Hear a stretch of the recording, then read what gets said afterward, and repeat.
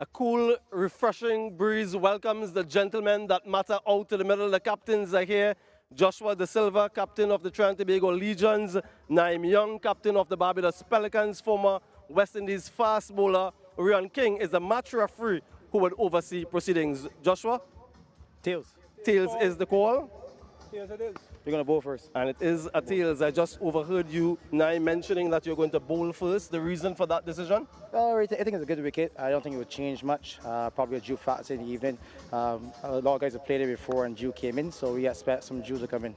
History beckons here, the inaugural competition in this Breakout League. What are your expectations? Yeah, I just really want to turn up in the tournament. Obviously, I've had opportunities in CPL before, and this gives me a next opportunity to really stay the claim. So when I go back to CPL, hopefully in the near future, that they get regular playing occurrences. And for the other guys in my team, they share the same sentiments. And in terms of your combination, having looked at the surface, what are you going in with tonight?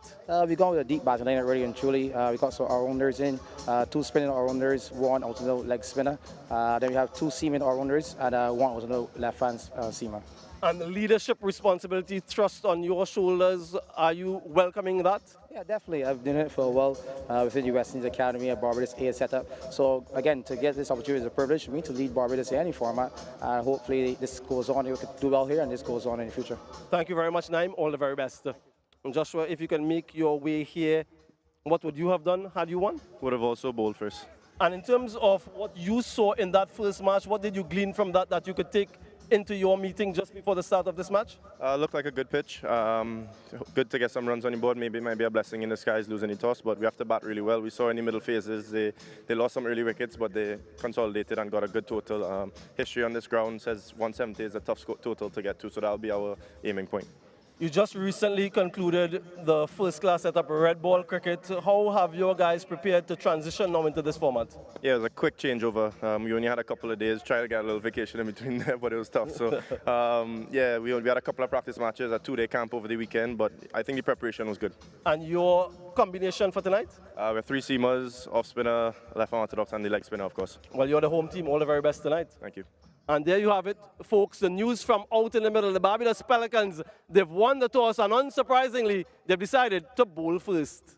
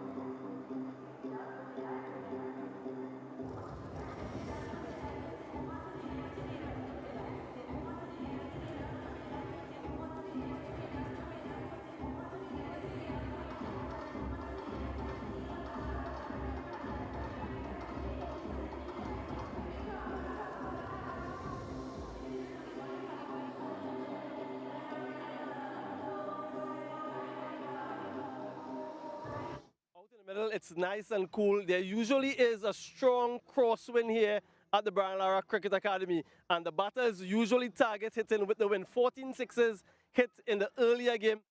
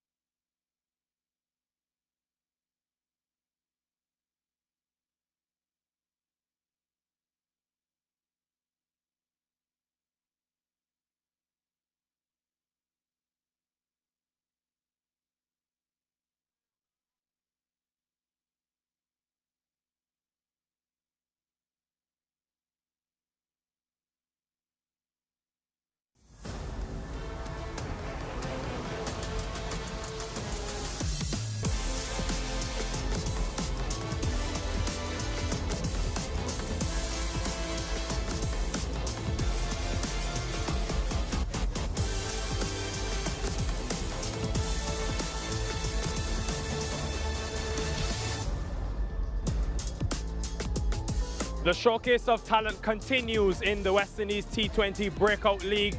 Match 2 comes to you live from the Brian Lara Cricket Academy in Trinidad and Tobago. It is the home team, the Legions, taking on the Barbados Pelicans. This is a battle of the heavyweights. A few new features and innovations being included in this tournament. A reminder of some of the caveats. Each team will play against each other. You have to be under 30 to compete. There's also the bonus points aspect of things. We had both Guyana and the Windward Islands securing 2 each in match 1.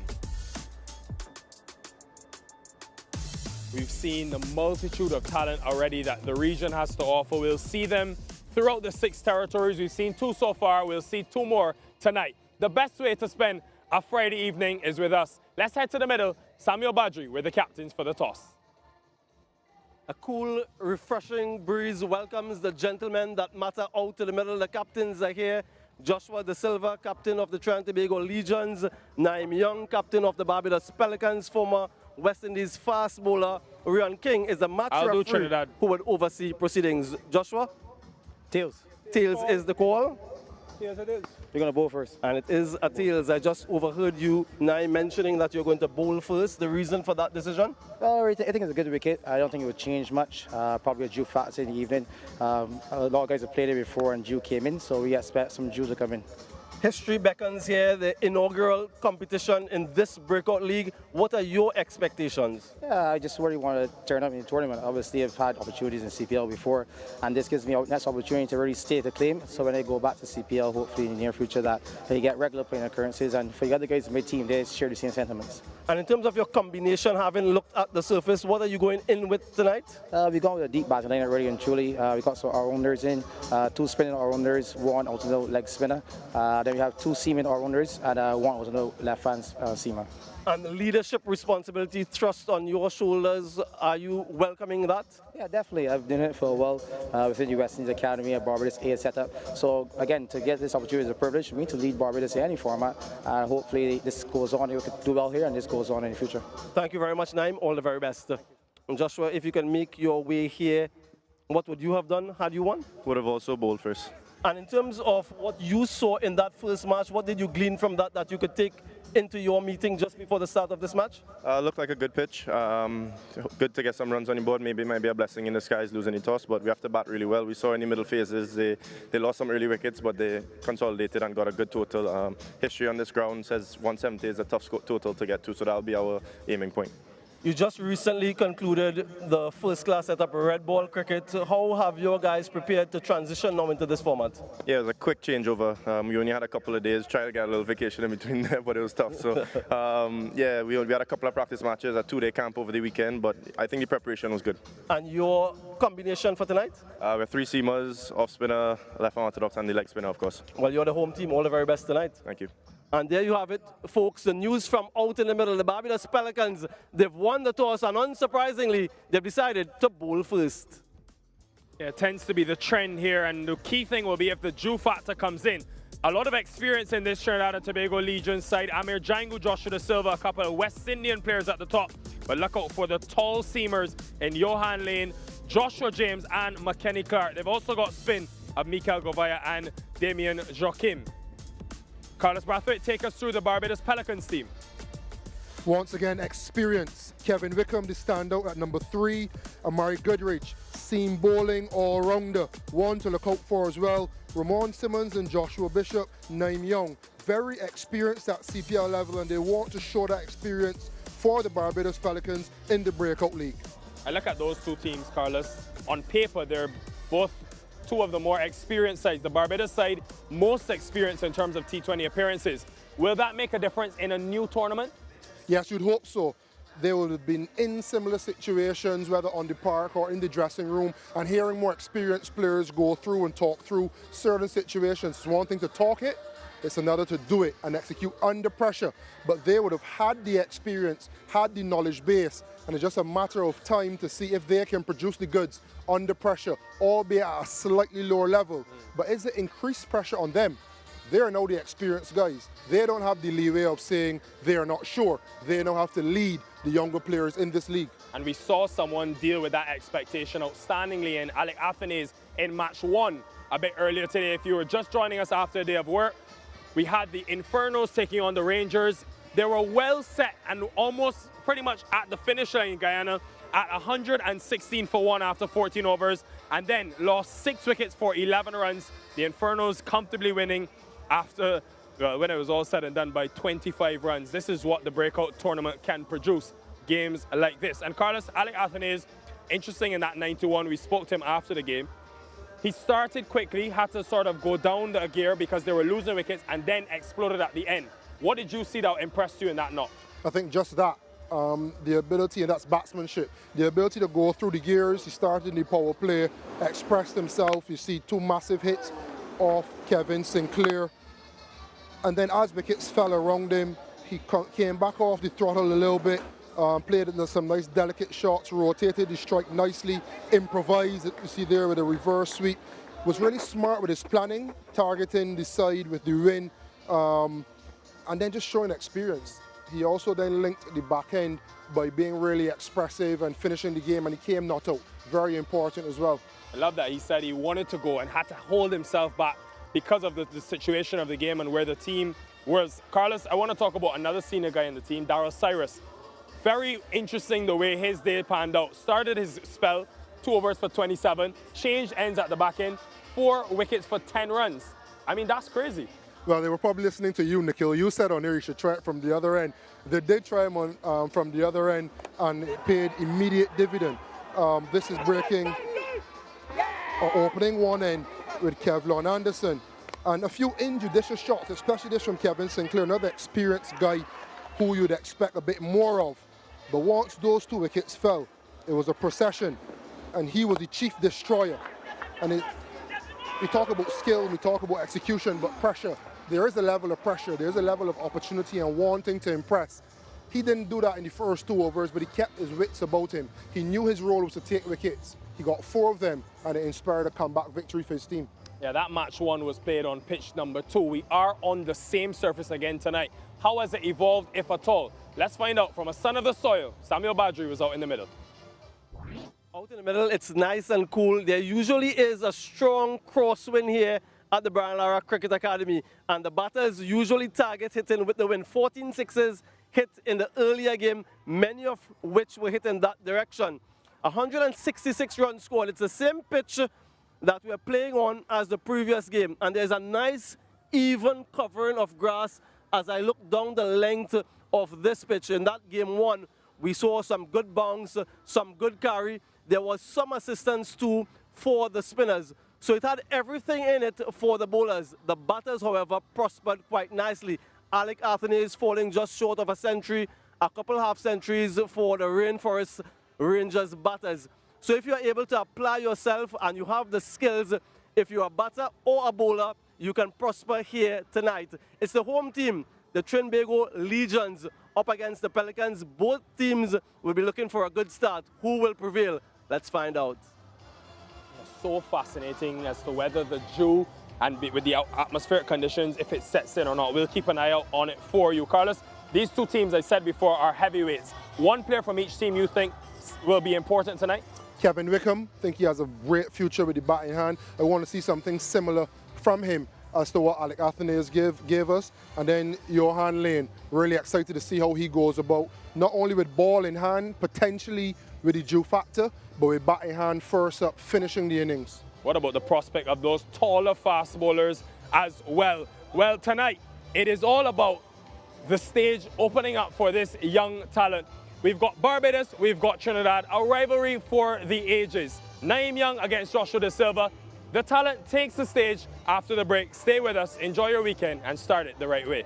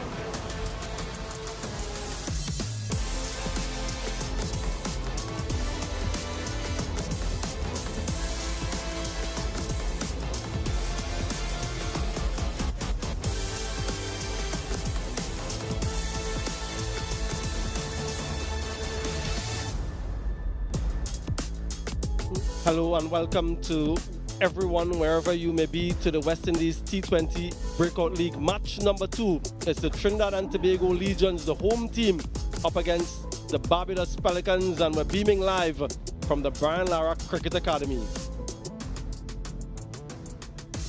Just a bit of information about this T20 Breakout League. 6 franchise teams. You'll see them as we go through this tournament. Cricketers must not have acquired the age of 30 at the start of the tournament, fewer than 40 domestic T20 matches and 10 T20Is. You can pick 2 players from outside your home territory. Each team plays 5 league matches, and then whoever tops in the preliminary round goes straight to the final. Second and third compete to meet them there. Exciting matchup for you here tonight. Lots of quality on show from these 2 perennial powerhouses in West Indies cricket, led of course Silva, and he has a very strong batting lineup to go with some quality bowlers. The Barbados Pelicans, Shakira Selman alongside me. What do we make of this lineup? Yeah, quite a balanced team for the Barbados Pelicans, led by Naeem Young, who has the world of experience. He has captained that West Indies Academy team a number of times, and also Barbados A. But look out for Kadeem Aline when it's their time to bat, Kevin Wickham. But for now, I think a lot will be up to Joshua Bishop and Ramon Simmons. A man who made a wonderful start to his international career, Amir Django's century on debut not too long ago. Very memorable performance for him. He's made his way to the test team and now has an opportunity at the top of the order in this breakout league. Alongside him, another one who's had a sort of breakthrough year this year in first class cricket, Cephas Cooper.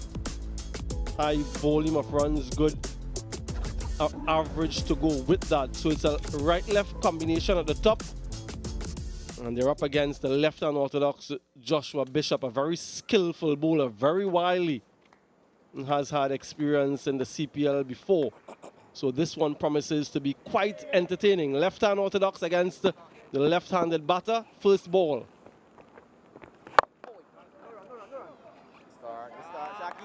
There's a slip in position just for that one that drifts away from the left-hander. He's bowling from the northern end. So the breeze, the little there is at the moment, will assist him to go from left to right as you look at your screens.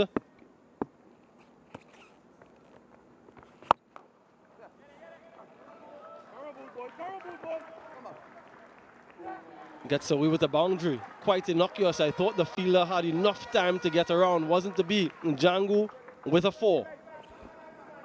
Amari Goodridge, the culprit on that occasion. I too thought he got there in time to save that boundary.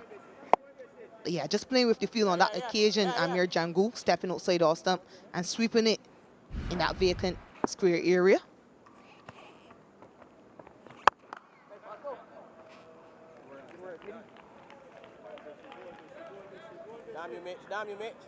Now we saw the Guyana Rainforest Rangers earlier today. Shakira didn't use Ashby Ned because 2 left-handed batters opened the batting. And strategically, they thought that that negative matchup would go against them. He ended up bowling only the 1 over. Meant that Ali Mohammed bowled that final over. I don't know how things would have panned out if they tried something else. But far too often, we see teams taking that sort of, in my mind, a negative approach to the matchup. And sometimes it costs you the game. Yeah, Badri, I'm in complete agreement with you. I think too often teams take these matchups too far. I think they overestimate the value of matchups.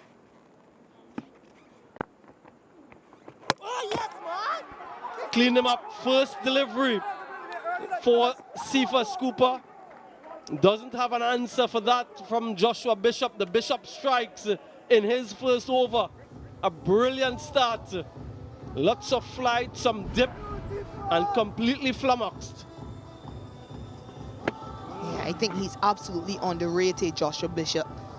And it's because he's able to deliver balls like that. It's a beautiful delivery first up to the right-handed Sifa Scooper. No answer for it. He walks back for a golden duck. Barbados Pelicans draw first blood. Trinidad and Tobago Legions 5-1.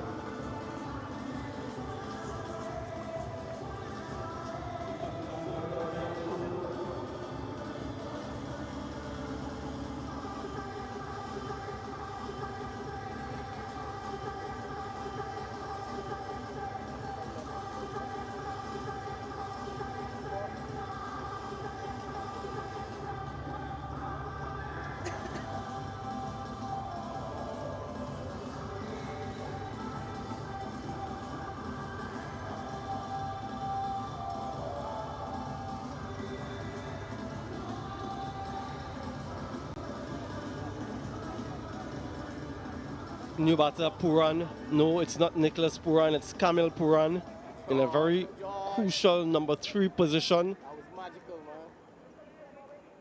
You're just reminding him of that magical delivery, the wicketkeeper. Oh, yeah. And a good one first up as well. Success in his first over, 5-1, the Legions.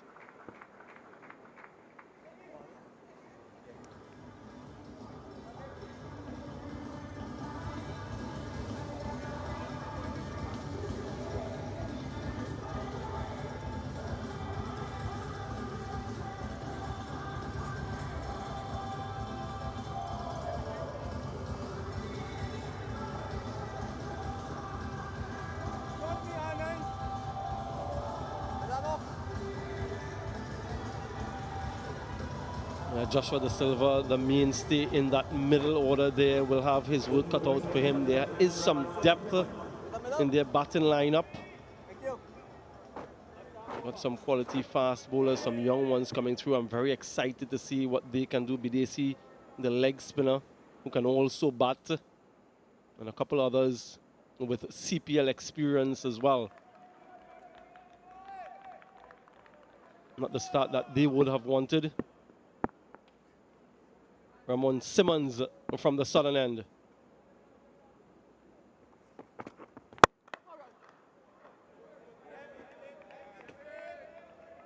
Quite a bit of experience in this format, Ramon Simmons. Yeah, but it's all about Joshua De Silva and that magical delivery. That's so beautifully described by Lenico Boucher, wicketkeeper. Yeah, angled in and then spun away to hit that leg stump.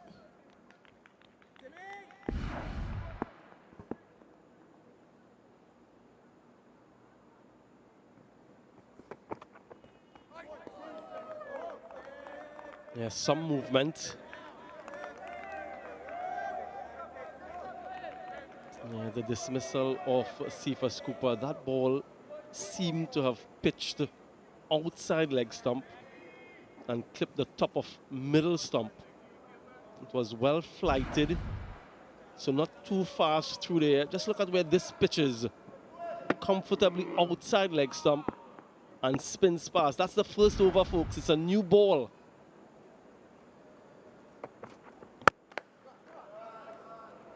There's protection out there.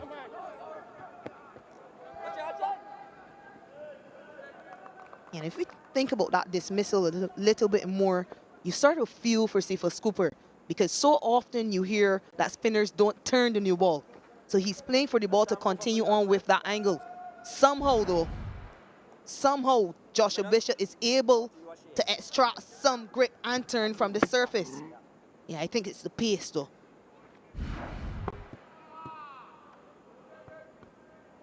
Some other right-handed batters might have looked to sweep that ball because of the initial line. Not Cooper. Usually plays with a straight bat. Again, the field is well set for those types of strokes. There's a lot of familiarity between these players. They've played a lot at the youth level coming through, even in franchise cricket.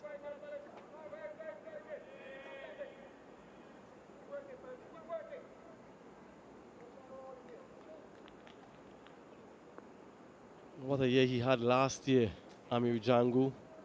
First-class cricket, double century, made his way to the international team. And what a knock that was. was fortunate to be there at Warner Park to witness that. It was a shaky start, almost run out without scoring. And from then on, he looked as though he was playing international cricket for over a decade. It was a flawless innings that took the West Indies to victory.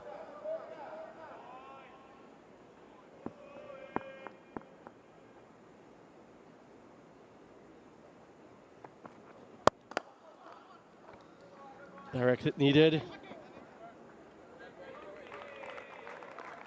2 gone, 8 for 1.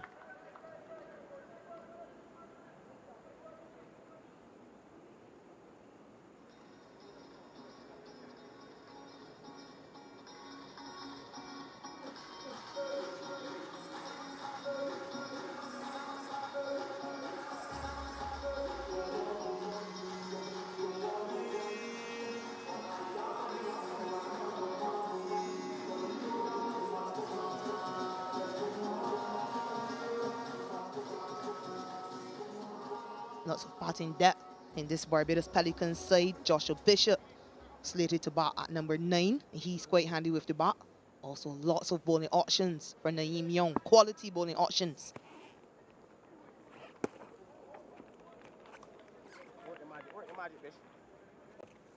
Yeah, so he sees that vacant area backward of square and he's looking to target that, but there are also areas in the offside. So if he can beat the infield over extra cover, or even along the ground, he can get value for his shot. So it's all about that decision making. A really nice game though. Really exciting one on our hands, just like we had in game 1.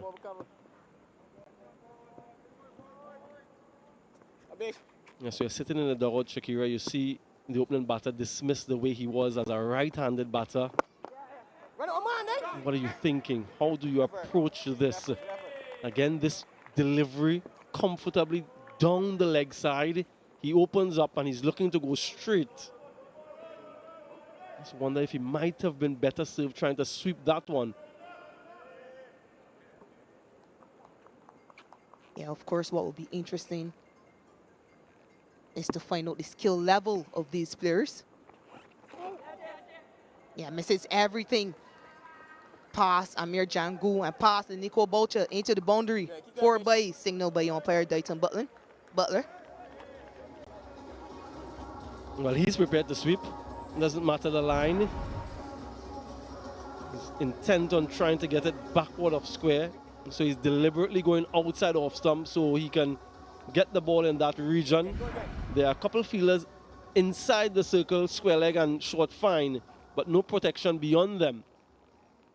Joshua Bishop trying to go there because he outside off stump because he understands where the batter is trying to hit him. What is that? Follows up by trying to curve that one through the offside. Come again, bitch.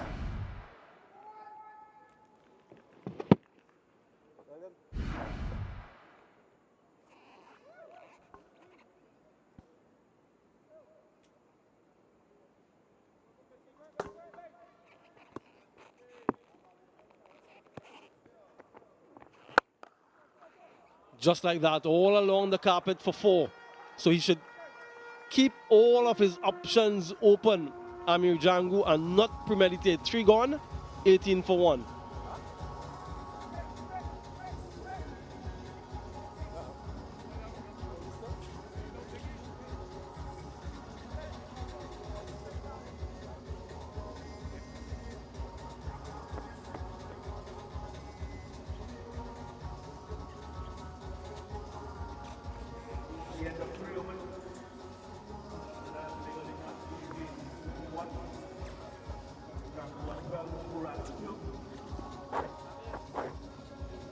Well, if you missed match 1 of this Breakout League, that's the way things panned out. The Infernos were sent in. They got to 166 for 6, and they were able to defend it, winning comfortably in the end by some 25 runs.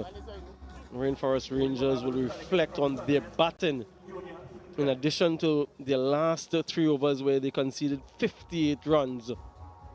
Junior Sinclair, representing the Pelicans, off spinner, has experience of playing CPL cricket before.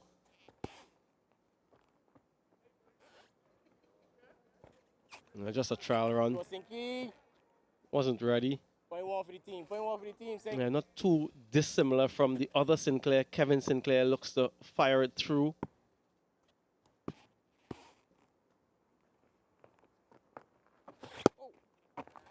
Yeah, that was a missed opportunity there for young Kamil Pura, and that was full and wide. That is exactly what you're looking for in the power play. Yeah, particularly because everyone is in that ring on the offside. Two fielders deep, deep mid wicket and long on. And again, he isn't ready, Junior Sinclair.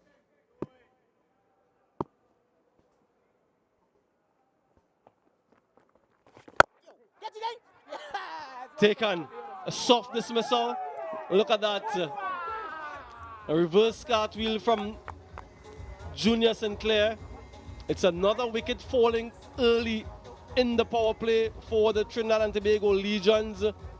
Faster delivery and just beats him for pace. Yeah, just really skidded onto the back, cramp for room, trying to punch that one down to long on Kamil Pura. And he will be disappointed though. A celebration for the Pelicans. Kamil Pura walks back for 2. 18 for 2.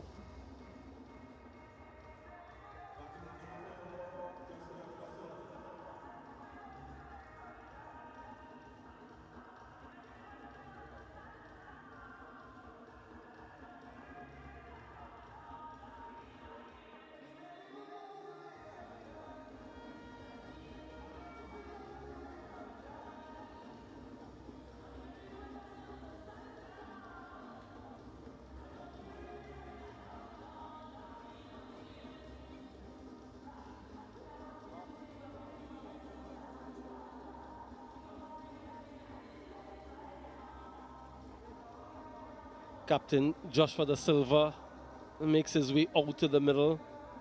His team being set back 18 for 2. Best of 59 in his T20 career. Has a lot of work to do.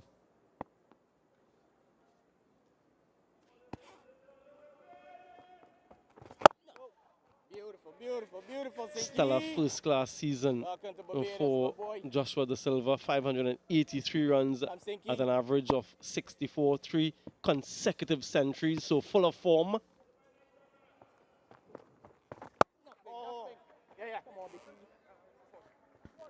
And he's off the mark.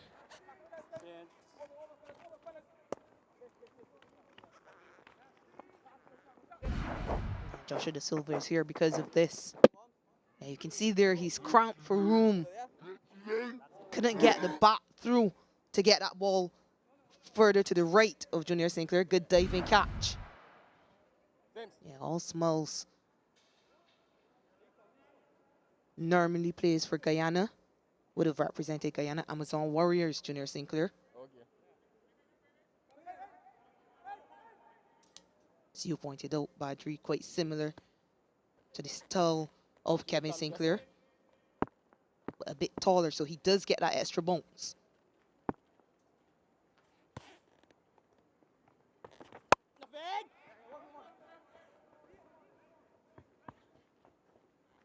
Yeah, Naim Young opting to go for spin in the power play.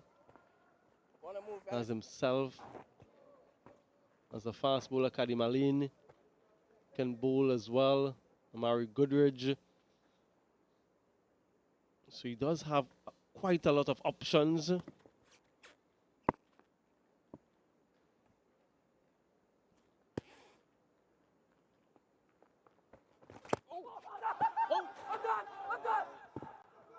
Some activity at the bowler's end.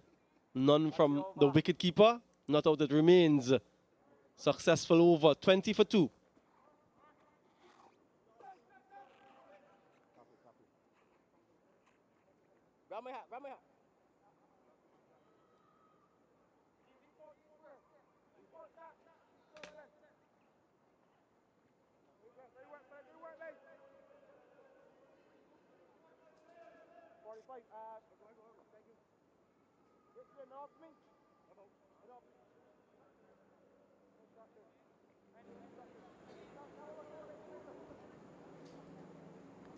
Two early strikes for the Barbados Pelicans, Cooper and Puran.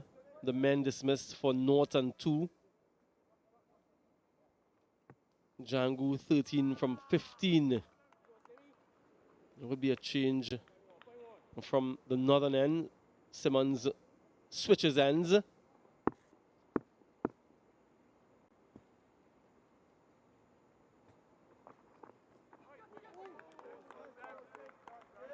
Indeterminate stroke from Django.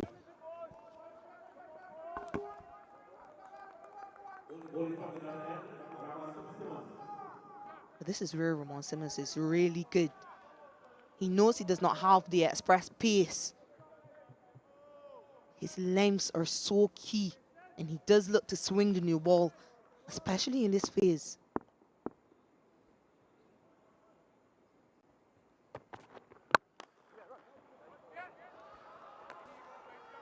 Threaded.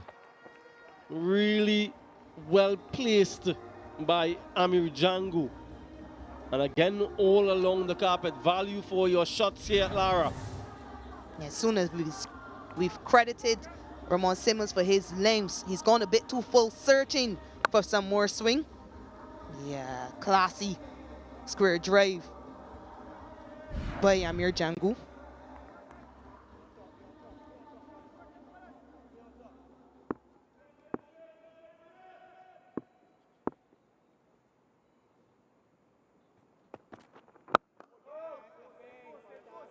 Much better line. Feel that point moved a little bit squarer after that stroke. So his two fielders are square on either side of the pitch for Amir Django.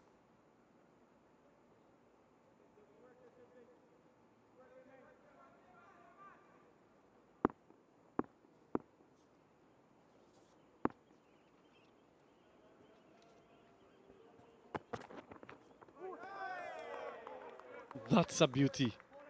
The length and some movement as well. Just enough to beat the outside edge. Generally, you find left-arm seamers moving the ball away from left-handed batters. Yeah, just like that. Beauty.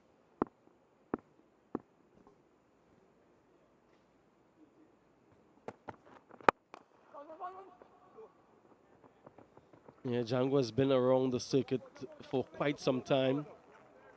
He's 27 years old. He's only played 4 T20 matches. He's been around a couple of franchises and their setups, but not given opportunity, not given game time. So this here presents that opportunity, and for him to sort of solidify his credentials in impending CPL draft, teams will be looking on, no doubt, for players. There are vacancies in quite a few teams for players.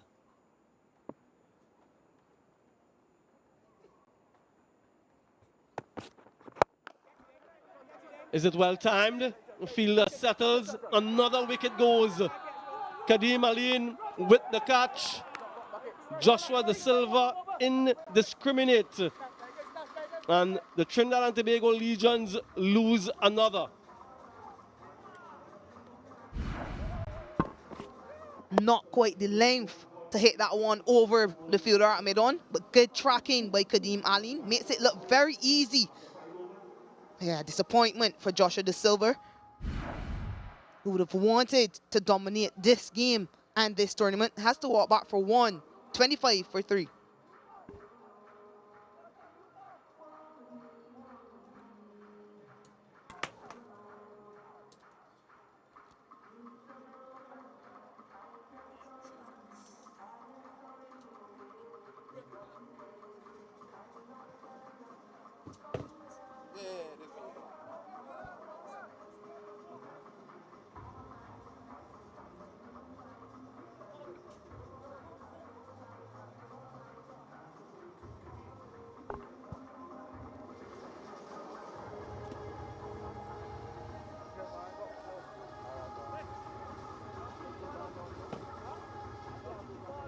trouble for the home side, Trinidad and Tobago Legions. Not the start that they would have hoped for. Yes, they lost a toss and were asked to bat first, but 25 for 3 after 5 is not the picture that they hoped that they could have painted here in their opening game. Josh Da Silva, captain of the side and looking to steady the ship. Simmons, though, accounts for this wicket, looking to go on the up, not getting the timing, not getting the distance. And Aline accepting the easiest, you would say, of catches. Well judged, kept the eyes on it. Oh, I'm not impressed with that football skill, though. Carlos Brathwaite alongside of me. Carlos, rate that 1 to 10. Catch it, throw it in, or work on your football skills. Not impressed at all. What I've been impressed with, the consistency from the Barbados team, the relentless pressure, and they've held the chances.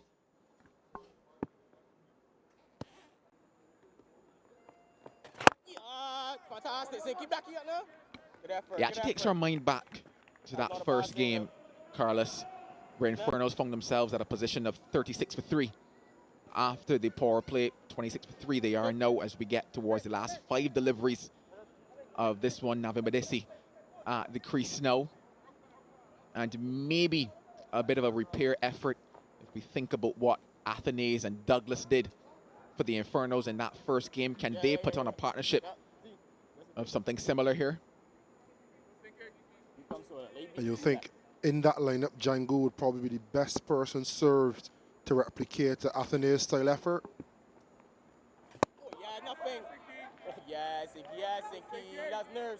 He definitely does possess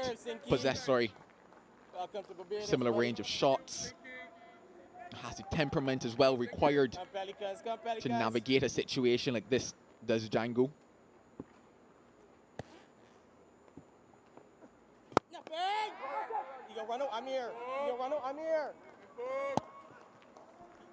Keep going, boys. Always love the commentary from the stump, Mike. Good work, man. You go, come here. Come to man.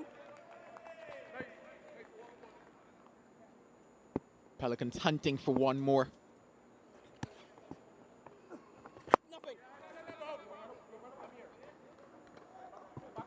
You look at this power play phase, you would say it belongs to Barbados. It's been disciplined bowling. They've backed it up in the field as well. Fantastic.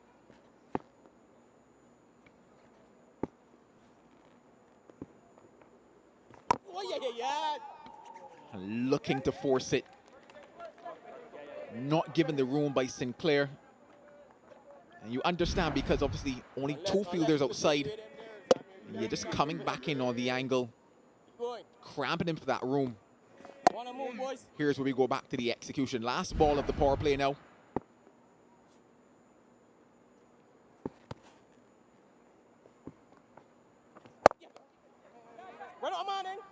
And there's a bit of press play repeat. Dot ball to close, 26 for 3.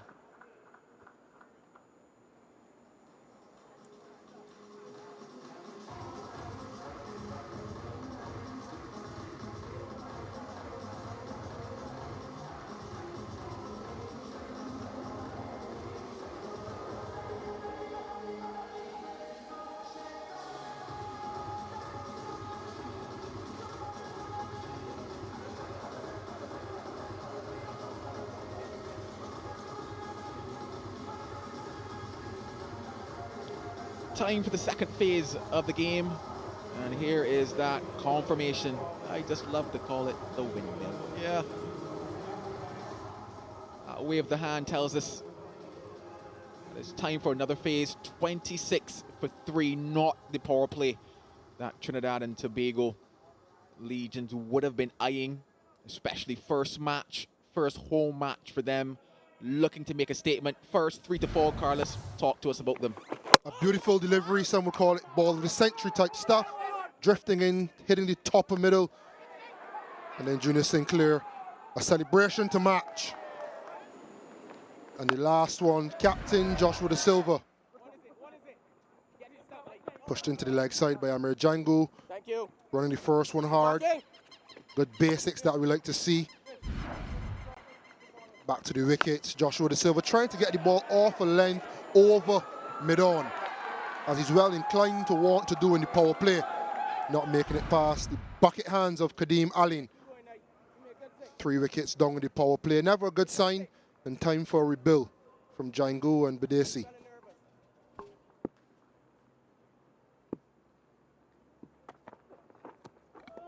Oh, Captain Naeem Young, what a peach of a delivery that is. Where were you hiding that one? But if we think about that first innings, and if they take any confidence from that, Trinidad and Tobago, Infernos were still able to set themselves a bit of a platform. Here's that peach, that perler. Oh, yes.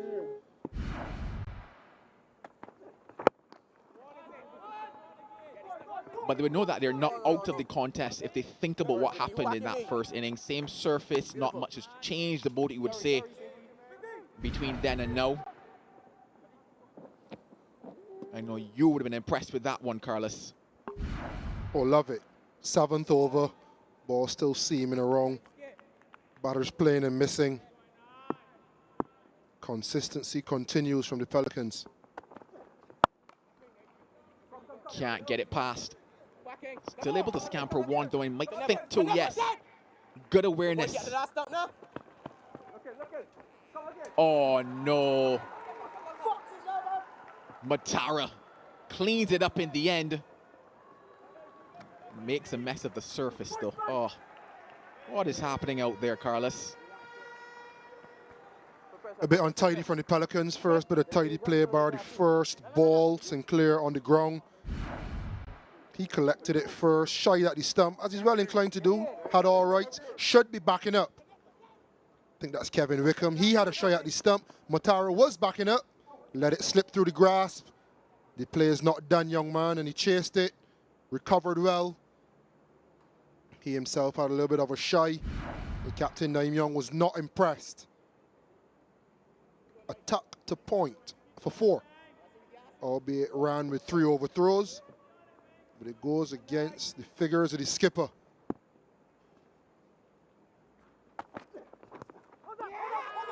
Was that pad, was that bat?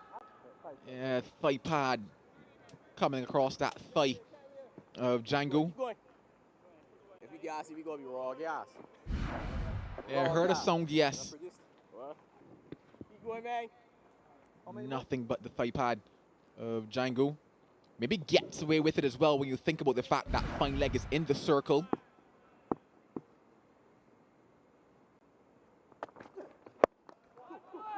Two is the call. They're going to chance the arm of Goodridge. Dropped his bat. Could be interesting. Bring my helmet there, please. They're not coming upstairs, though. 7 gone, 34 for 3.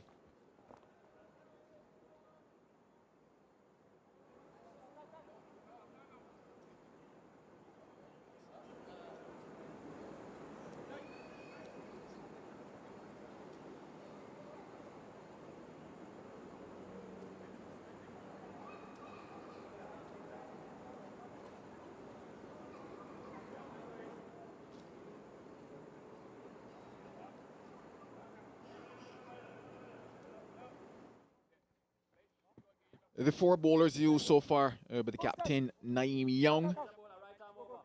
And you might think he's going to make another change here, add somebody else to things. Yep.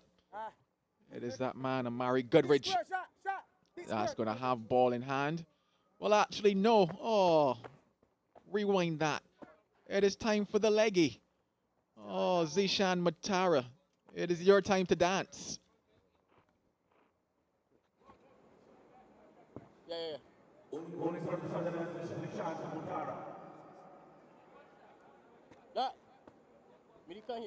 Exciting prospect, young Zishan Matara. Tall leg spinner. 18 years of age. Really good opportunity for this young man. Yeah, looking forward to see his variations at some stage as he gets into his work. Probably don't think there'll be too many variations in this first over. Just looking to settle in, looking to keep things tight, Zishan Matara. Come Zed. The challenge to the left-handers as well. Leg spinner ball into the left-handers with the wind going toward the leg side.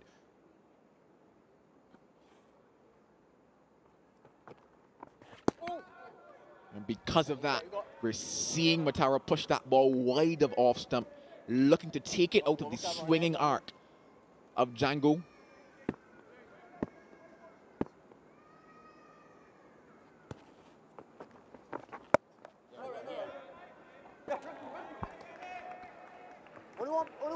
The captain, this time the guilty party. Oh, on the field we call that salad. We saw something similar from Cyrus in the first game. Two right-handers he was bowling at to the time. The leg side was to the short side, and those two was at for 27. Just wondering if Naeem could have given him a bit more protection, bowling him from this end, closest to us, at the two lefties. Yes. Good work, good work. Yeah, started much flatter as well as expected, given the favourable matchup. Talk to us about this action here, Carlos. He's very tall and upright. He is a tall man, over 6 foot. He uses all his levers, gets really high. Somebody open them out now.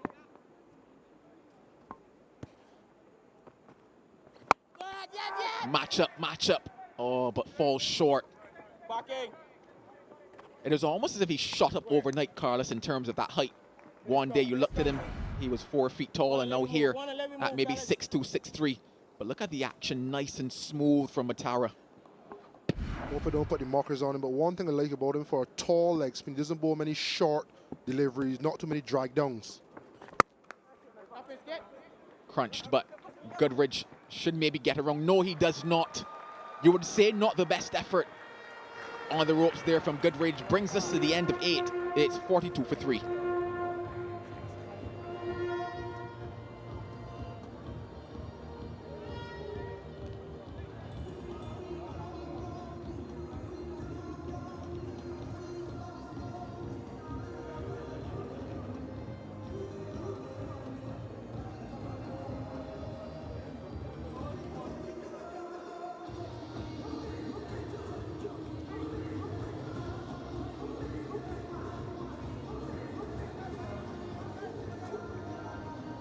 Out of the power play in over 7 and 8. 2 productive overs for Trinidad and Tobago Legions. Just that third over, the one that was better than those, but you would say that they're beginning to find a bit of footing. They're beginning to build a partnership as well. And now it's time for Mari Goodridge to pick up that ball. They had a bit of a false start at the other end. We'll operate from this northern end now. Uppish. Oh, had that hit, that would have been good night and goodbye. And now we're talking about that fielding, Carlos. We highlighted it in game number 1 and how important it would have been and how excited we were to see these young guys. And yeah, there's no excitement on the face of Naeem Young. Yeah, you tell the organization of a team by the fielding effort. It's been sloppy by Barbados so far. And I can't even say by Barbados in its entirety of the innings. Just quite recently, last 2 to 3 overs. The throw to the keeper, not backing up. The misfields, when they are backing up, every run counts. Goes to wide on this occasion. Maybe you might think on first glance it looked quite close given the adjustment of Django across to that off stump.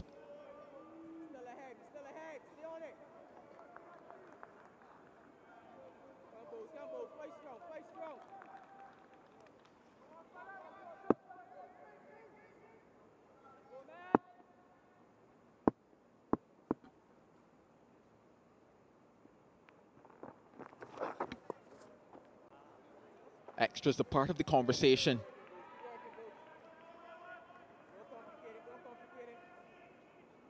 This partnership now 21 between this pair.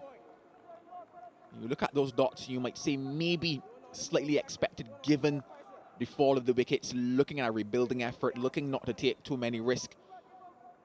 So in other circumstances, they would say, okay, maybe we've accumulated too much. But here, in looking to rebuild, they say, okay, we're finding our way, finding our footing.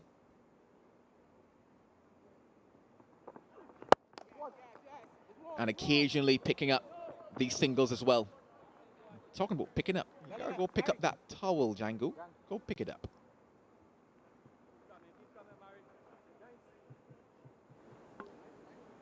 That's very generous. Big fast bowler, Murray Goodridge walking mid-pitch to give the batter his towel.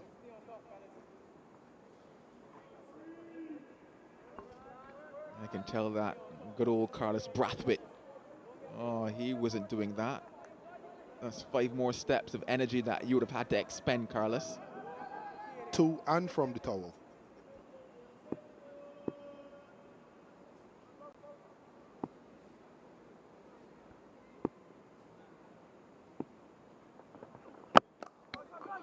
Excellent execution and been some time. Roll again, roll again, roll again. Oh.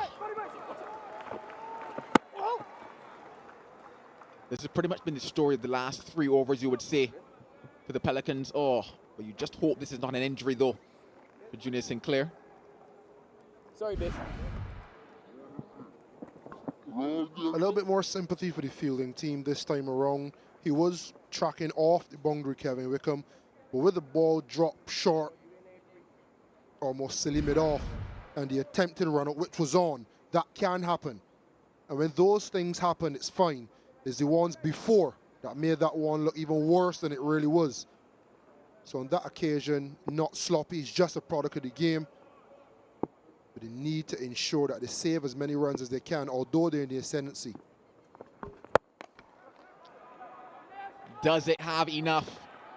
Just enough to get over Bishop. No real power in that one. Bottom hand coming off the bat as well.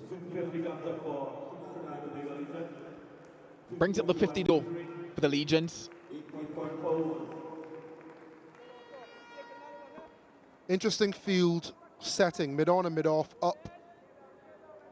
3 back on the leg side, 2 on the off, third, and cover. So you'd think that it will be length and length only, like that. The 2 previous deliveries have been full in length. I think that is why Django skied that ball before. Potentially wait back. Surprised by the double bluff from Amari Goodridge, almost resulting in a wicket. When you talk about defending with the ball and attacking with the field, you can bowl 2 very similar deliveries and change the field for both of them, and they have a different result once you execute.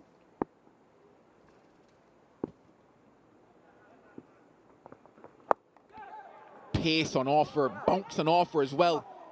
And the effort, oh, just not good enough. He got there, got a hand to it, and parried it onto the ropes. A boundary, and that's something we haven't said for a long time. Lifting delivery. Must say very well played to get it down. Richards getting to it. You think you were pushing it to a fielder when no one was there. 57 for 3, the Legions.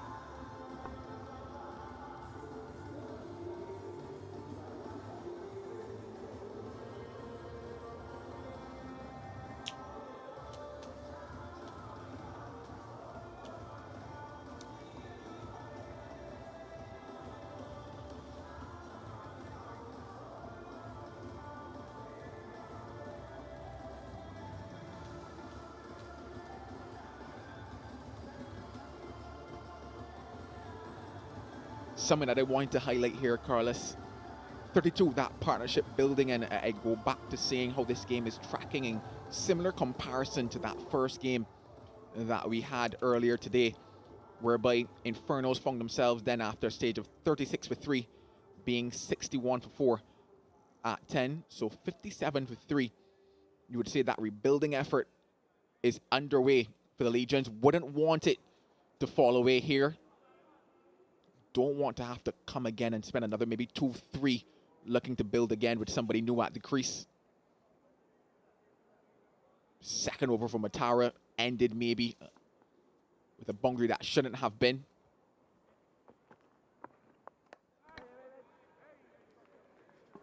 And you've only really had two partnerships of note, Douglas and Athanase. And you can tell once you lose a wicket and the rebuilding starts, as the overs creep down, there's a set of panic.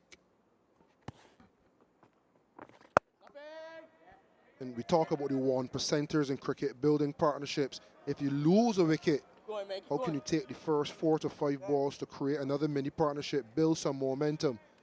And the Legions have that now. Barbados wants to break that partnership, and Legions will want this partnership to well run into the 15th over. Oh, yes. Nothing. Two is dead. What I've enjoyed so far,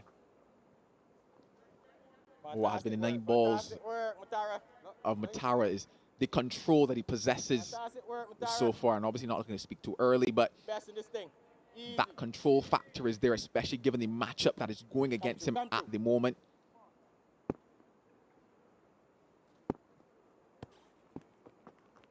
Yes. What is there as well as the discipline, because he's not necessarily gone searching for that wicket-taking ball, looped up, hoping to whether or not googly or conventional leg break, but he's just kept it consistent. I think all 3 leg spinners we've seen so far has caught the eye and impressed.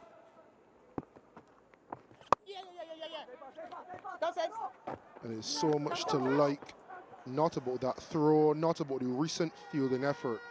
It's been untidy. And what should have been a dot is an overthrow and a single.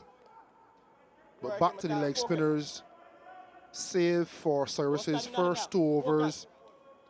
They've been disciplined. They've held the lengths and the lines really nicely. And they've adapted really well so far. Picks up a wicket with the final ball of his second over. Oh, the leggy is into it. Oh, go dancing, Matara. Go dancing.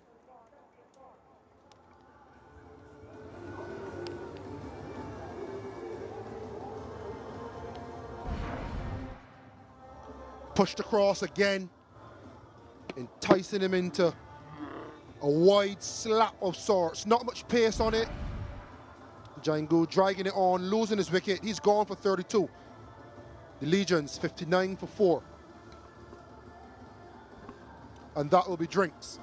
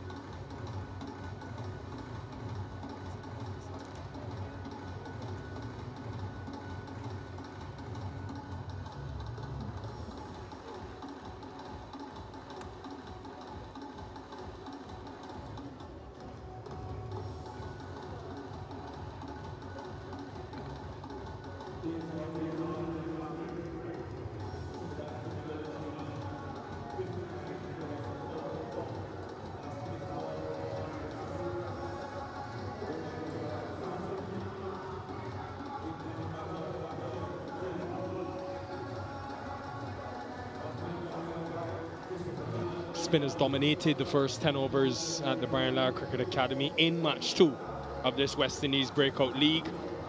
Amir Jangu looked promising, but recently dismissed by Zishan Mortara. The 3 spinners have wreaked havoc here tonight.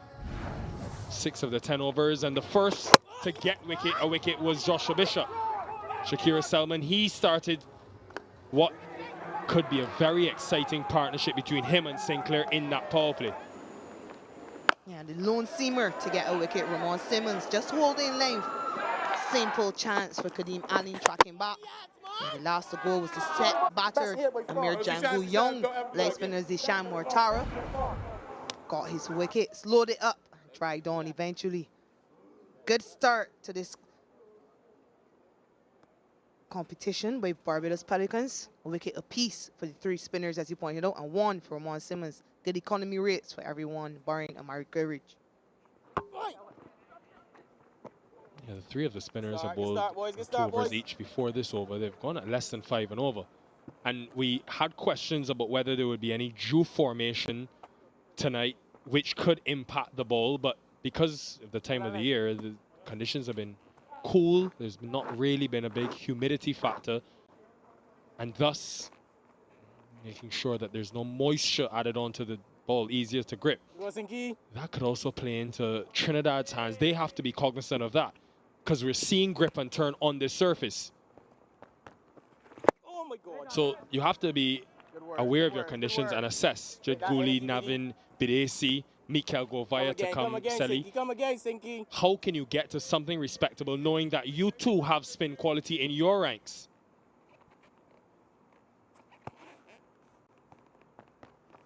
Yeah, Sinky. I love this. And first question for this Trinidad and Tobago Legion side would be, how much do they think is enough? 8 and over gets them to 136. Do they think they need more? Nothing. You would hope that they would have learned from what they saw in that first game when Alec Athens and troops built and reconsolidated and got to 166. Maybe they will not get there because their more experienced batters have been dismissed. But they can still build, get to 140 perhaps, and then they'll think they have good enough spinners to defend. Come, Sinky. Athens spoke about the wanting to go, wanting to attack, but having to force himself to hold himself back. Nothing then. Good effort then. Just wide of Bishop. Come on! To ensure that he's there in the 16th, 17th over like he was. Saw a different approach from Jangu that has not worked. Keep going, man.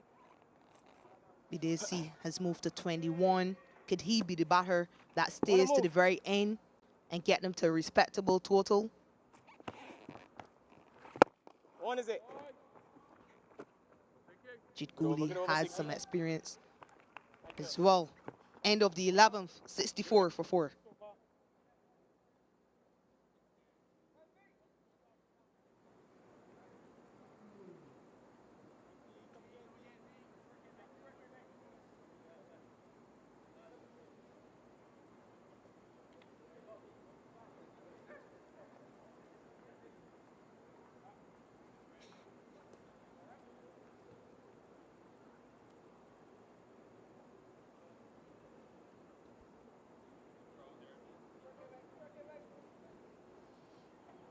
A lot of eyes would have been on this tournament.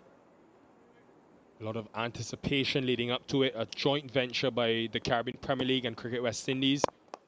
It's all about showcasing the next generation. You'll see 6 territories, folks, over the next 2 weeks with immense talent and ability.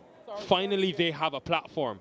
And I'm really looking forward to seeing the crowd come in here at the Brian Lara Cricket Academy over the next 2 weeks to enjoy this pristine outfield and what we hope to be good cricketing surfaces. Grab another one, huh?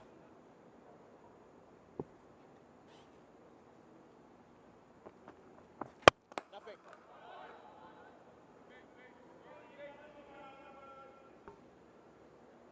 So far, there have been beautiful conditions here at Brian Lara Cricket Academy. Good work, All Z. captains have said the pitch looks good. First game was a good game. We saw a good batting display from Ali Athenes in particular. Nothing. A good bit of fielding by Captain Naeem Young. Keep going, boys. Keep going, boys. Keep going, boys. Stay on them. Naeem Stay on Young them. spoke about All the pressure the on depth them. he has at the toss. Another option is Kevin Wickham, who can bowl both the off-spin and leg spin delivery. Oh, yes, young That man. looked like a googly. Get body this Haven't stuff. seen many from Otara, but they have that option if he does want to continue to exploit the bit of purchase he's gotten out of his spinners on this surface. Keep going, keep going, keep going. Yeah, he's used 6 bowlers already, Naeem Young. Question would be, if he thinks he needs to find a few overs from somewhere else, One is it. Go back in. you would expect that all 3 Good work. spinners would Great. bowl their full quota. Finish strong, finish You strong. expect Z. Young himself will come again Finish strong, with Z. his variations. This is brilliant. Man, let me turn one time. Recently, Ramon Simmons has been quite good with variations as well. Get ready, During that Seki. first class season, you would have seen some slower bouncers, Yorkers. Stay on them, stay on them. It ain't gonna happen. Yes, it ain't gonna happen. Discipline bringing reward for the Barbados Pelicans in this innings with ball in hand. A second wicket for 18-year-old Motara and more trouble for the Legions. Yeah, you just heard Nico Bolcher say, stick to the plan, something will happen. And indeed, something did happen. He kept the stumps in play, Zishan Mortara, trying to create something, Bidesi, and he has to go. Walks back for 24, 68 for 5.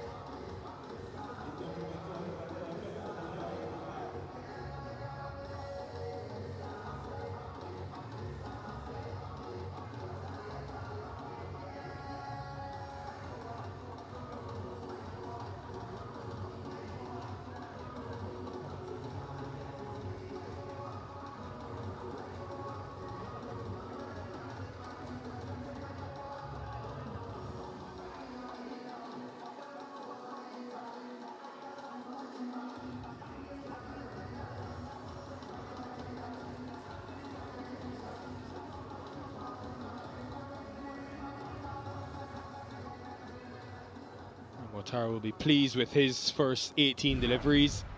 Haven't seen many of the googlies. He's kept it quite simple, attacking the stumps and forcing a bit of innovation from Bidesi with the build-up of pressure. Whether that was required or not is another story. But Mikael Govaya comes to the middle. We saw in the CPL last year win it with the St. Lucia Kings.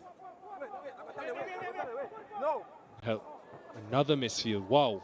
They've really been off the boil here to start. You think about a lack of intensity is what comes to mind when I think about the overall approach of the Pelicans. Yeah, we heard Curtis Prophet speaking about those 1%ers. That's one of the things you need to do better. You need to feel well as a unit.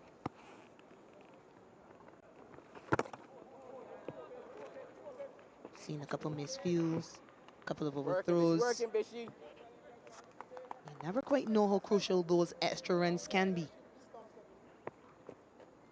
Just enough to hit it. Thanks. I mean, keeping a tally, Sally, with the 2 efforts on the boundary that you feel should have been stopped, along with the overthrows, I'm at 16 runs at the moment, 16 out of 70. Fantastic.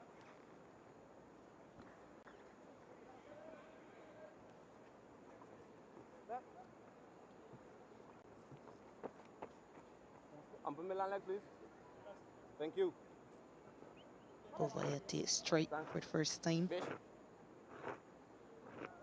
It will be a challenge for him facing up to the left arm spinner, especially after that delivery we saw in that first over, which he dismissed Cooper. One is it. Fantastic, Jay.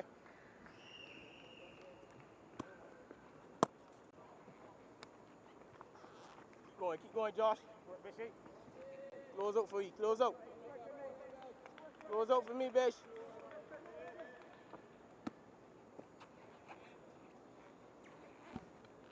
Left hand on strike. So he's got the 3 deep on the leg side, cow corner long on, deep mid wicket. But he's going wide, Good work, Millie. trying to get out of the hitting arc. Actually, given the situation of the game, they're 5 down. I wouldn't mind seeing Bishop tempt Gooley, given that this is quote-unquote matchup. Tempt him with a slower one. We'll see if he takes it on. Another cheap over from Bishop and the spinners. 72 for 5.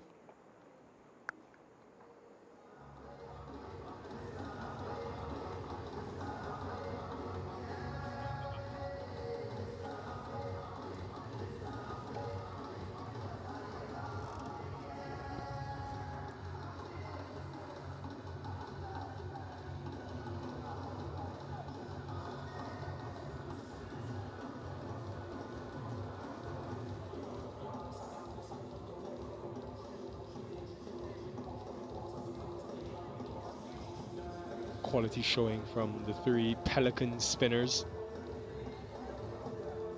Batters at the crease will be hoping, though, to provide some sort of resilience. That's been what the career of someone like a Jed Gooley has been about. Made his West Indies under-19 debut back in 2016 when he won that World Cup. He's been very successful here at this venue, growing up 15 minutes away in Orapooch. But 2 of his 3 first-class hundreds have come here at this ground. And he'll be hoping to make his father, Derek, proud, who's trained him every day since 7 years old. I'm sure he's here watching tonight. This is the perfect opportunity and platform now, Shakira, with a team under pressure, in trouble. For him, with his experience playing in the CPL a couple of years ago, to be able to get an innings of high impact. Be there till the end, Jid. How many can you get your team to if you are there?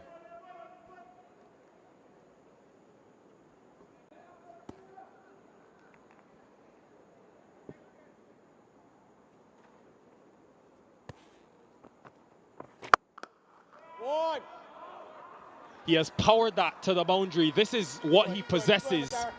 And we can see more of this if this innings continues. Yeah, sheer power. That was smacked to the left of the fielder at long on.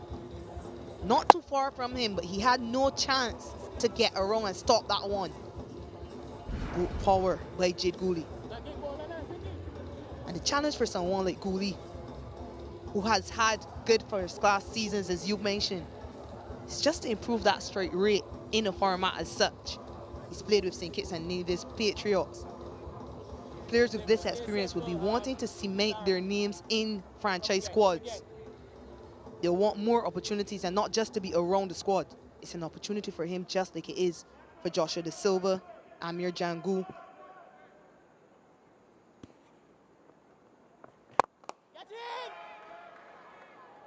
Doesn't carry to Wickham. But the fact that he's got first-class 100, Sally, and has had a few consistent seasons tells us that he's at least got the red ball grounding to trust his defense. So even in a tough situation now where the ball is turning, he should be able to back his skills to mitigate this period and be there in the last 4 or 5 overs, that is.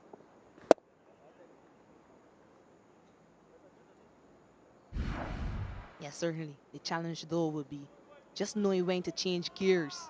Does he back that defense and skill to hold on long enough to be there at the 15th, 16th over? And again, I will keep emphasizing it. That's what Athenaeus did very well, the structure of his innings. And he said he had to battle with himself mentally. Don't go, don't go, don't go, wait. And they ended up getting, what, 58 off the last 3? So this is far from over.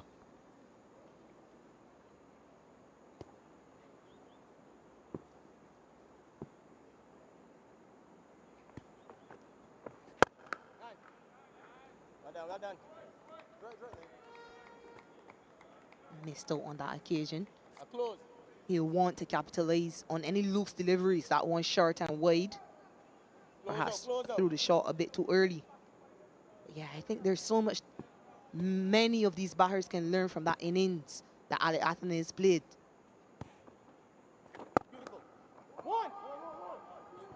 Solid start from young Motara.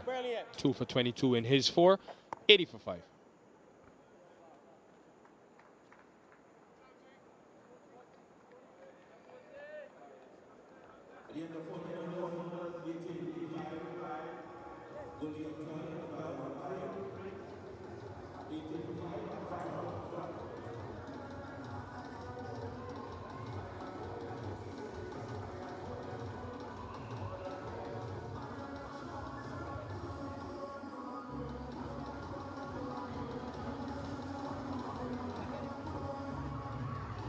Half the side down for Trinidad and Tobago Legions, 80 for 5 with 6 overs remaining.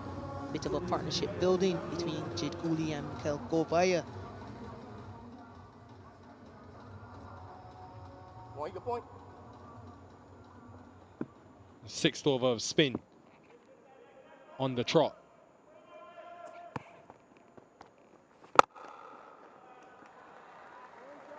Great placement. Good shot. He's got quality, Jid Cooley. Working, Sinky.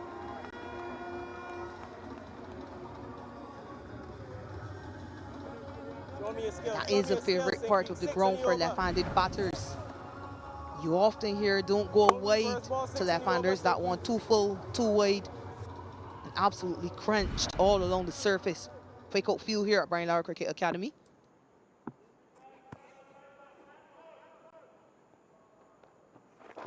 One is it.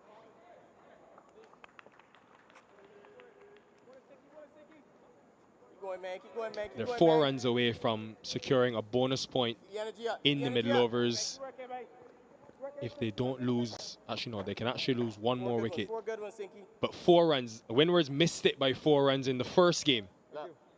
Don't take these lightly, folks. Remember, first place team goes straight to the final.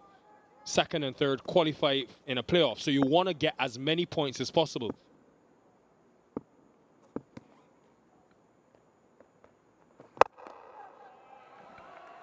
Yeah, Govaya has ability.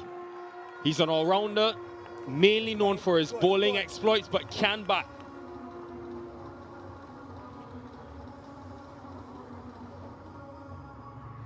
Decides to take on the off-spinner. Govaya match up in favor of the right-handed batter. And just 2 full once again in the slot. Come, Sinky. Still with you. Good calculated risk by Govaya.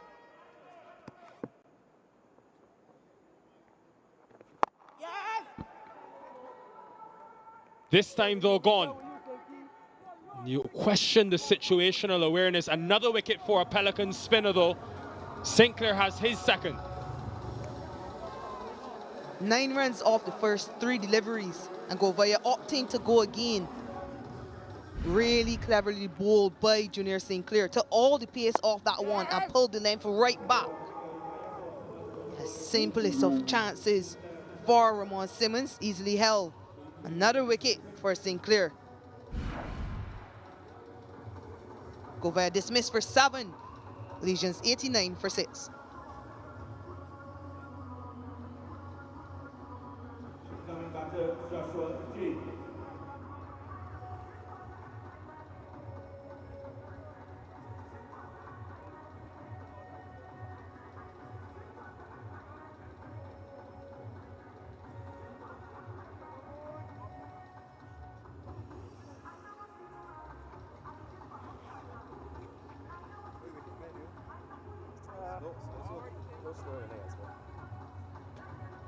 Still a decent wicket, you know what I mean? Grass cover.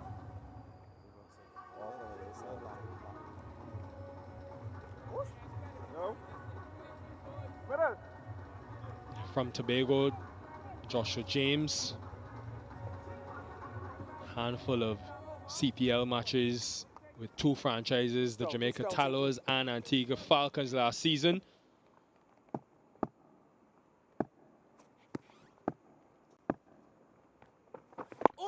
No hindsight is always 20/20, Selly, but you've hit 2 boundaries in the first 2 deliveries, and you've got Jid Cooley at the other end. Was this necessary? With that 9 for 2. Yeah, you have to think this is too much risk taken, especially with your team in this position. Bonus point secured for the Legions, 89 for 6.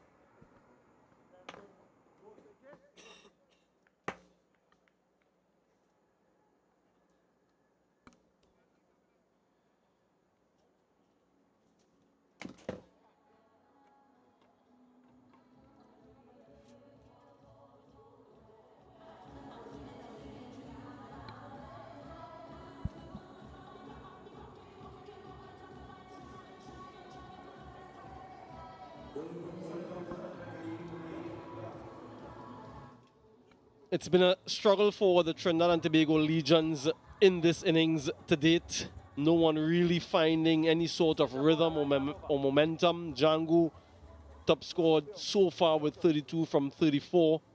Their partnerships have been non-existent as well. And so they find themselves in a position 89 for 6. Last 5 overs coming up. Naim Young from the southern end. And they've been very impressive in combination. The bowling team, the Pelicans, their spinners have put the stranglehold on. They've suffocated the Legions. Joshua Bishop 1 for 15. 2 for Junior Sinclair Mutara. 2 for 22. That young man was very impressive.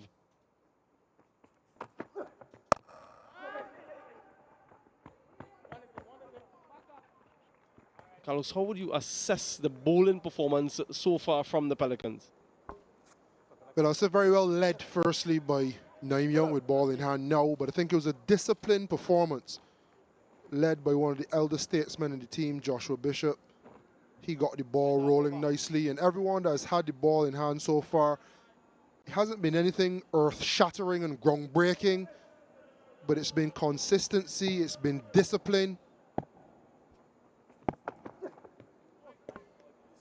and right on cue, a wide. But up until then, it's been a very disciplined bowling performance. And in the Caribbean, as you know, we say pressure burst pipe.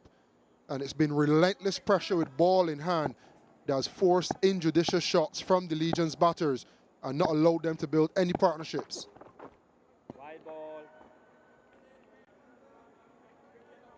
I'm done commending you now, Naim. You can line it back up again.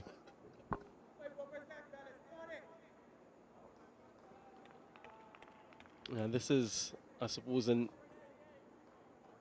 a sense, the purpose of this tournament, for these young players to understand how to get themselves out of these situations.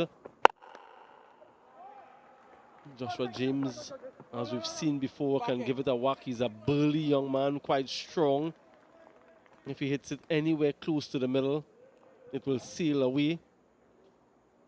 How many deliveries can you take to assess the conditions before you get going? What is sort of the target score you have in mind, having assessed conditions?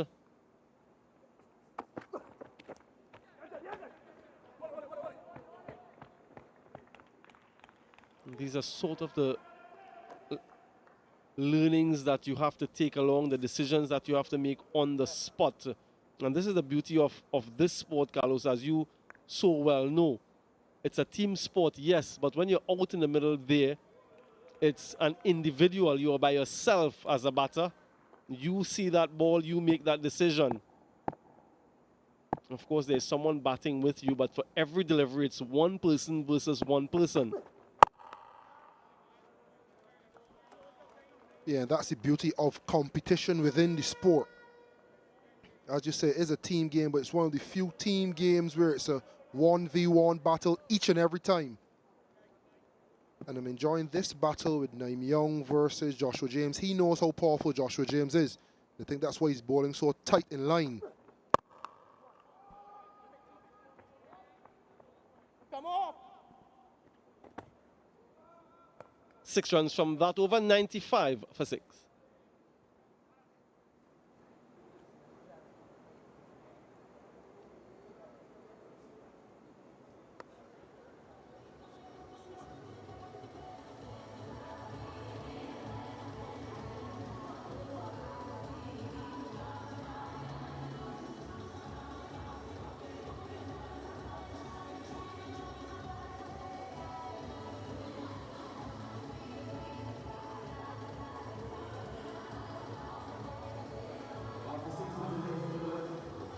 be interested to see the due factor as well. You see quite a few players with the rags. Naim Young is trying his hands at the moment. And spoke to the ground staff before the start of this one, and they did mention that there hasn't been too much dew in the past few nights. It's been rainy, generally overcast, and you tend to find less dew given that climatic condition. Fight strong, fight strong. But there will still be something. And this can be interesting. Goalie against Bishop. Left-hander who can smack it. He's not giving them the opportunity to free their arms. He's bowling quite full. Can't get under those deliveries. Yeah, skillful cricketer. Strong, strong, strong, bitch. One of the cricketers that I think has been hampered by the emerging player rule. Always in the squad, but never given a big enough role to showcase his talent. He's obviously gotten better as he's gotten older, more mature. He had the advent of the West Indies Academy.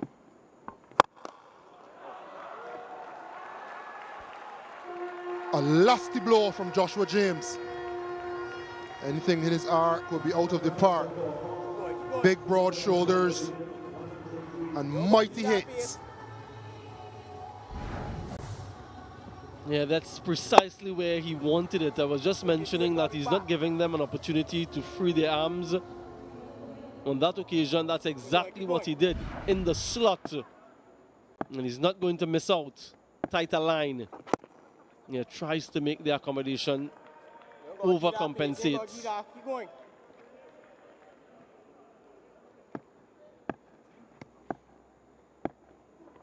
Yeah.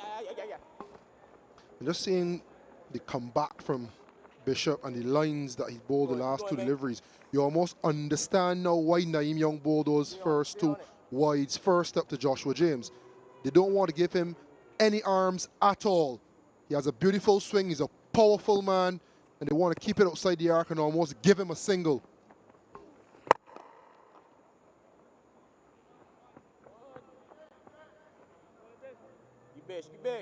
Yeah, he's gotten the length right to the left-handed Jed Gooley.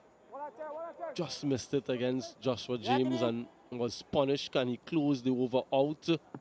His final delivery in this spell.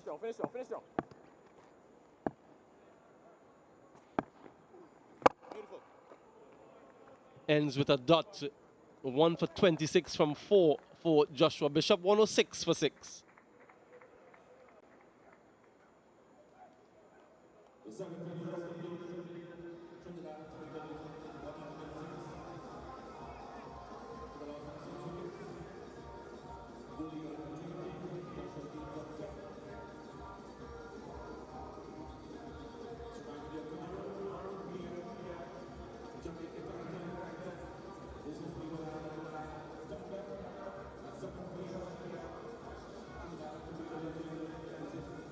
Yeah, they've struggled in terms of partnerships. The highest one off the innings to 34, Django and Bidesi, of 32 deliveries. That is a clear indication of how challenging it has been and how good the bowling has been. Simmons from the southern end.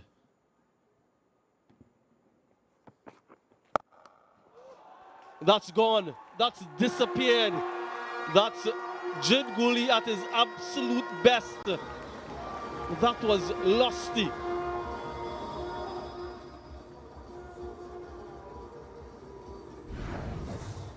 A mighty blow from Jed Gooley. Good transfer of weight, good base, good power. Hitting with the wind, didn't need the wind factor for that. And he's starting to blossom.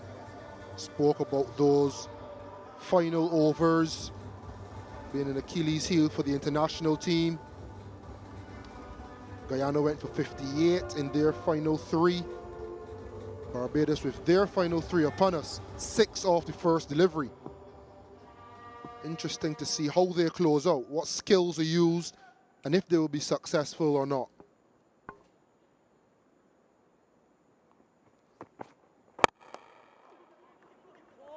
call is for 2. Beautiful, backing up. Just 1. Well done, man. Go on, Sid. Now, what are the skills that you are looking for from these players at this stage of the innings, Carlos? Well, I want to see a clear plan, firstly. Whether that's into the wicket and you have your spinners field, short third, short fine, and all the fielders back on the leg side in front of the batter, long off, extra cover. If you're going with a wide plan, deep point, extra cover on the boundary, long off with 2 guys in on the leg side. And then what range of variations do you have to bowl within those fields? How can you use your skill set? 1 and 2, how many times can you execute? And how consistent can you be? Over the bar for 6. Straight through him, Joshua Bishop. That really should have been taken. Instead, insult to injury. It goes for 6. Only the 3rd 6 in the innings so far. 2 to Joshua James. Good setup. We saw them wanting to bowl straight to James, wanted to minimize the arms he gets. He'd be happy with that. He got bat on ball, he got it in a good enough area, and he would be unhappy. Then it slipped through the fingers. And as you mentioned, not only is it a drop, but it's 6. And that's 13 for the over so far. We're only halfway through.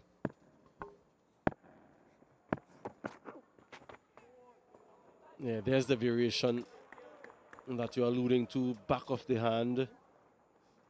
When you have someone who's looking only for 6s, that's sometimes the best delivery to bowl, because they are so committed to just power shots that they lose sight of the ball. What is he going to come back with now, Simmons? How does he back that up?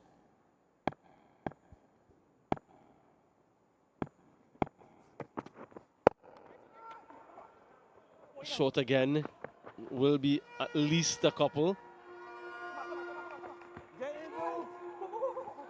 Joshua Bishop doesn't even bother to assist the fielder. Should be chasing in 2s on that occasion. Yeah, not the best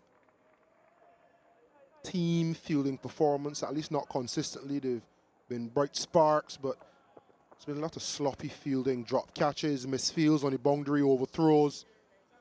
The bowlers need as much help as they can. This is the part of the game that can flip the momentum, push the game outside the reach of the fielding team if they don't take it seriously. And it's looking untidy again. And we think back to that Guyana bowling innings, 58 in 3. And they fell 24 short. Very small margins. Doesn't seem much now. Score is only 123.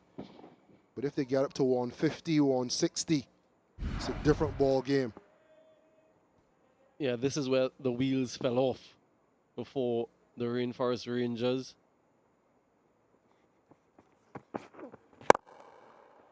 Drilled down the ground powerfully and gets 4. 21 runs from that over.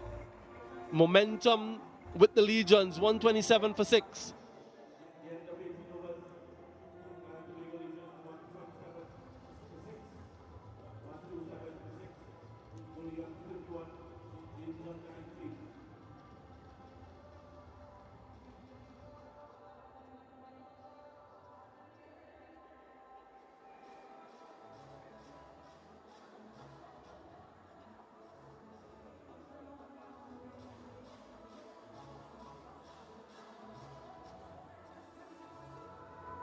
Comfortably the most expensive over of the innings, that last one, 21 coming from it. Can they replicate or get anywhere close to that in the final 2 overs? Looking at 150, which not too long ago seemed quite improbable. He just had to delay his stroke slightly as he picked the slower delivery. Jedguli, 31 from 24, 19 from 12. Young for the penultimate. Wow! The sound off the bat. That's grand and into the stand. What a strike from Joshua James.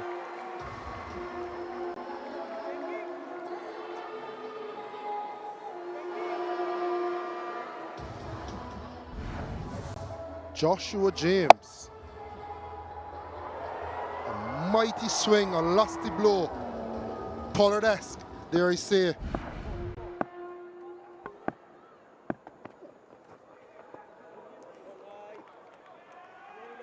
Yeah, just losing his shape, thinking about the offside after the fact. And just like the last over started, this one with a 6. And that one was 21 runs all told. 150 looks on the cards. Look at that strike rate. In the gap, is it? Yes, it is. Just one bounce. Tugs it wide of long on. Brutal and belligerent from James.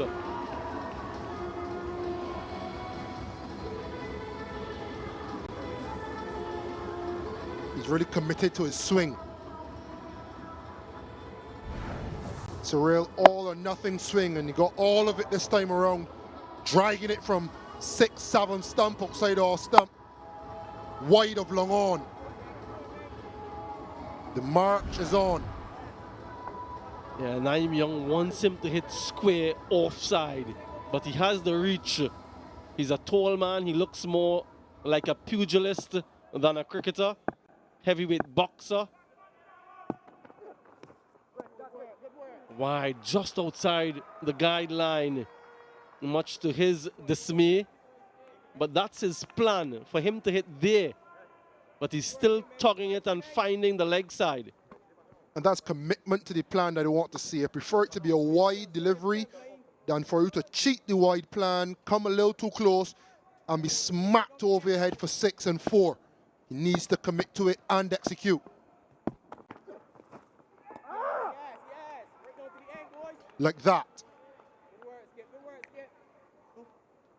And to the casual fan watching, we always talk about restricting extras. But when you come too close to Joshua James, this is what happens. You have to stay out of his arc. Even that.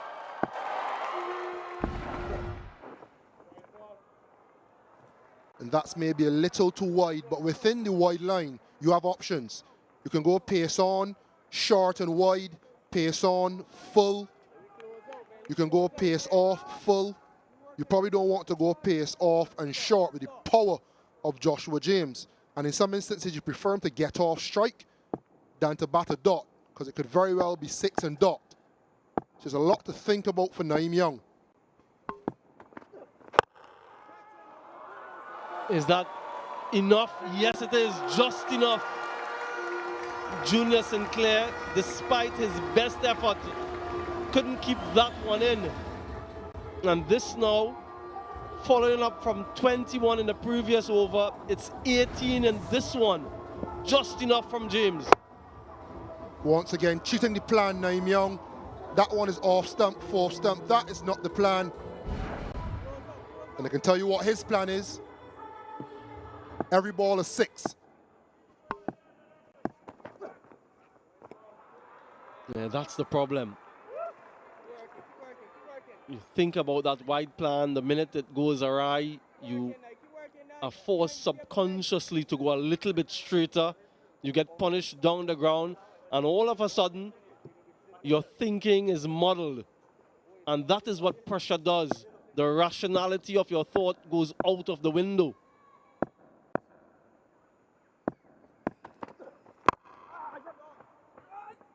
Chance for a run out at the non-striker's end. In fact, he gets another run. And that's a bonus point for the Legions in the final phase of the innings. 1 over to come, 148 for 6, 21 from that over as well.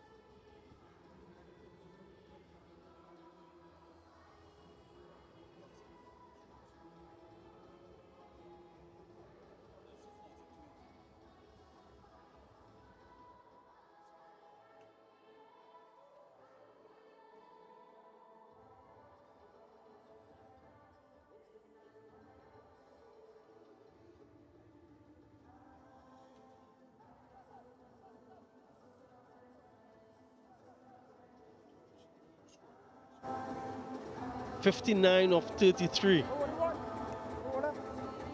We've had 5 sixes in this innings. James has gotten 4, Gooley 1. In the last 2 overs, 21 each, 42 from 2. Remember the earlier game, Guyana conceded 58 in their last 3, which in the end cost them the match. Are we seeing something similar here in game 2? Is it a trend that is being set? 148 for 6. Carlos, your thoughts on what we've seen in the last couple overs?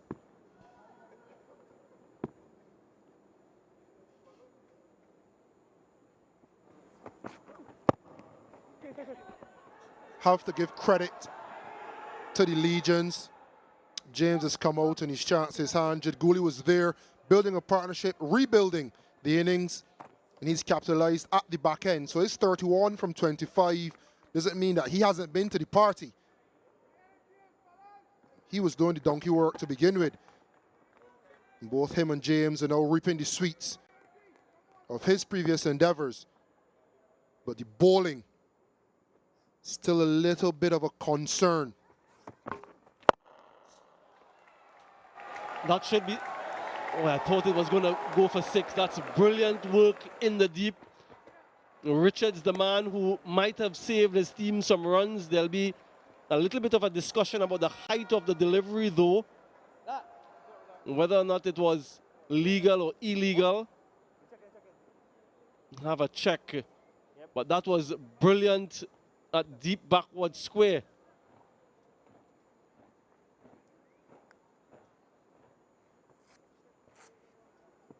I realize.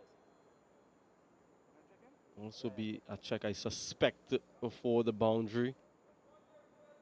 But from where I'm perched, that was absolutely brilliant. Full stretch. And got it back in even as he went out of play.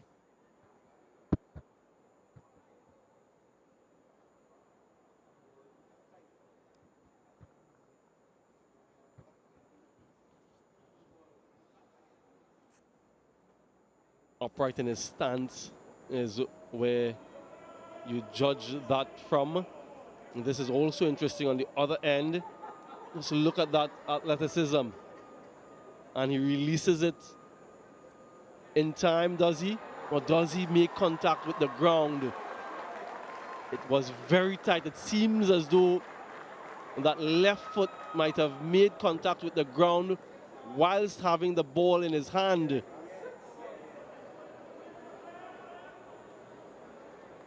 Yeah, he's grounded, is he? Have a closer look. We might need to magnify that.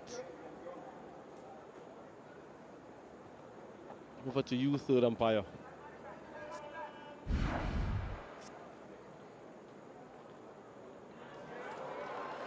It's both a no ball and a 6.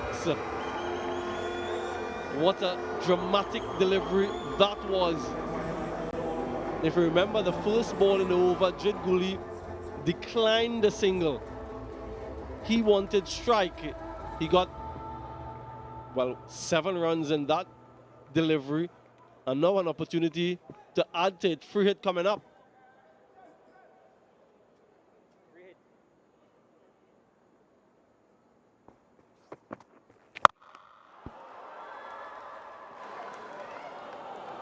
Just a single. Free hit, remember. Carlos, I don't think I've seen what we have seen here tonight. The last 3 overs, the number of runs that are being scored in consecutive matches in the first innings.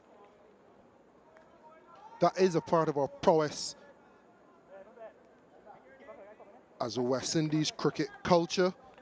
Last 2.2 overs going for 50. So with bat in hand, we are the best in the world at it.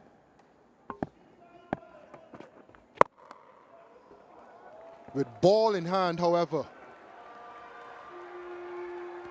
we also aren't some of the best in the world. We're at the lower end of the table where that is concerned. So it's no surprise that this has been the outcome. First innings of the game, the last 3 overs, the batting team almost pushing the game out of the remit of the team about to chase. But that's what the Breakout League is for. We've identified certain things at the higher level. We want to rectify it. It can't be done only at CPL level. It can't only be done at club cricket. There's a step in between, and it's here and it's now. What a catch. Brilliant from Mutara. Diving away to his right. A wonderful innings from Joshua James comes to an end. A pugnacious 39 from 19 deliveries, and it took something special to get rid of him. Amidst an abysmal fielding effort, a glimmer of hope.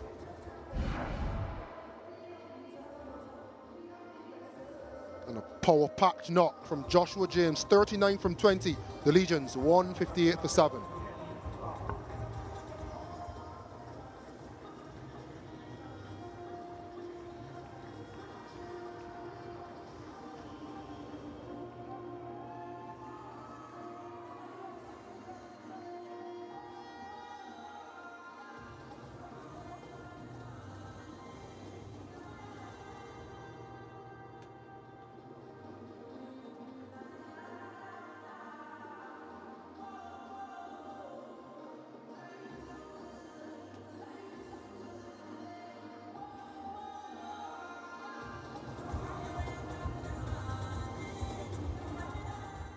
Kenny Clark, the new batter for the Trinidad and Tobago Legions, has played T20 cricket before for the St. Lucia Kings.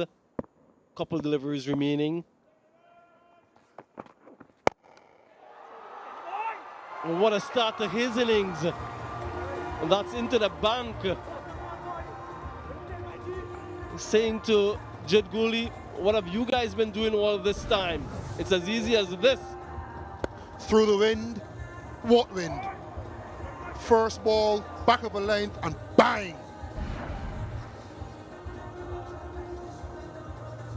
They've equaled the effort from the Windward Islands Infernos in the last 3 with a ball to go. 58 runs so far. A dab of the cloth, insinuating either dew or perspiration. But it's been a dire last 3 overs so far for the Barbados Pelicans. And you think the Trinidad and Tobago Legions have given themselves a real chance. 165 to 170 is kind of the holy grail at this venue. And this is how they got there. Audacious, bordering on arrogant, and they love it. The pacer taking down a fellow pacer with a plump. Yeah, just utilizing the depth of the crease, give himself a little bit more time, perhaps predicting the length and the type of delivery. Familiarity there.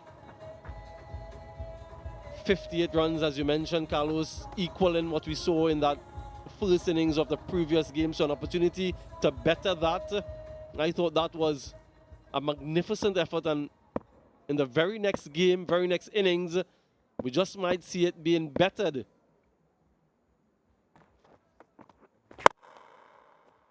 Yes, we do. Jed Gooley wants 2. Has to go, should go. It doesn't matter if he's run out, that's fine. But they get 59 runs in the last 3 overs. Wonderful recovery from the Trinidad and Tobago Legions. Similar to what we saw in the first game, where we thought that 160 was improbable. Well, they've made it in the end. They've gotten a couple more as well. 164 for 7. We saw 166 in the first game. Just a couple of runs short this time around. Clark run out, coming back for 2 last delivery. And I think that should be the case for every team. When you're batting first, run until someone is run out in the last delivery of the innings. Jed Gooley and Joshua James, what a partnership that was. bit of a task for the coaching staff of the Pelicans to get their team pumped up for the chase. That's half of the game done. Forget about that and focus on what's to come. Easier said than done, particularly if you are one of the bowlers who were thumped around.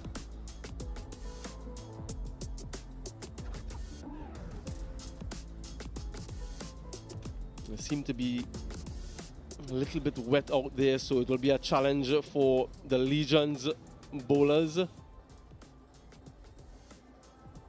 And so the Pelicans should not consider themselves out of this contest. It's still a long way to go.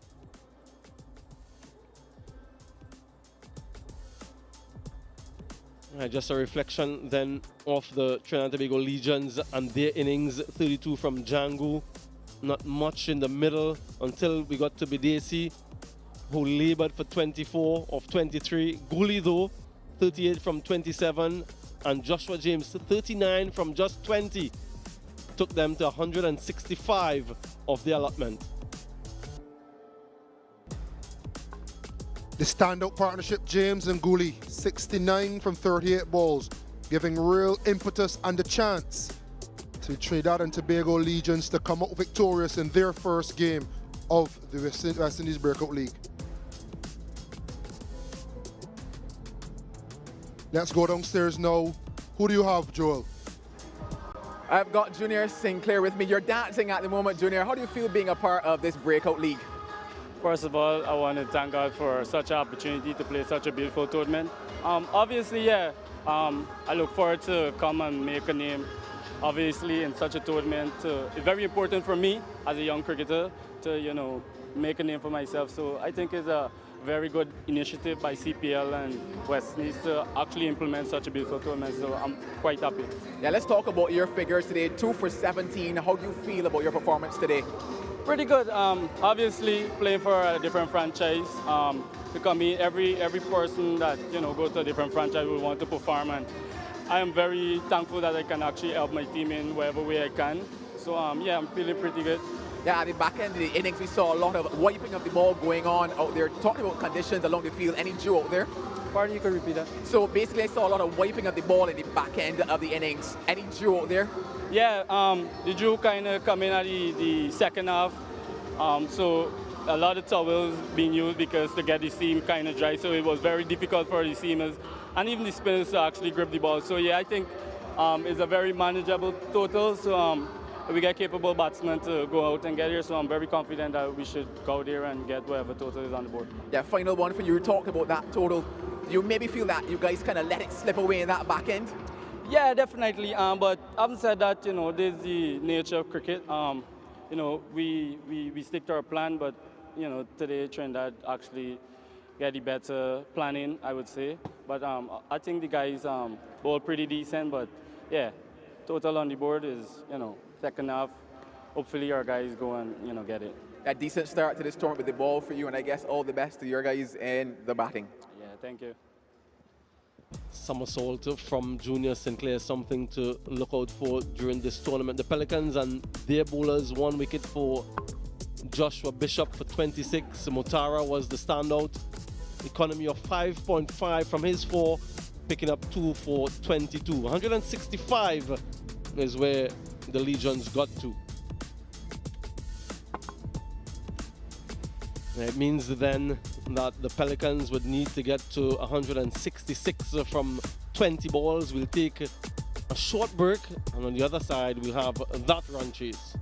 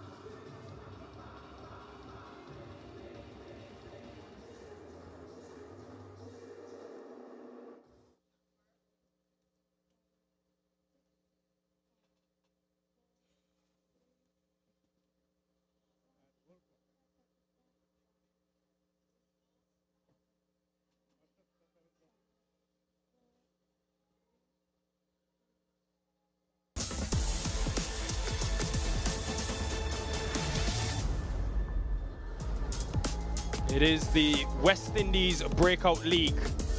We come to you live from the Brian Lara Cricket Academy here in Trinidad and Tobago. Battle of the heavyweights early in the tournament. The Legions taking on the Barbados Pelicans, two teams that many have said are favourites to win the tournament.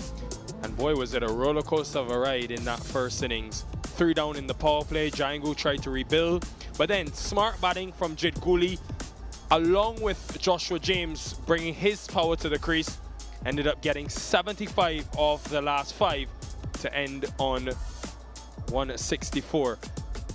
They hit 7 sixes in the last 4 overs. Joshua James hit 4 of them, Samuel Badru.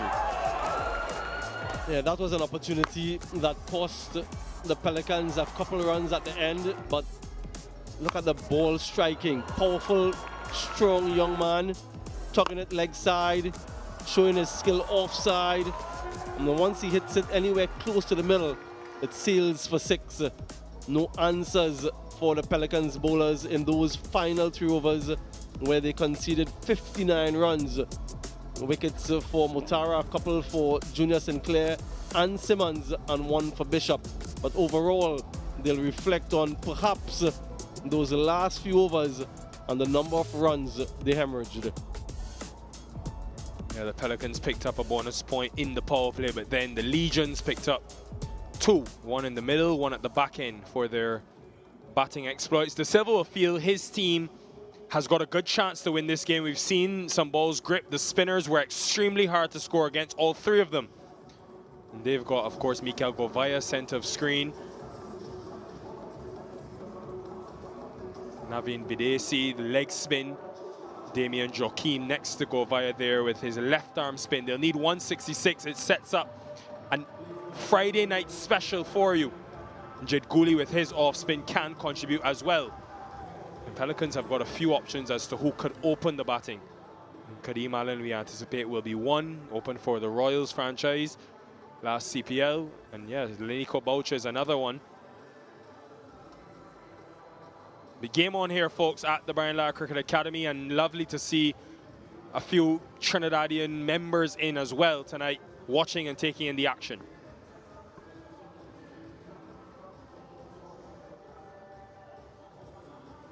Didn't contribute too much with the bat, Joshua De Silva, but he'll have to strategize, rotate his bowlers, work out which is the best option at the best time. It's really clear for the Pelicans, though, and what they need to do in the power play. There's a method to Kadeem Allen and the way he goes about his business. No nonsense in the field restrictions. And if he gets going, it can be quite entertaining.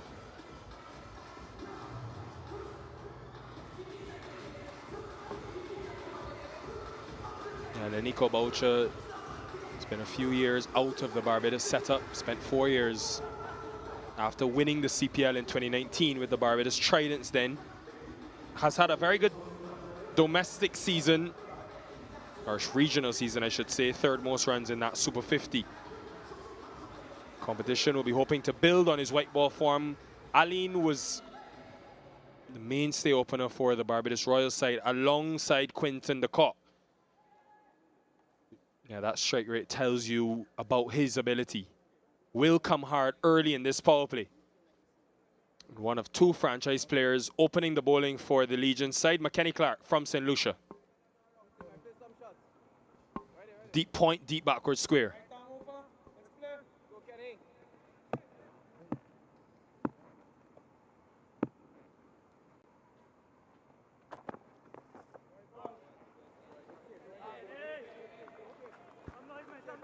He starts off with a wide, represents the Central Castries Club in St. Lucia.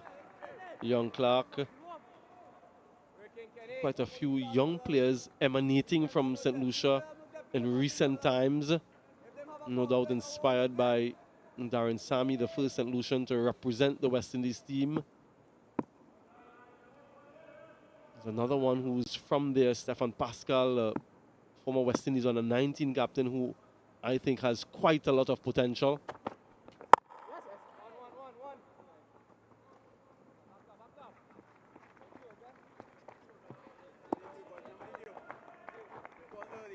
Yeah, excited to see how this bowling attack develops, actually. Call very early. Three tall guys, I think all above 6'2". McKenny Clark, Going straight up. It's going straight Joshua up. James, who we saw with bat, use those levers. Can I have middle as well?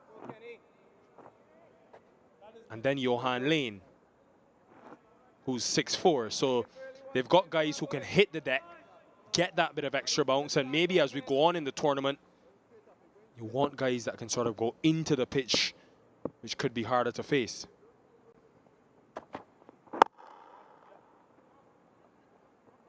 Backing. Yeah, that Windward Island setup with the young players coming through, and they're representing different franchises. I mentioned Pascal from Dominica. We've seen Hakeem Ogist as well from St. Lucia. McKenny coming through. What are they thinking? Boundaries, how are they going to navigate these first 6 overs?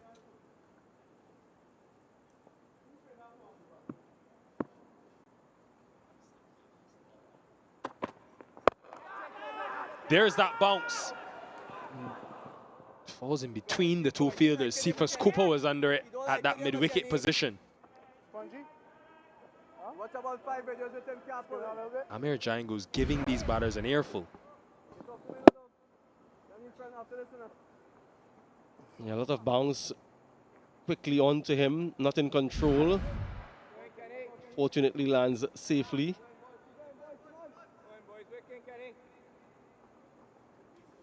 To be fair to him, Boucher was giving them a healthy diet when he was behind the stumps.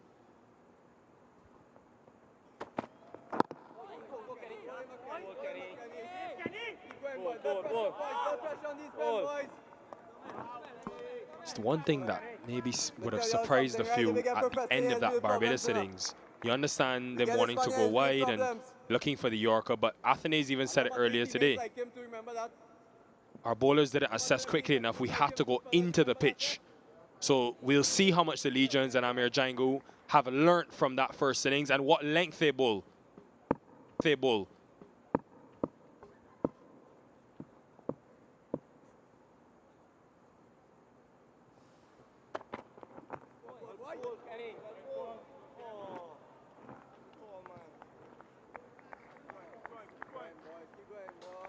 He's getting quite a lot of bounce, some steep bounce. McKenny Clark. Might be a little bit uncomfortable for the batters. Yeah, comfortably over his head.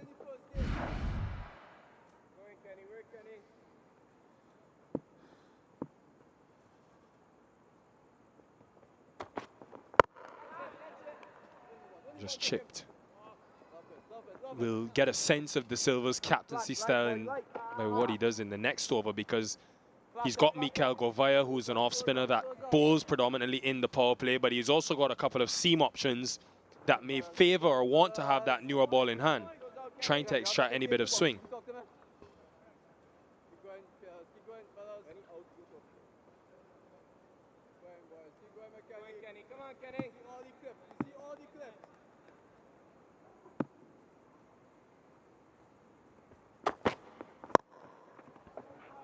Very innovative from Boucher. It's the first boundary of the innings, 10 without loss.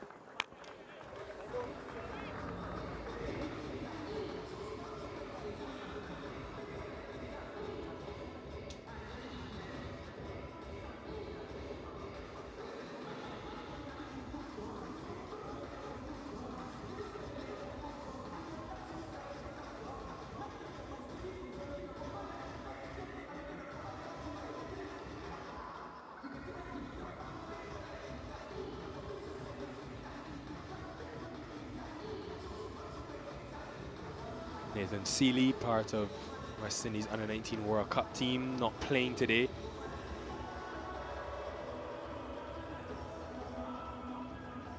It will be Johan Lane. So both franchise players for the Legions, beginning proceedings. Both played together in that 2022 Under-19 World Cup and have played together in the West Indies Academy side for a number of years.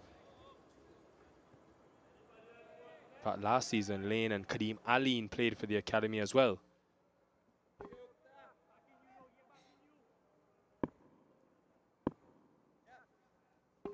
deep backward square and the deep point. So a conventional field to start with. Slip in place. Straight to deep point. What a start for Johan Lane, the franchise player. They've got their first allegiance. Game on. You're not exactly where you'd plan taking a wicket, but the fielder was positioned quite accurately. He picked him out. Damian Joachim comfortably completing the catch. First delivery, the first wicket, the first ever West Indies Breakout League. Allen goes for 2, 10 for 1.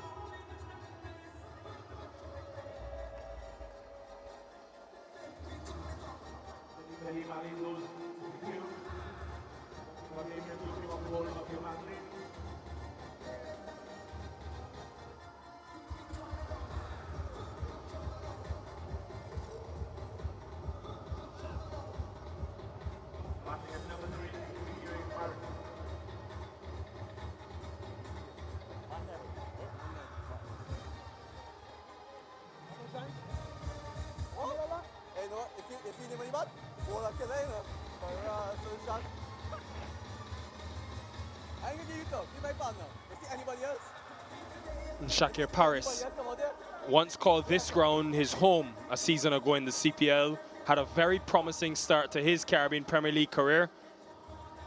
He's coming in good form. 350s and 100 just earlier this month in the first class season.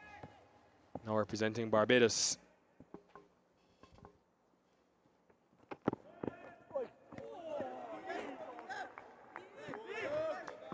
Great awareness in the fielding, positioning, and placement by Joshua Da Silva to have Joachim on that deep point boundary, not all the way back.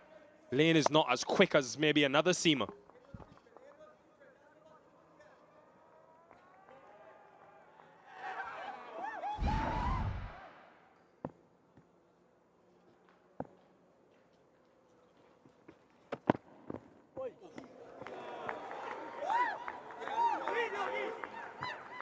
Gem of a delivery.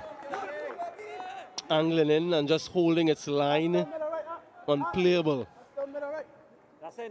Wonderful start to the over. And look at these two young fast bowlers, Nikhil, opening the bowling for the Trinidad Tobago Legions. And the question that immediately comes to my mind is the paucity of young fast bowlers coming from Trinidad and Tobago. I have a couple coming through the system. Decided to go with these two, and really wonderful to see the way that this young man has started. Nice approach, very tall, high release point. And he's keeping his eyes on the target, everything going towards the target. Getting some away movement as well. Another slip added after that lateral movement. Still with that deep point fielder and deep square.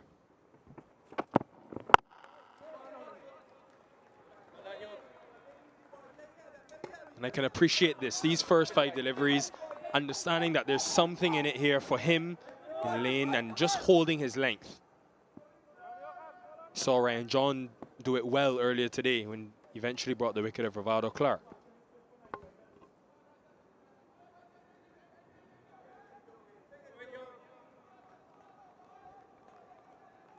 Can he complete the maiden? Close things out.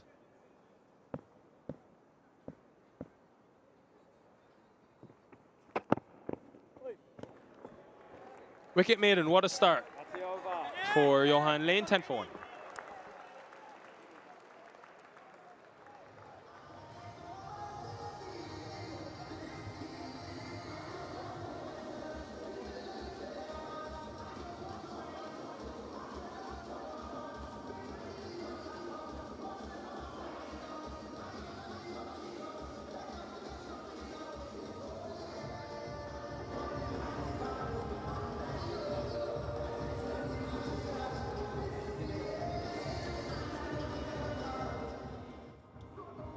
If you just joined us, Trinidad and Tobago Legions, one stage they were 95 for 6.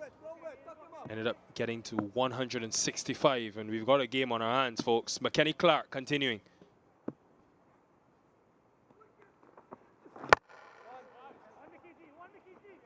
It's definitely swing there. It's amazing because there's no wind. The wind is completely died down. You know this place better than I do, Sam, this part of the world, because it feels like when you're driving. Southern Trinidad is a different world. They're batting not deep. They're batting not deep, McKenny. Yeah, limp flag at the moment. It's usually quite windy here. It drops at night, though.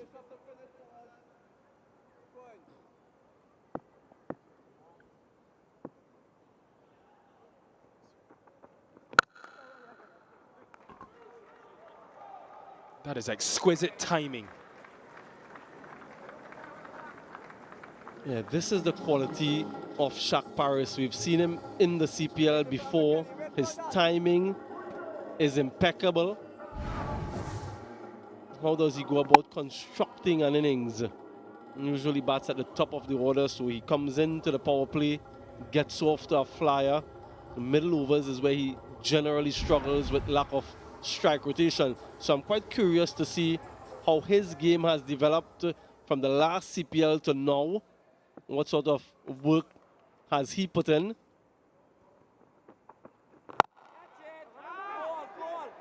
This time should be gone. Will be gone. Again, the seamers for this Legions team causing destruction. More early wickets going down in the power play. Yes, just that late away swing that McKenny Clark is able to extract. So Paris sees the ball with a leg stump line, goes across the line, and a leading edge. Simple enough catch for Joshua James. Bucket hands, he's not going to drop that. So success for both opening bowlers now. Yeah, just that away swing, that wrist position. Paris comes, Paris goes for 4, 15 for 2.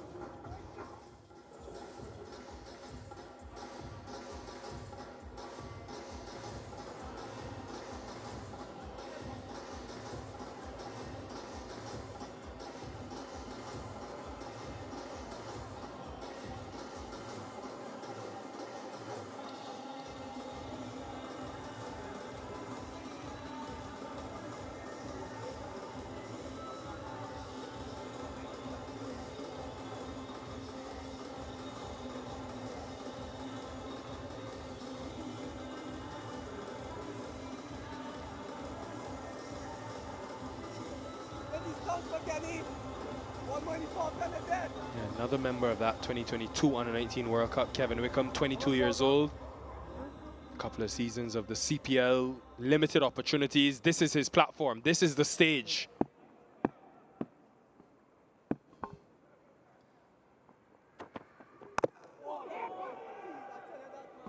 His former Under-19 World Cup teammate almost had him. I play against Beckham 2 years now. I never seen him score runs. Never seen Beckham score runs in Trinidad in my life. Yeah, just going across the line of that delivery and the swing, the undoing. Amir Django just reminding Wickham that he's never scored runs in Trinidad as far as he can remember anyway.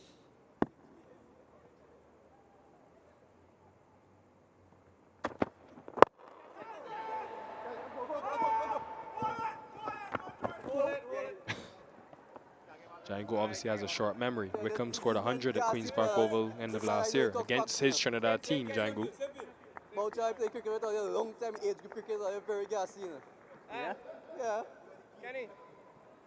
Never see you do it on the big stage yet. Never see them do it on the big stage yet. Keep going, McKenny. Keep going. See first. Point over. No. Michael. Yeah, McKenny Clark, part of that 2024 St. Lucia Kings winning team, got picked for the Mumbai Indians Emirates in IL T20, so he's made waves already. looking to continue that upward trend. Hitting with the swing. Then Nico Boucher, 20 for 2.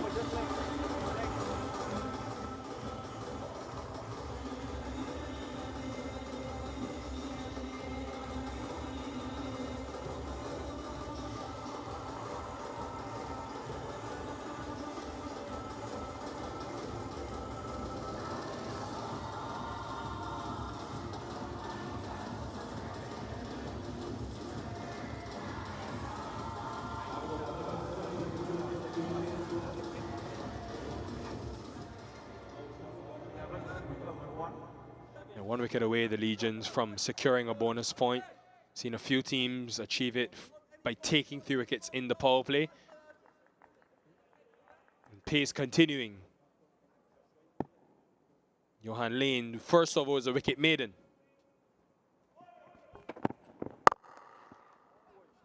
These two are very close friends. Lane and Wickham spent a lot of time playing for Barbados youth cricket together, similar age, under 19 World Cup.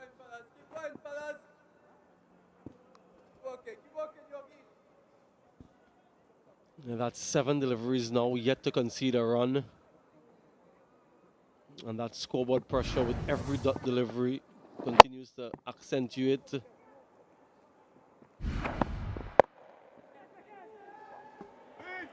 Would you believe it? This could go to the man as well. It does. Lane gets his friend off the field. 3 down in the power play. The Legions have got their bonus point. And they're in trouble, the Barbados side.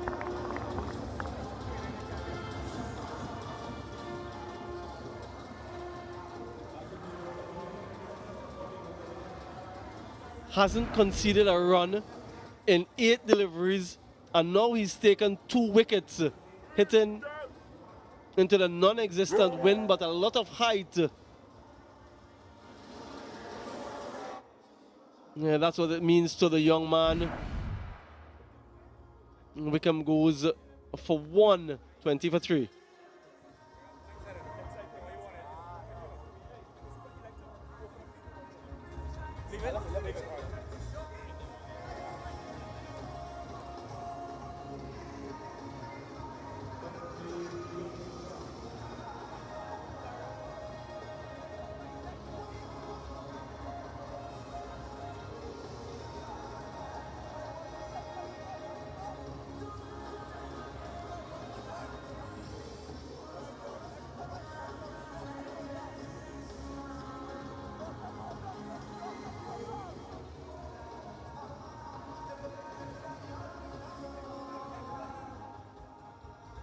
Captain Naeem Young is in at 5.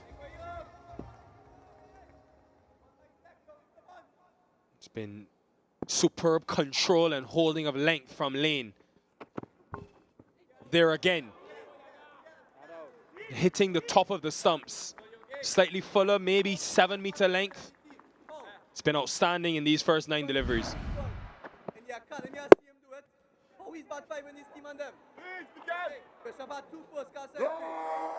Yeah, reverse cup quite low. Lots of chat out in the middle, as you can hear from the stump mic. Joshua De Silva joining the chorus.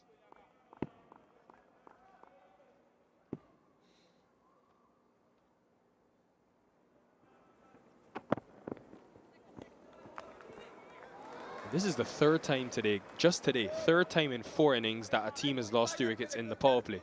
And the guys who have been successful, Ryan John for his couple of overs earlier today, now Lane, they just held their length. And it almost seems like batters are trying to manufacture or create something from that in-between length, which is resulting in wickets.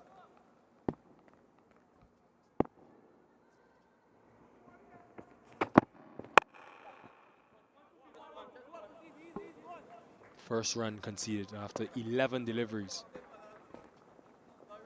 Yeah, it's been a frenetic approach to batting from some of the teams that we've seen so far in the first 6 overs. Going too hard, not balancing maintaining your wicket and looking to score runs. And they've paid a heavy price. And if it hasn't been for some late order recovery, they would have lost the match. Another successful over from Lane, 21 for 3.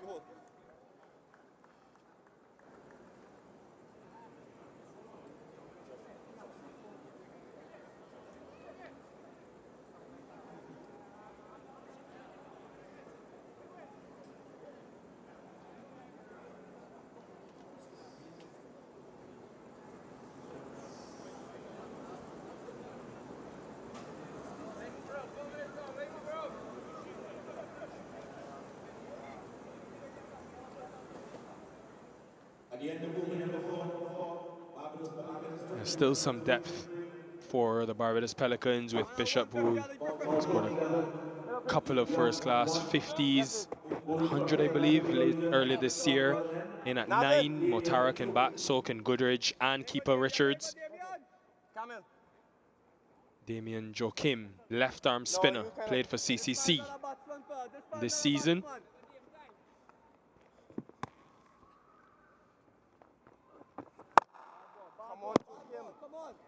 Starts short and good awareness and ability by Naeem Young still to be able to capitalize on an error delivery.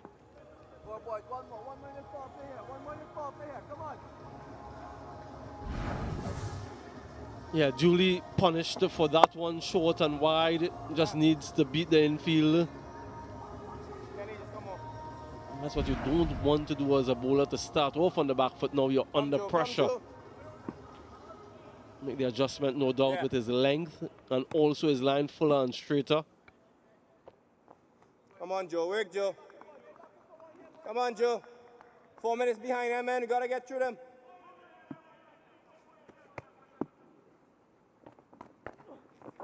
None. Go in, Joe. Work in, Joe. Work in, Joe. I'd like to know, though, Sam, why do you think, continuing from your conversation the last over, why do you think teams have not found that right tempo yet? Is it just the new format?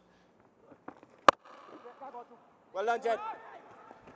Easy, Janks. It's not necessarily a new format. T20 cricket has been around for a long time. It's just the inexperience from these players, young players. They haven't necessarily played the game long enough to understand the nuances that are involved in constructing a T20 innings.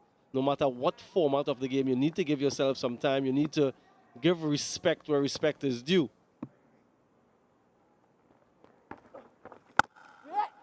When you look at some of the dismissals, they've been quite soft, really gifting their wickets away. It's the nature of T20 cricket. You want to capitalize on the power play, so you're going to lose wickets. You lose one, you maybe hold back a little bit, as Alec Arthenais did. You lose two, you definitely need to consolidate. But I don't think that they're doing that. They're still going hard. I heard a conversation with Nasser Hussain a little while back when they were talking about England cricket and their philosophy. When they are cornered, they continue to go hard. And he said, instead of going harder, go smarter. And that's what I think these teams need to do. 5 gone, 26 for 3.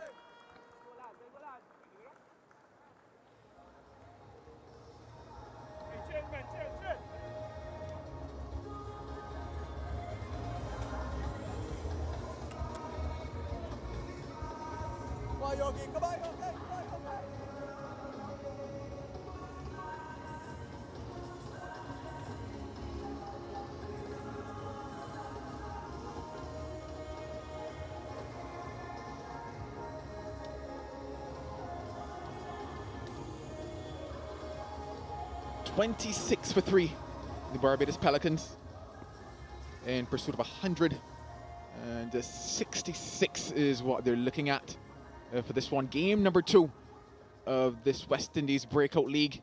Lane to continue. Oh my. He's been perfection personified all night long, Johan Lane. Shakira Selman alongside of me. And she is simply salivating at this. Yeah, Yeah, I don't think I've ever seen this in a T20 game. He sent down 13 deliveries, Johan Lane, and they've only scored 1 run. It's gone on 2 wickets as well. It's been a remarkable display. And now trying things, and this is what happens. You talked about the pressure that he's building up, the fact that just 1 run has come from a spell now of 2.2. Oh, that economy rate. Frame that. It's not every night you're going at 0.43, Shakira. It's almost never any night you're going at 0 point anything in T20 cricket.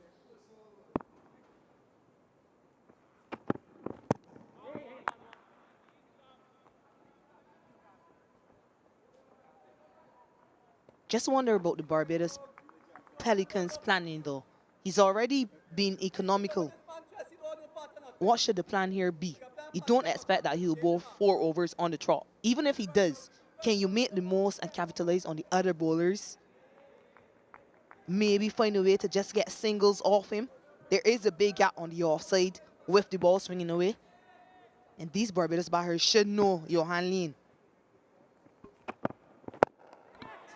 Oh, wow. Leading edge on that one, and not the first batter for the night to play such a shot. Yeah, and even though they know him, even though they know that he's going to swing the ball away from them. Yeah, another batter trying to hit this one through the leg side against that seam movement. But he's been really good. A masterclass of fast bowling from young Johan Lane. Edge found, oh, just past the silver. Something had to give, and it's gone the way of Boucher. Yeah, could have had a third.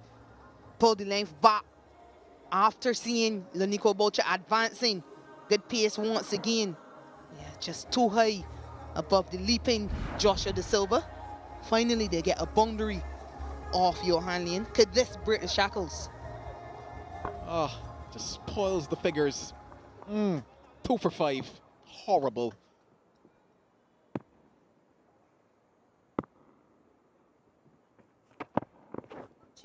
Oh my, how does he do it? Tonight he is an artist. End of power play. End of the power play, it's 31 for 3.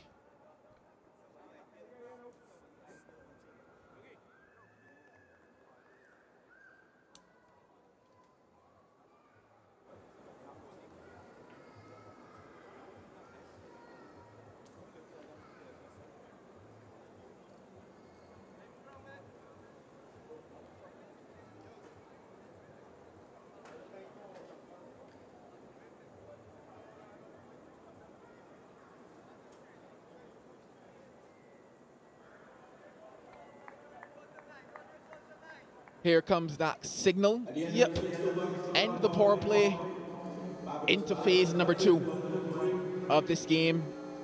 The business end, you would say, where things need to get moving, where partnerships need to be built, where platforms need to be laid. Look at that comparison though. 31 for 3, 26 for 3. So no real difference between the two sides. Need to be on it, need to be on it. Back up. Need to be on it, Joakim. Come on.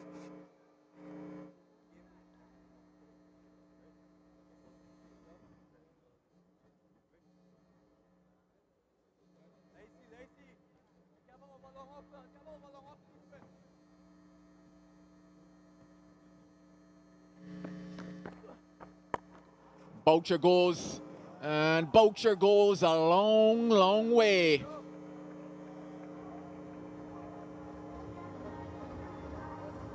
Joakim just not finding the right length. On this occasion, a bit fuller in the yard of Boucher. And another maximum hit with the win. Go ahead, Joakim. Pressure on him early in the over. None. maybe gets away slightly, Shakira, because that line. So once again, not truly able to get into a decent rhythm, not backing up, you would say, what Lane was able to do from the other end. One. Doesn't get all of that one.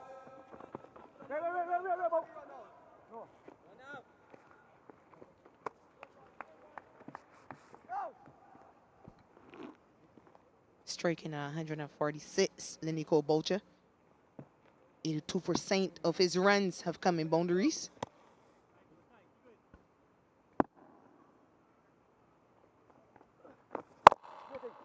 I just spent some time out there just watching everything else happen around him. Lenico Bolcher. Open the batting and watch 3 wickets fall. Watched a bit of excitement as well around him.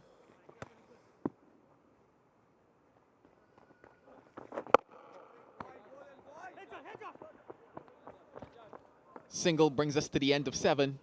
It's 40 for 3.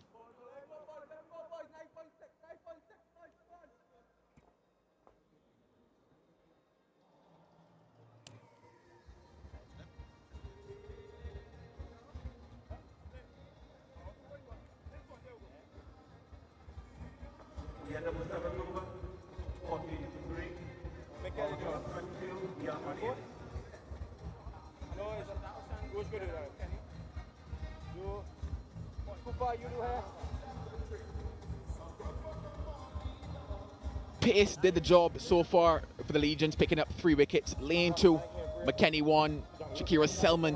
What excited you about these 3 wickets?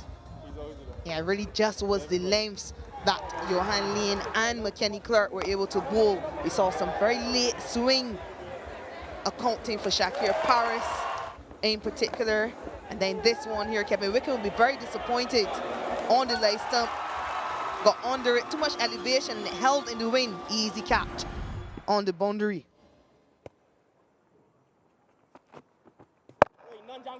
All right, 1. Start now. One thing that we will talk about a lot across this competition are the leg spinners. Here's the one for the Legions. It's Badesi with ball in hand now.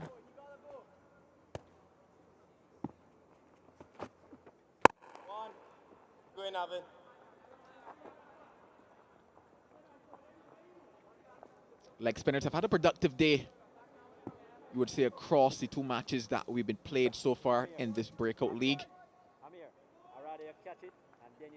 We've seen them pick up wickets. Navin will be hoping that he can follow suit.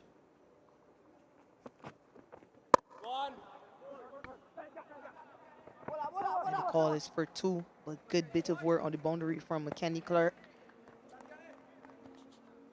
Riyad Latif was the only leg spinner that did not pick up wickets so far, but he was very economical. We were all impressed with his showing bowling to both left and right-handers. 4 overs for 25 in that first game. The leggy is in the conversation again. Oh, Badesi. Oh, you're going to love that.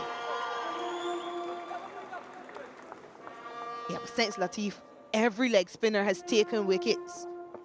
And I'm sure Samuel Badri is smiling next door. This is something we've wanted to see. Looks to be out of the front of the hand. But Lenico Bolcher is distraught with that choice of shot. Another batter drives on. Bolcher goes for a very well played 23, but Barbados Pelicans in further trouble. 43 for 4.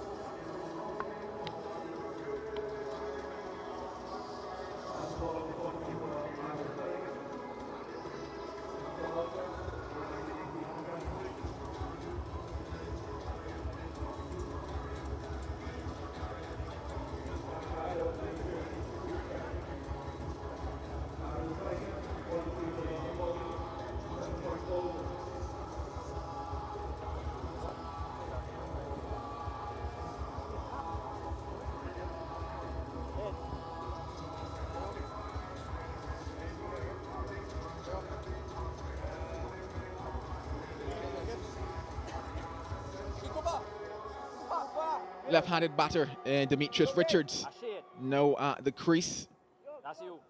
Joint the skipper out there in the middle. Look out for those sweeps. Look out for those reverse sweeps. Look for the dink here and there. He's that type of player, is Richards. What is he thinking right now? 43 for 4. They need a partnership.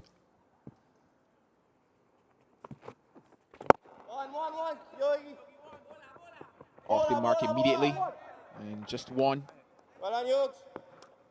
And he's here because of this. Looking to push things on. Boundaries started to come. And just because of forcing it, that inside edge.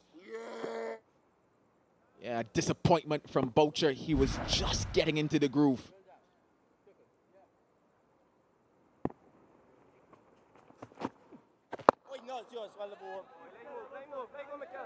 That's the way to start off your spell. 8 gone, 4-4 for 4.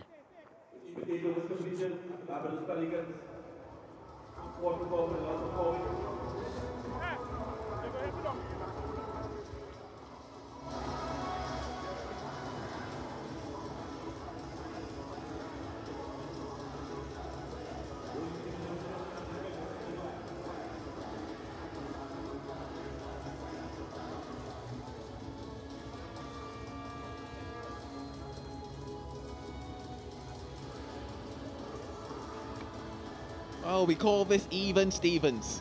42 for 3 at this stage. The Legions and the Pelicans 44 for 4. So not much between the two sides. Yes, 1 wicket more, but in the context of the game, you would say that things are level pegged at the moment. More spin into the conversation. Oh, Gavaya. My bad. It's missed everybody, it's missed everything. Bad ball, Mikel. And it has a date with the boundary rope.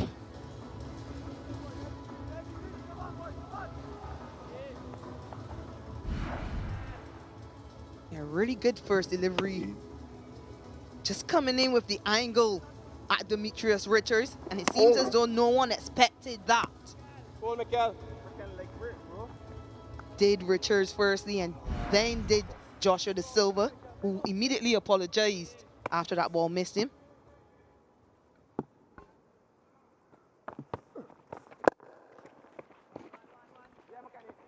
Naturally was thinking it would have been the conventional off break. Django. Truly a bowler that possesses a lot of skill. Yogi, deep in the Something that we actually mentioned off commentary in terms of the amount of limited over cricket being T10s and T20s that they're playing here in Trinidad and Tobago, and Gavaya has been one that has been across the scene of nearly all of those tournaments. Go, Mickey. And because of that, has gained a lot more experience. We saw him in CPL last year. Mikel. He's definitely a young prospect. You're thinking about a spinner who can potentially keep things tight for you in the middle overs, a spinner who can pick up wickets as well.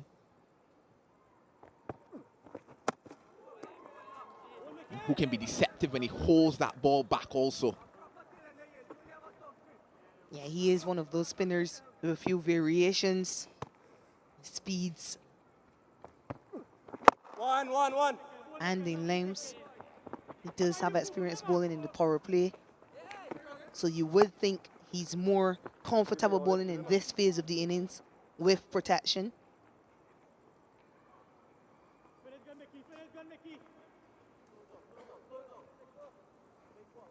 Certainly a matchup in favor of the off spinner with the left-handed batter. Cramped for room. Oh, he's living in dangerous territory if he keeps that up. 9 gone, 5-0 for 4.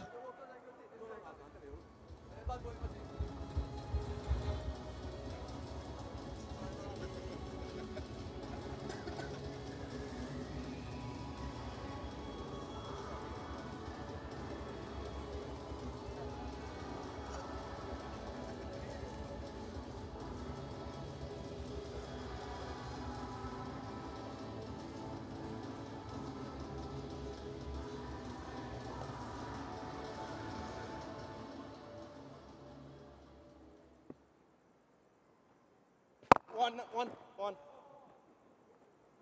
Back up here. Pushing towards that halfway stage Django. of the innings.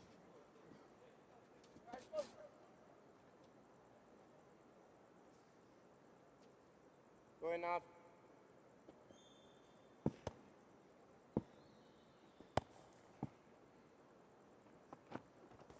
Oh, yes, boy. Ball Navin. I want sliding across the left-hander now, and this is where we get to talk about the variations that Badassi possesses.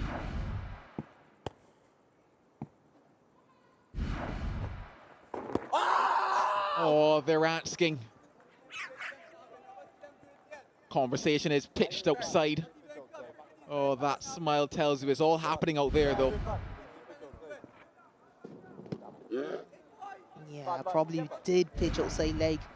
Richards didn't have a clue there, though. And he is one of the better batters of spin in this Pelicans lineup. One. Easy. Yeah, these days it's not enough just to have that conventional leg break. You want to add a bit of mystery.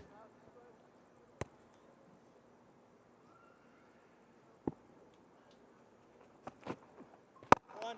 Well, ball Navin. Oh, we'll just use the words of De Silva for the commentary. Well bowled indeed. 1 for 6. And just one delivery left in his second no. None, dive, Cooper. Well done. Good work. Means that it's just figures of 1 for 7, halfway stage, and time to sip on a beverage.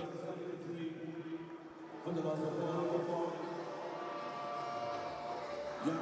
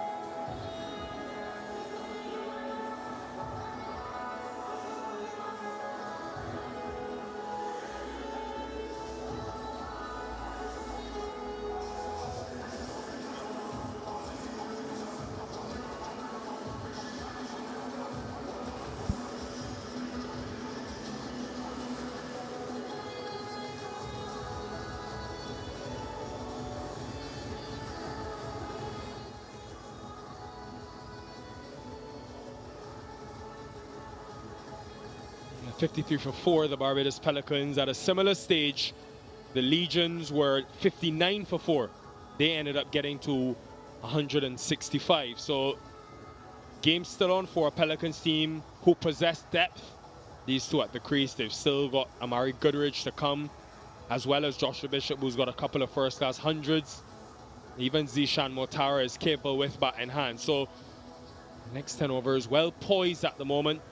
And remember, in this West Indies Breakout League, the action comes thick and fast tomorrow. Our final two teams that we haven't seen as yet, the Titans from Jamaica up against the Leeward Islands Thunder. Javor Royal, Jewel Andrew, Kofi James. A few young players will feature, and then 7 p.m. fixture, it's the home team again, the Legions taking on the Rainforest Rangers, who had a disappointing collapse in today's earlier matchup. Will be the first time we're seeing Joshua James into the attack. Very important, 37 with bat in hand. Caused problems in this year's first-class setup, particularly in that Barbados game. 3 for 8 in 7 overs, I think it was, at the Kensington Oval. What length does he bowl? Yeah, into the pitch straight away. The man that did that for the majority of his career and is still doing it, Carlos Brathwaite. Hello. Yes, exciting prospect. This is with bat in hand, clean striking. Look at his base. Obviously a chance, but absolutely no chance on that occasion. Into the stand, and again.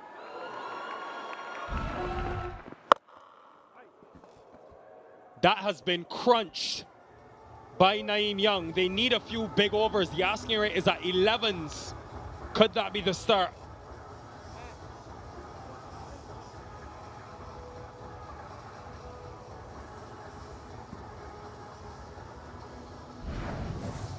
Had the length, had the arms, and a good strike from Naeem Young. Packed with power. Plenty distance as well. Is that the beginning of the charge for the Pelicans? James would want to hit the deck, as you mentioned, Nikhil. He has the height. In cricket parlance, to say he bowls a heavy ball. May not be the fastest on the gun, but hits the sticker quite regularly on comfortable lengths.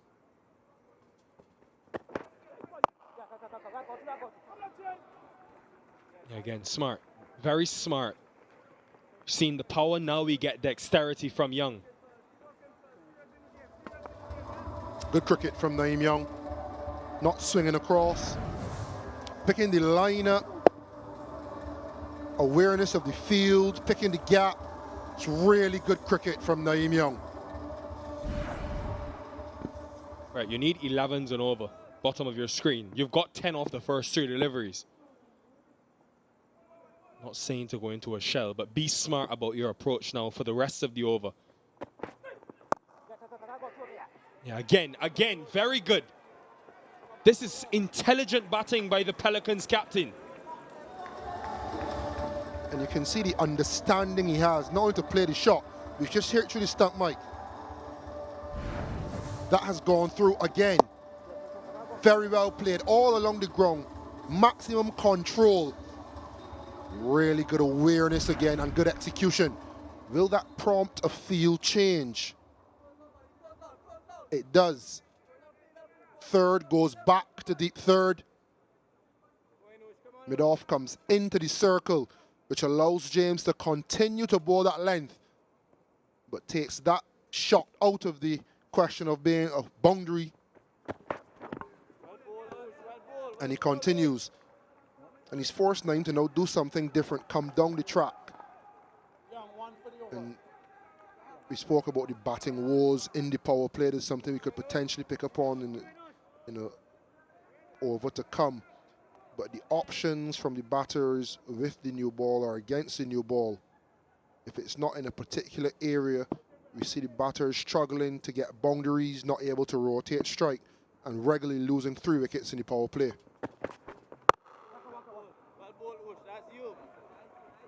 68 for 4.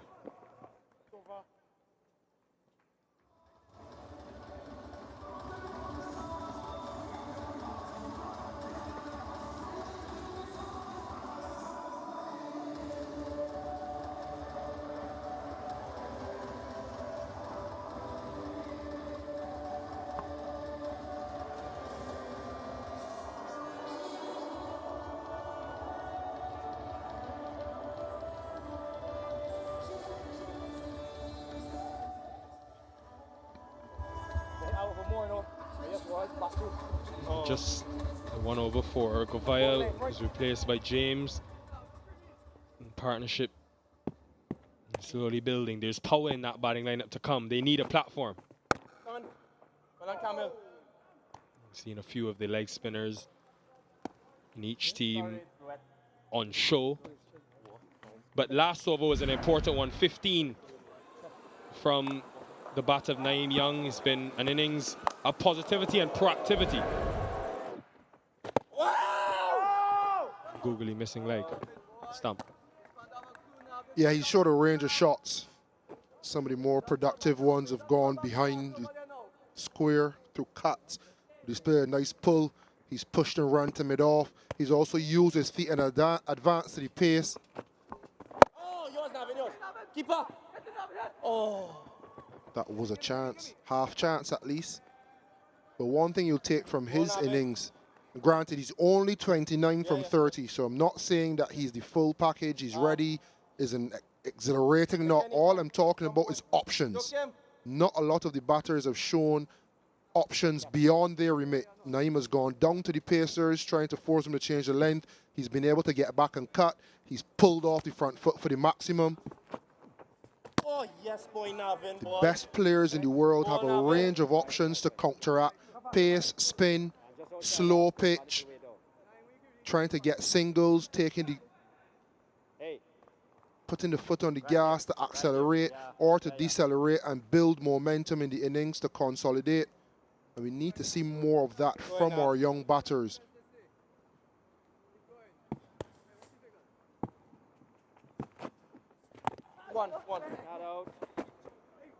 It's now Richards' job to take pressure off Young at the other end, because you've got 15 from that last over. Now you've only got 2. We'll check on this run out.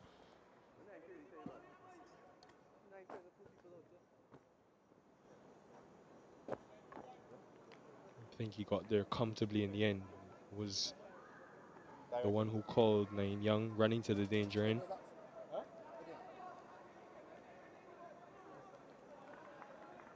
Chris. Thank you.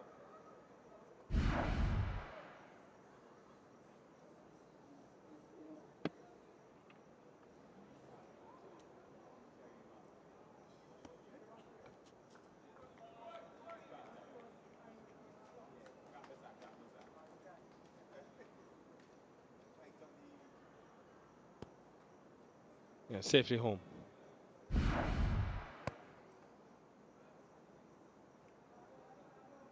Go, Nav. Finish well, bud.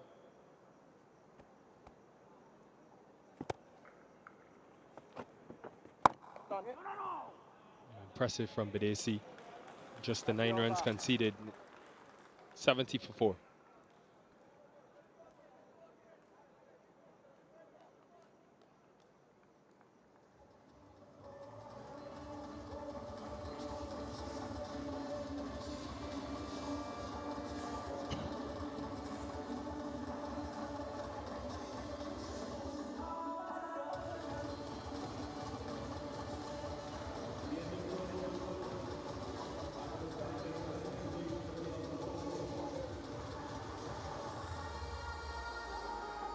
They've only lost 1 wicket since the power play, but this has been the trend throughout the day. In the 4 innings, barring the Guyana one probably, teams have gone ultra aggressive in the power play, the opening 6. The ball has done something though. It's swung, bit of turn for the spinners, but they've been pretty much shooting themselves in the foot, the teams going hard. And then not having wickets in hand in the middle overs to be able to get to something of prominence. Joakim back into the attack, so he's shuffling his bowlers from this end to Silva. Keep going, Joakim. I suppose, Carlos, is a tough one for younger players. They would watch on TV and see franchise cricket around the world where guys are going hard in the power play. Even when they lose wickets, they're going hard. Very good. But again, you have to be situationally aware and conditions aware. One.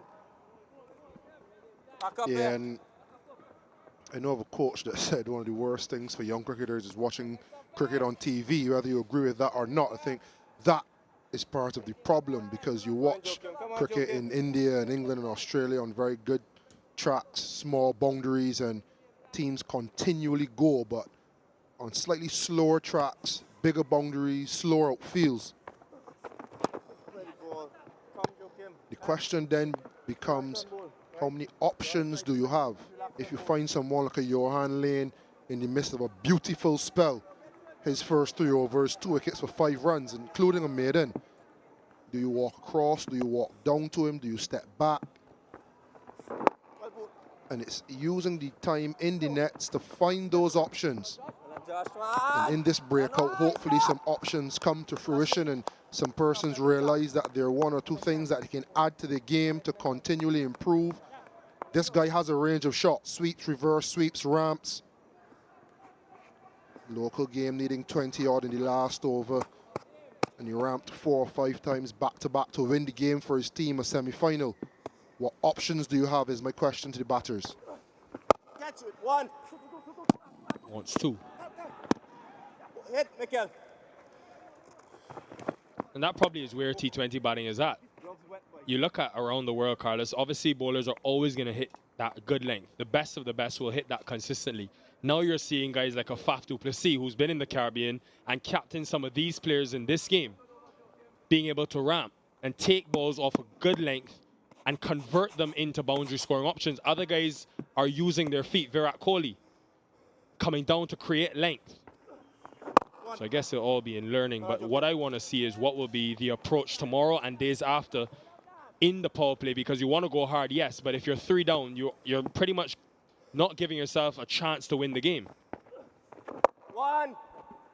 And it's a bit of a culture shift. We spoke about it briefly off air. When you hear impetus and intent in the Caribbean, we think 6s and 4s.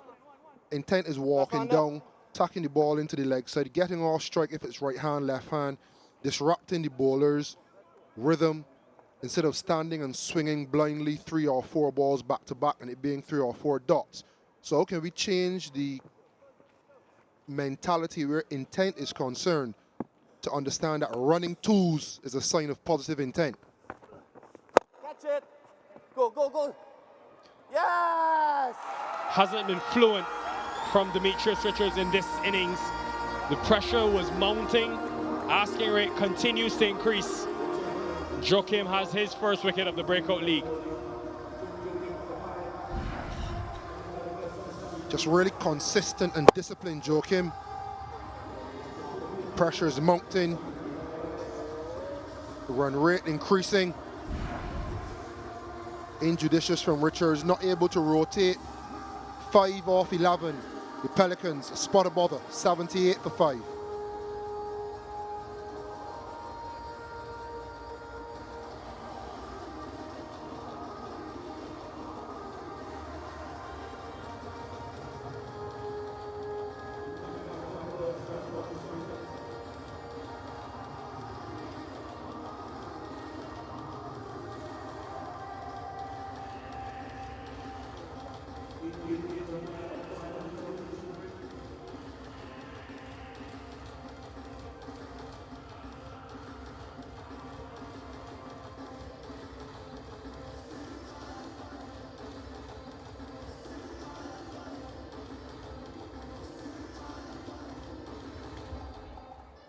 Joshua Bishop, who has 2 first-class hundreds to his name, as well as 3 50s. He strikes at 140 in T20 cricket.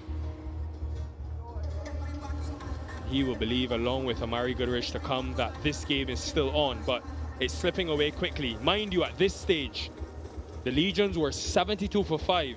They're still ahead, the Pelicans. But the question will be, can they get 75 off the last 5?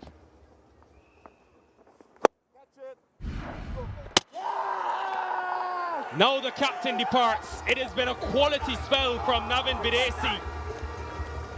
Great deception and guile on show.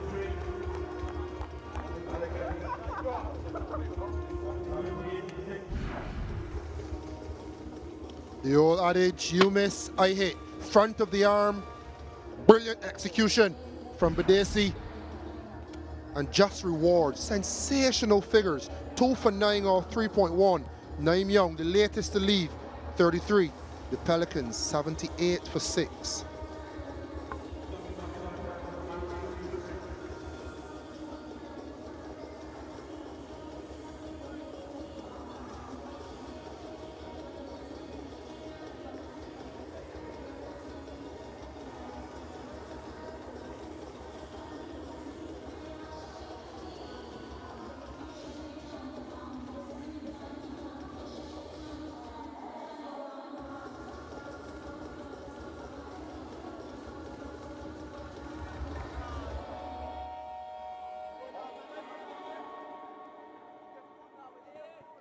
Navin.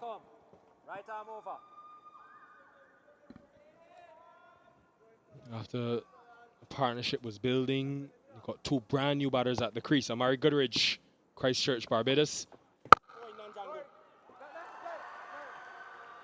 And the Legions will be proud of this. Will expect to go on to win from this position, but you would have thought at 95 for 6 after 16 overs, they could have easily been down and out of this game. Have fought their way back and now are in the driver's seat to win it. And we're seeing some trends again. Back-to-back wickets falling. The first, Demetrius Richards. And then the very next ball. Back live now. Goodrich facing up to Badesi. The very next ball after Richards lost his wicket, the captain departed. And you think back to Kevlin Anderson and Sukwa. Good partnership building. Back-to-back balls, wicket loss. And these are the negative trends in the cricketing culture in the West Indies that we hope that the Breakout seeks to be aware of, firstly, and secondly, to change. Still need to build a partnership. Well done, good hand. Down, Django. Oh, good hand, Navin. Well done. Massive turn off the pitch from Badesi. What he's done well, though, is attack with accuracy and subtle changes. He's got that googly and he's got the one that goes straight on, almost out the front of the hand. This will be a proud day for him. His dad, Alvin, who's been a big inspiration to him from the eastern part of Trinidad and Tobago. All the sacrifices his parents would have made. His dad stopped playing cricket so that he could pursue his dream. Move him closer to town in Port of Spain. One of the many stories to be told in this year's competition. 80 for 6.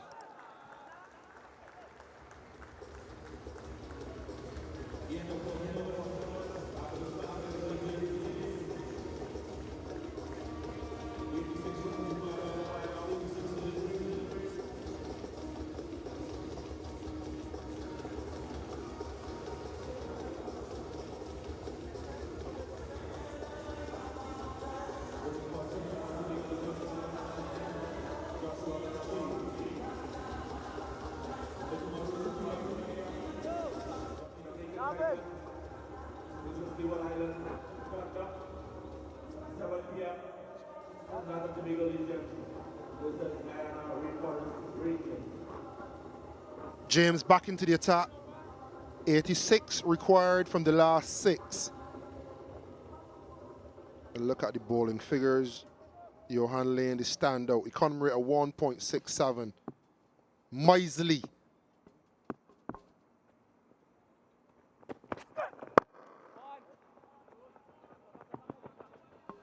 I think we look at Badesi's figures, 2 for 11, and think we've seen 4 leg spinners on show, all with slight differences. Think to Motara, tall, over the top, was very consistent. Badesi more front of the arm, wicket to wicket. Cyrus lower, slingier, a little bit slower through the air as well.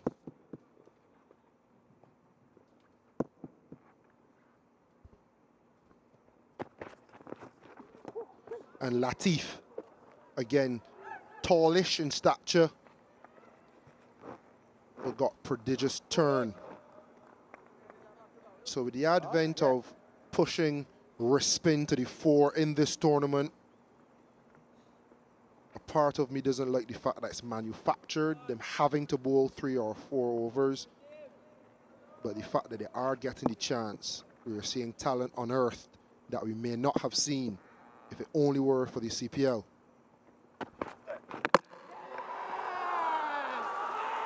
This has been the Legions at home reigning supreme. Good execution from Joshua James, who's having some day in all 3 facets of the game.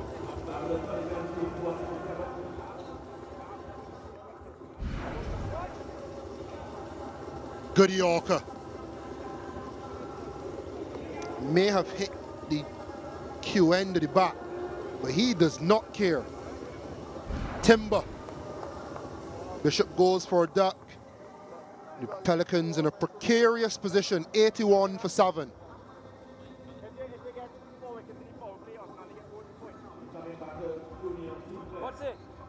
What's it?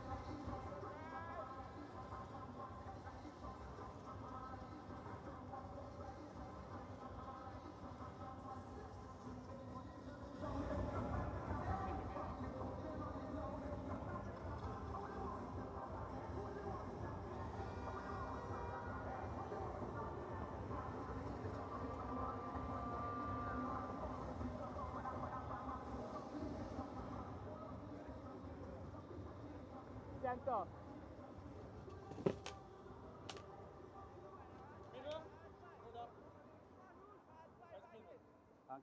Junior St. Clair.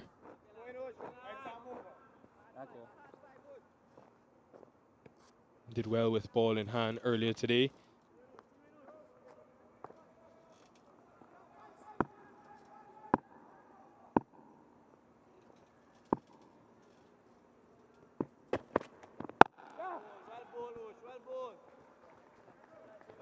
Pelicans will be very disappointed. When you think back to the start of today, the misfields, the overthrows, a couple of missed chances. I estimated at least 20 runs given away through overthrows and missed opportunities. And now this type of batting approach, they'll feel like they've not brought the right intensity to start a new tournament.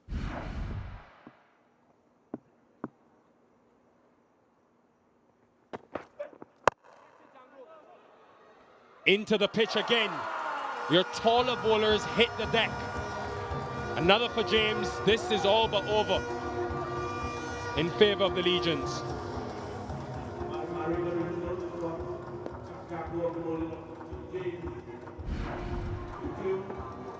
Commitment to the cause for James. Hit the deck. Forced batters to play a good shot. That was not a good shot. And it's an L for Goodridge. Looking like an L for the Pelicans. They're 82 for 8.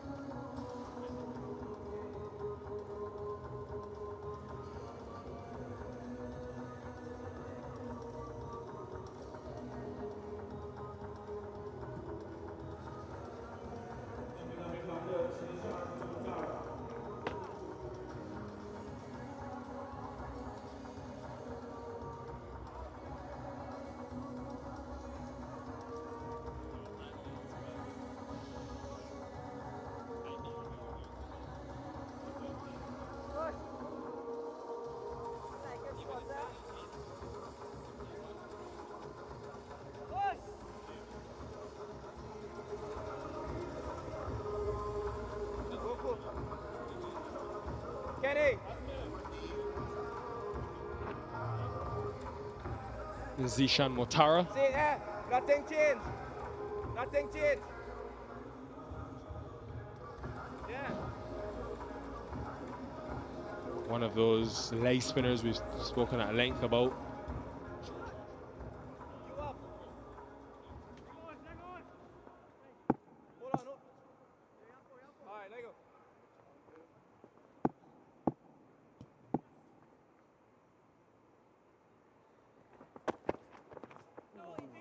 What a day for Joshua James, and it could still continue.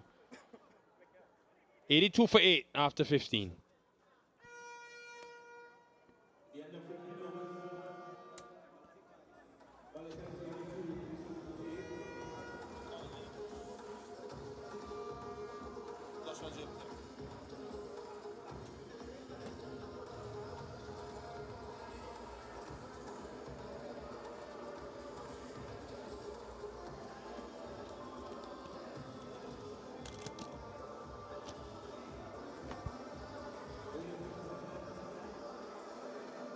What a performance by the Trinidad and Tobago Legions. The Pelicans, they've struggled through this innings.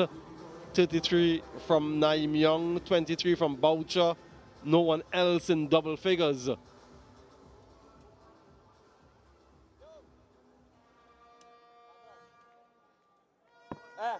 If you're doing that, what, 3 behind?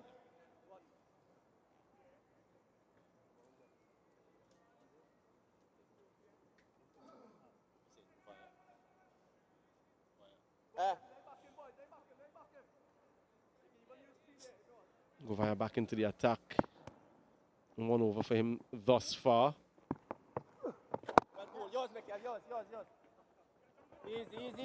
Flat trajectory. Varies his pace quite well.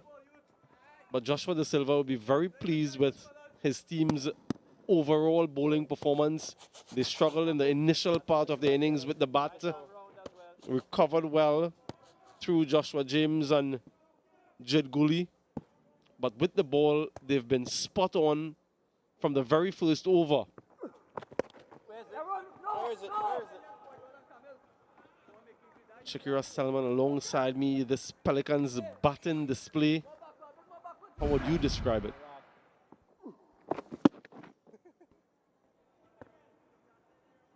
Yeah, last delivery there to Zishan Mortara. Joshua Da Silva not sure where it went. Well, Pelicans batters have been disappointing, to say the least. Did not assess conditions well. Perhaps were a bit over-ambitious in that power play phase. Limited options, especially to Johan Lane, who sent no 3 overs for 5 runs.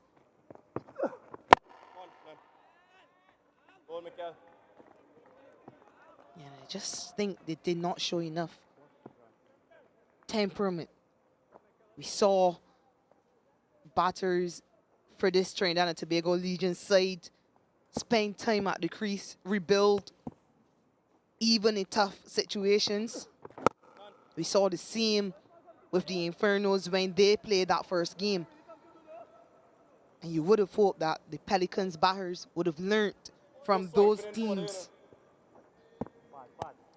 Had enough confidence in their skill and batsmanship to build and recover from situations as such. Instead, they've struggled, they've lost wickets at crucial stages. Now they find themselves 84 for 8 at the end of 16.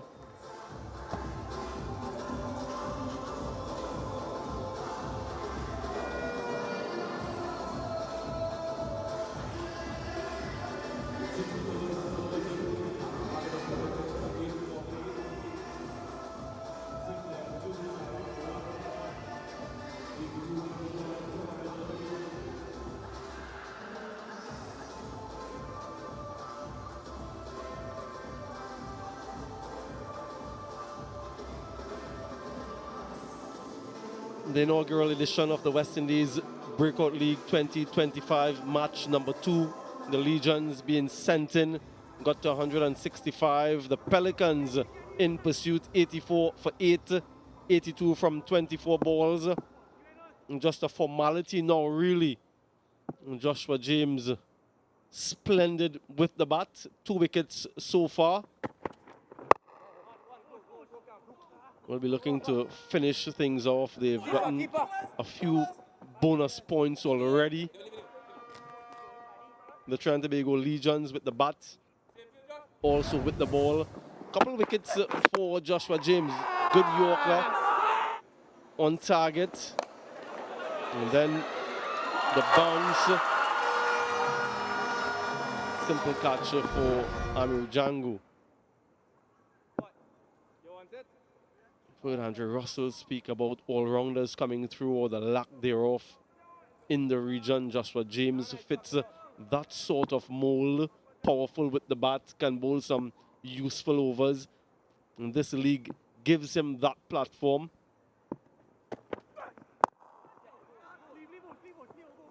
Yeah, showing some skills with some slower deliveries, some off-cutters. Yeah, and in between, he's also bowled some heavy balls. Good understanding of the situation. He was struck for a few boundaries in his initial over by Naeem Young. Since then, though, he's come back well. Shown great composure. Yeah, Shirley Clark in the middle, taking some notes. Would have been hoping that his batters would have shown that same composure.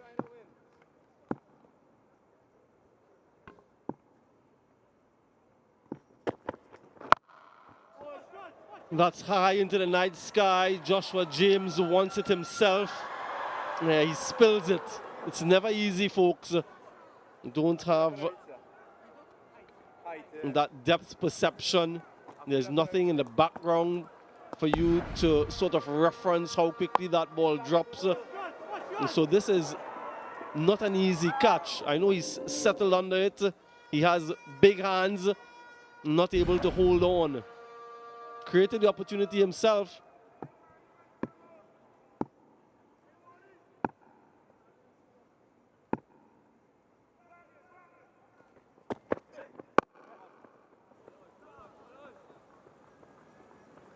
Another slower delivery by Joshua James.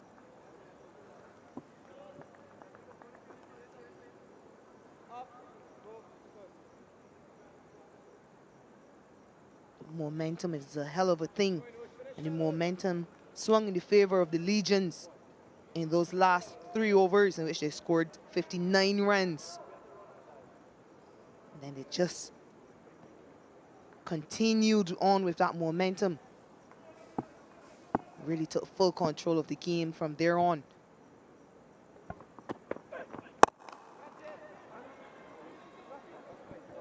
Now, Joakim, now.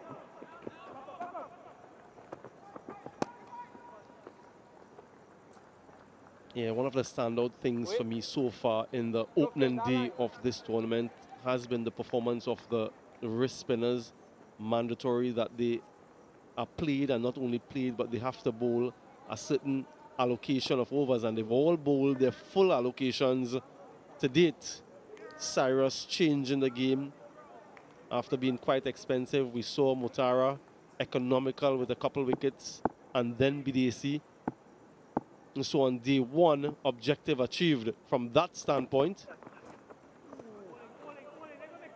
There are other areas as well that we'll be looking towards as we go deeper into the tournament. 88 for 8.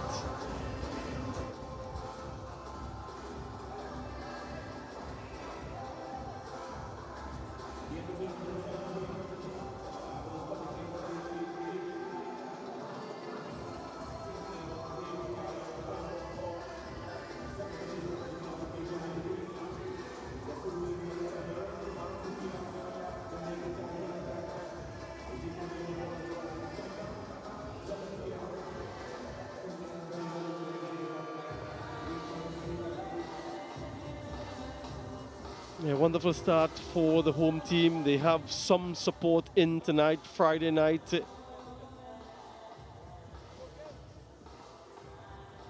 Yeah, and they are being treated with a delightful performance.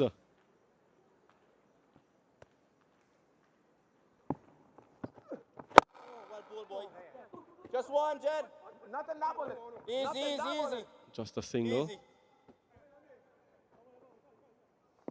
Amir.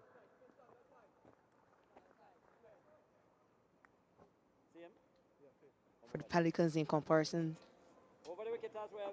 certainly they'll have a chat about what they could have done better. They still will think they should have been able to chase this target down. Well bowled, Mikel. They were initially good with the ball, but it was that final phase, the phase we struggle so often in the West Indies. That death bowling that let them down. They just weren't able to execute under pressure.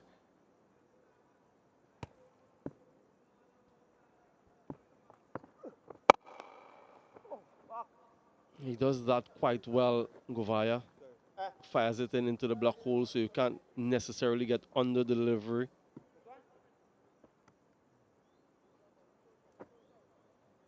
It's up to you. It could go either way. Tara was impressive with the ball.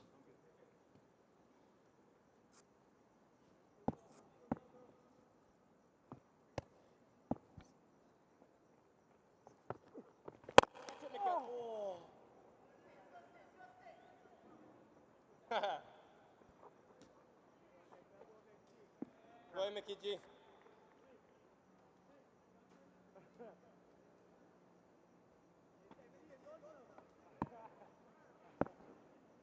Govaya having a grand time out there because he knows this game is all but over. He's done well with the ball so far. Down, Camel. You can dive over a ball. Oh, yes, Yogi. Now, Yogi, now. Oh, yes, Yogi.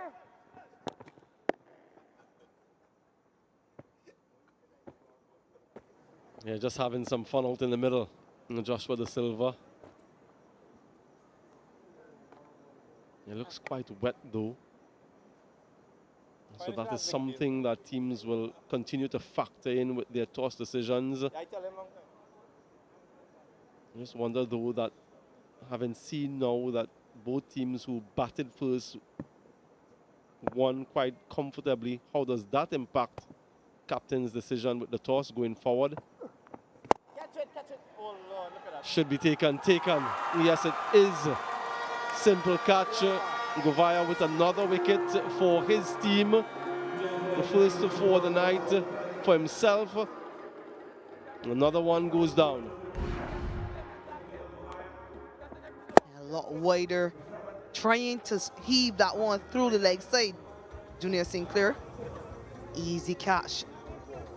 And praises go up by Govaya. Glad to make an impact. Sinclair walks back for 7. 94 for 9 now, the Pelicans.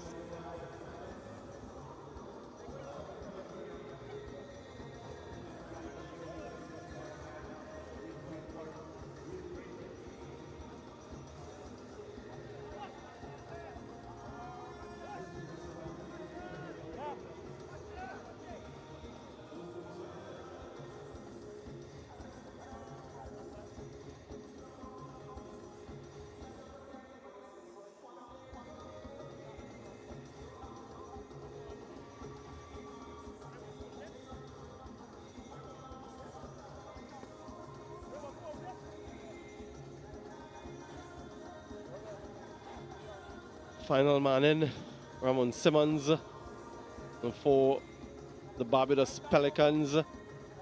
Couple overs remaining in this contest. But for all intents and purposes, it is essentially over. 72 needed from 12 deliveries, 1 wicket remaining. And so the Trinidad Tobago Legions will feel pleased with their night's efforts. They'll no doubt have a discussion about the batting and where they need to improve. But boy, oh boy, their bowling have been spot on. Lane. At the non-striker's end, a direct hit was needed to close things out. Not to be.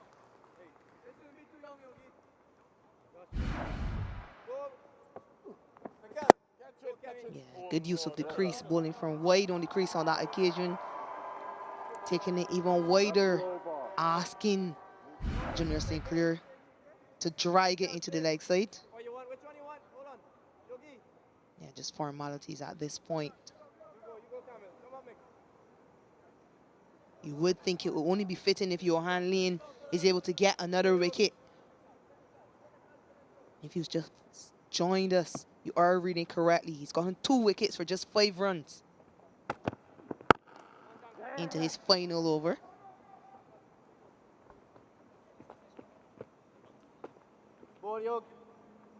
Yeah, I think it was some 10 deliveries he bowled, picked up a couple wickets and no runs were scored off his bowling. And such was his control and his quality up front. Young Lane got the ball to nip around a bit. Good bounce. And in combination with McKenny Clark, gave the home team just the start that they were after.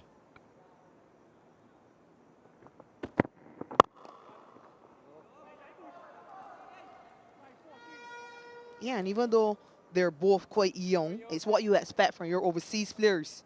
The 2 overseas players in this side, Johan Lane from Barbados, McKenny Clark from St. Lucia. They've both made an impact. McKenny Clark on screen with the right. And it was an excellent display of new ball bowling by both those youngsters. Slower delivery, almost carrying to Jed Gooley.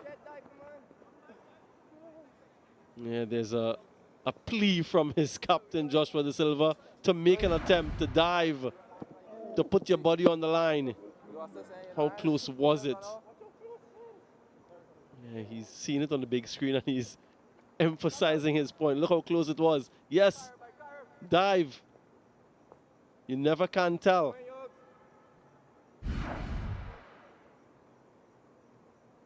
Yeah, it was also curling back to him. Coming off this edge, it always spins back at you. Clever bit of bowling by Johan Lien. Displaying all his skill. It was pace with the new ball, and now he's able to come back with some variations.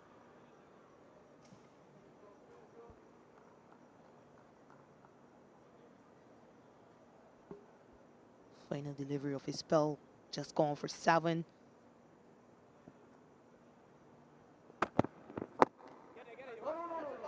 Yeah, closes it out brilliantly. 4 overs, 7 runs, 2 wickets by Johan Lien. What a brilliant night it was for him. End of 19, 1 remaining, 97 for 9.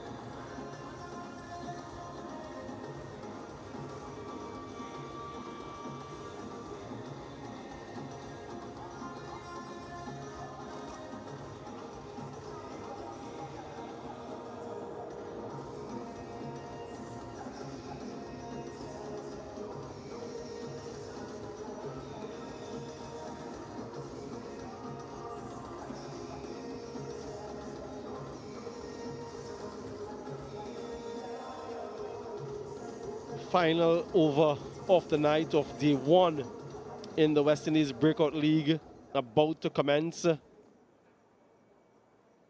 What a spell from Lane. That's all right. That's all right. Straight down the ground, straight as a die. Good connection from Mutara. Gets his team over 100. Yeah, good opportunity for Mutara to still display his batting skill. Gets an opportunity to clear that front leg and use those long levers. Boundary to him. Oh my goodness. Ball it straight, ball it straight. Go ahead, Mickey J.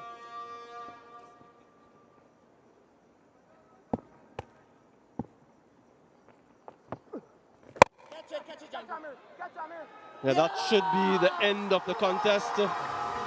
And by dismissing the opposition, I think they register another bonus point in the Trinidad and Tobago Legions. But what a dominating performance it has been. The Legions winning by 64 runs. Exceptional all-round performance in front of their home crowd. Their fans are delighted, the players are delighted, and everyone supporting this team here and looking on will be very pleased with what they saw tonight. Opening contest for both these teams, red dominating the blue. And Joshua James with his cameo towards the back end of the innings, a couple wickets to go with that. And that is how the cookie crumbled for the Barbados Pelicans. Amir Django with another catch. As simple as you like. Really epitomizes the way that the Pelicans played tonight. A tame display from them. Lots to like about the Trinidad and Tobago Legions tonight. Lots of improvements to make still. And it's all about the learning, all about the improvements as you go from game to game in this tournament. The platform is here, and it's up to you guys now to show that hunger, that determination, and that improvement.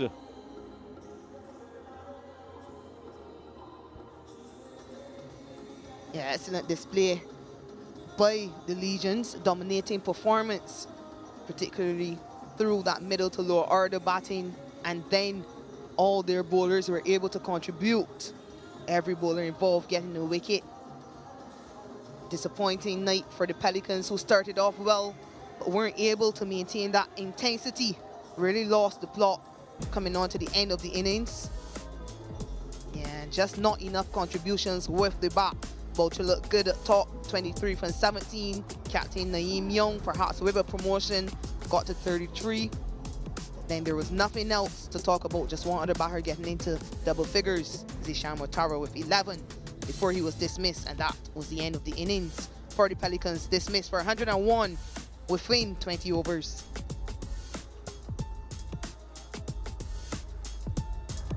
Yeah, look at the partnerships, 23 from Young and Boucher. Young and Richards involved in one with 35, but nothing substantial and significant enough to really challenge the Trinidad and Tobago Legions. Really need to get off to a good start in pursuit of any score above 160. The wickets though for McKenny Clark, a couple for Lane, Joachim, 2 for Bidesi, Govaya and James. So all of the bowlers in and amongst the wickets tonight for the Trinidad and Tobago Legions at good economies as well. Yeah, Nikhil Uttam-Chandani is pitch side once again. Johan Lane, 2 for 7 in 4 overs. First of all, Johan, on that surface, how did you decipher what the right length was to bowl? I just think watching the first innings, backing the wicket was a good length, and that's really my natural length. So just try to hit that length consistently, and it proved effective today. It's been a superb year for you in both formats. What has been the biggest improvement in Johan Lane's bowling, you would say, in 2025? I think consistency. Just trying to put the ball in one ear over and over again, and again, as you see, it started to prove effective. Tell me about the wicket to get Kevin Wickham. You're a good friend off the field. What did that mean to you? Yeah, it meant a lot. Kevin is my boy. I didn't know able to get him, but I just tried to take away the arms, and it just happened, really. Being a franchise player in this region's team, what has the support been like from the Trinidadian players? Yeah, to have a bowler as a head coach is really good for me. He's trying to pick his brains a lot. And the whole entire group, man, is a good bunch, and I'm very happy to be here. Well done today. All the best for the rest of the tournament. Thank you. Yeah, wonderful performance from the young man. Confirmation then of match 2 in the West Indies Breakout League. The Legions sent in for their first go, got to 165 for 8. James top scored with 39. Gully unbeaten on 38. Junior Sinclair and Mutara had a couple of wickets along with Simmons. The Barbados Pelicans in pursuit dismissed inside their 20 overs for 101, handing the Trinidad Tobago Legions a win by 64 runs. And we'll take a short break and we'll have the presentation ceremony.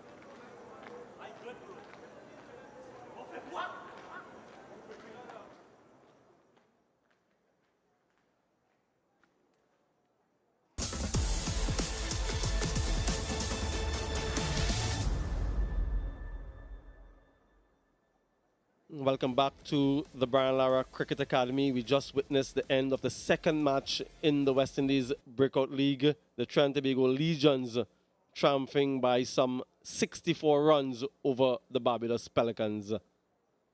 Nikhil Uttamchandani is on the field with the captains.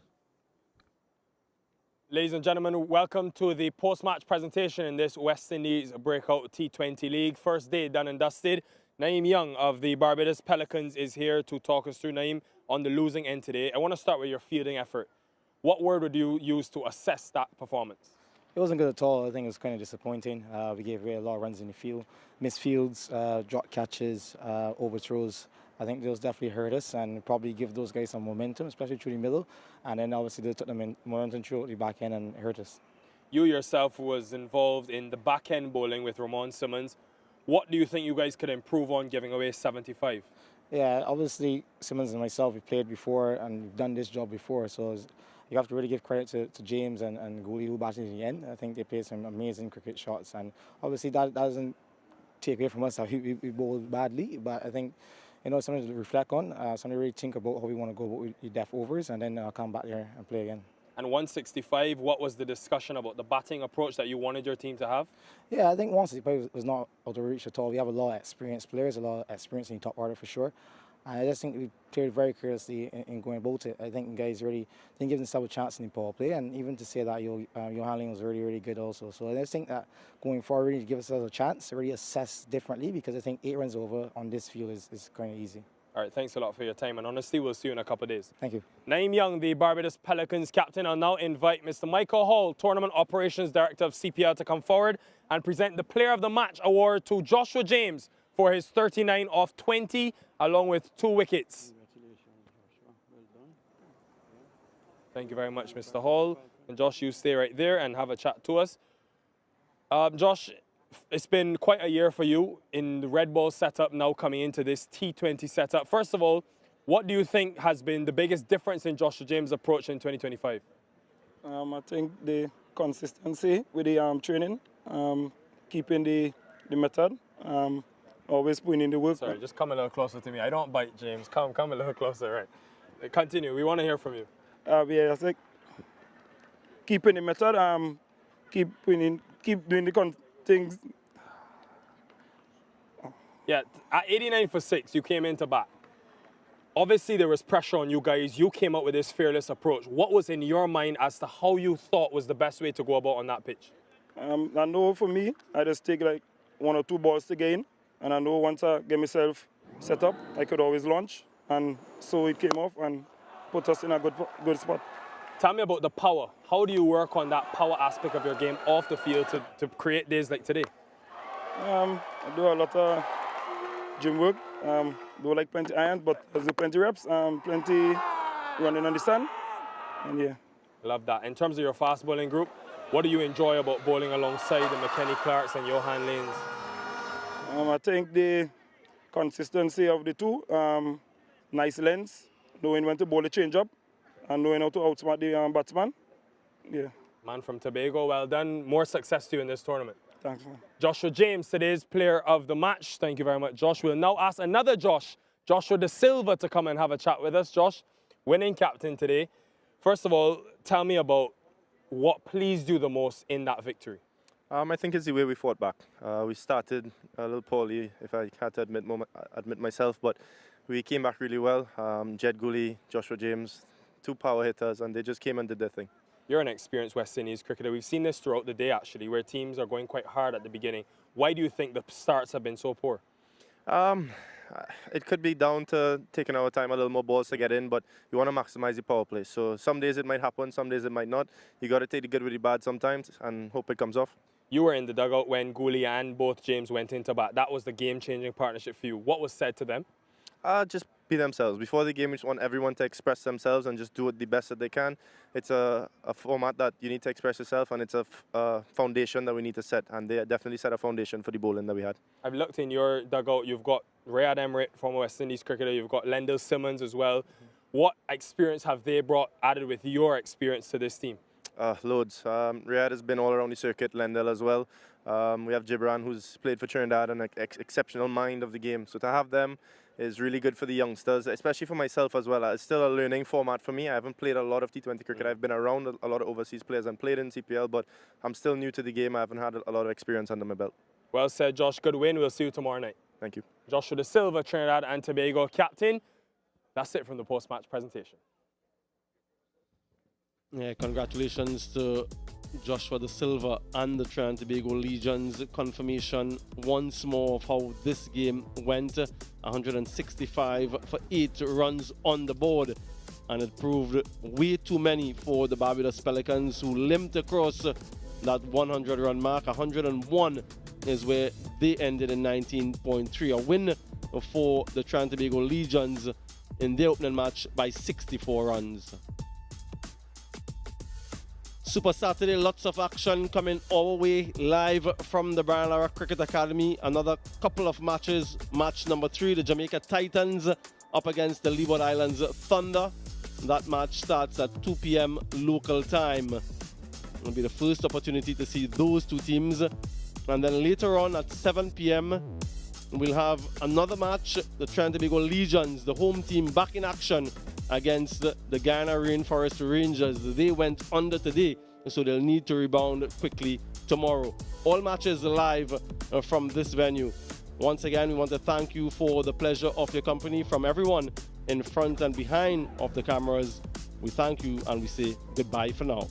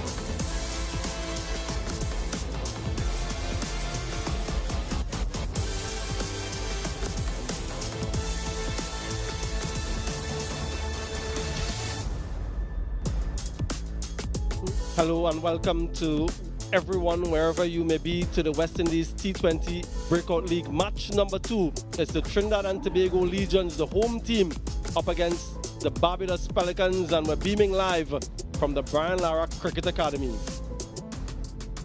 Quality on show from these two perennial powerhouses in West Indies cricket, led of course the Legions by Joshua Da Silva, and he has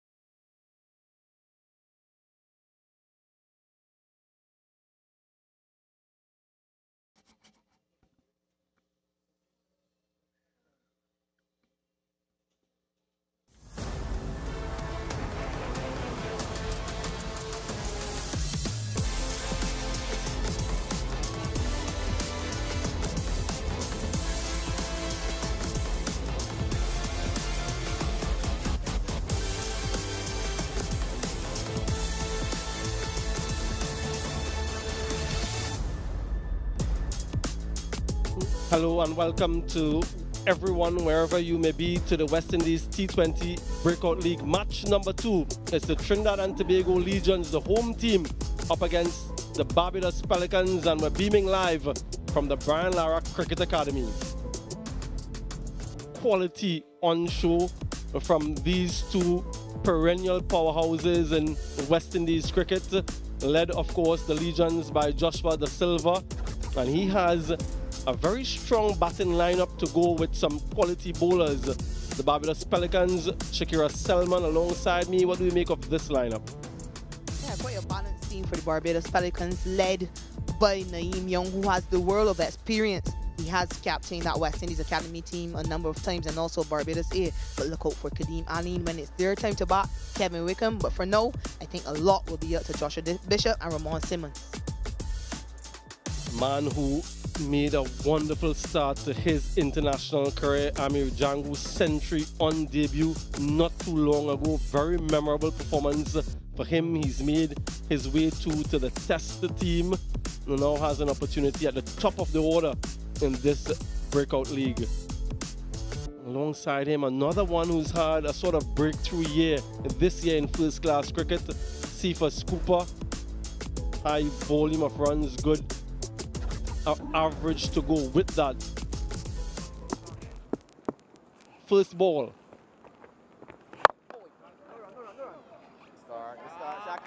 There's a slip in position just for that one that drifts away from the left-hander. He's bowling from the northern end.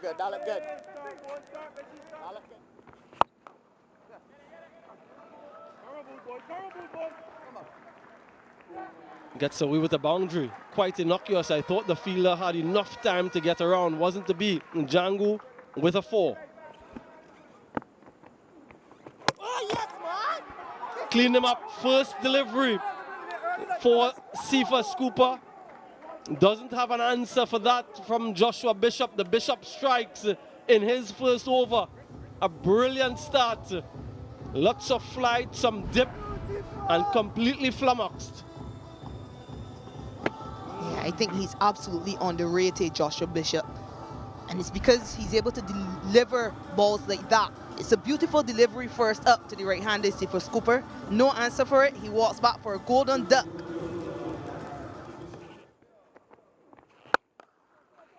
Just like that, all along the carpet for 4. So he should keep all of his options open.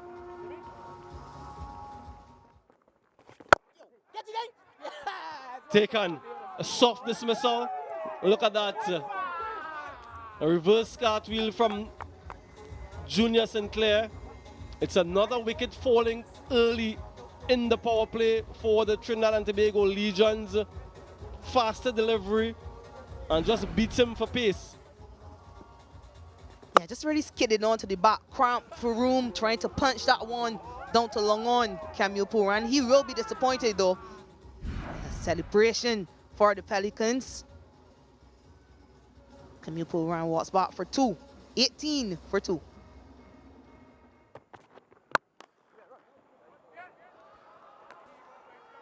Threaded. Really well placed by Amir Django. Is it well timed? Fielder settles. Another wicket goes.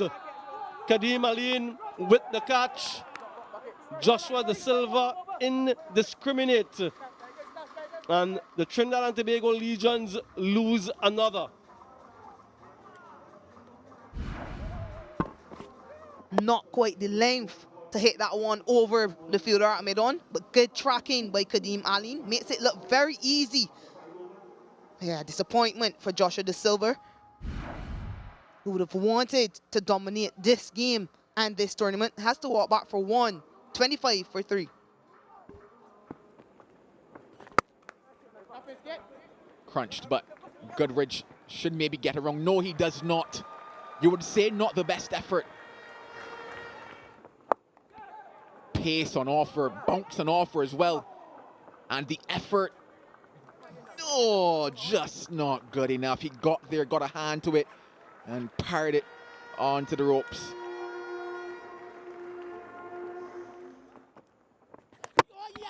Picks up a wicket with the final ball of his second over.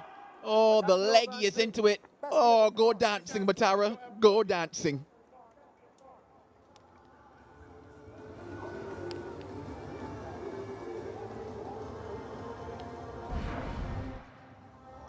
Pushed across again, enticing him into a wide slap of sorts. Not much pace on it.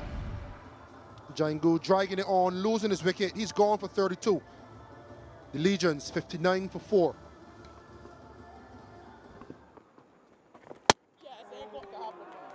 Discipline bringing reward for the Barbados Pelicans in this innings with ball in hand. A second wicket for 18-year-old Motara. And more trouble for the Legions. Yeah, you just heard Nico Bolcher say, stick to the plan, something will happen. And indeed, something did happen. He kept the stumps in play, Zishan Mortara, trying to create something, BDC, and he has to go. Walks back for 24, 68 for 5.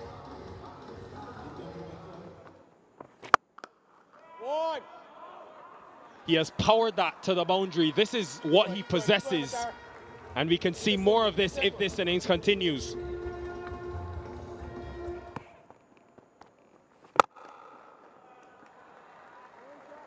Great placement. He's got quality, Jed Gully.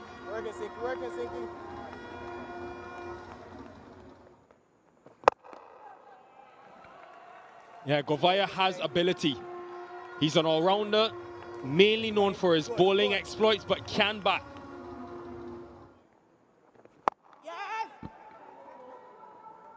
This time, though, gone. You question the situational awareness. Another wicket for a Pelicans spinner, though. Sinclair has his second. 9 runs off the first 3 deliveries, and Govaya opting to go again. Really cleverly bowled by Junior Sinclair. Took all the pace off that one and pulled the length right back. The simplest of chances for Ramon Simmons, easily held. Another wicket for Sinclair. Govaya dismissed for 7. Legions 89 for 6.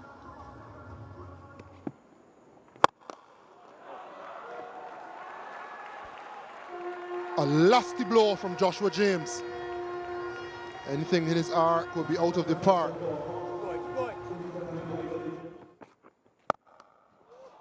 That's gone. That's disappeared. That's Jed Gully at his absolute best. That was lusty.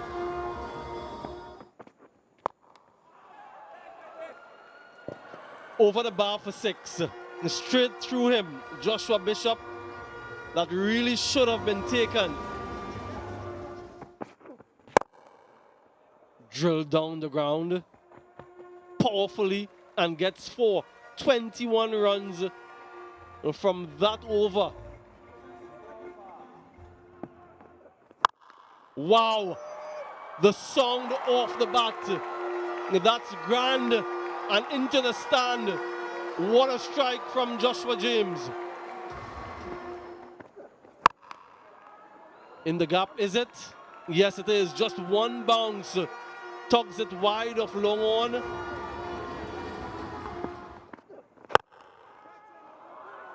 Is that enough? Yes, it is. Just enough. Junior Sinclair, despite his best effort, couldn't keep that one in.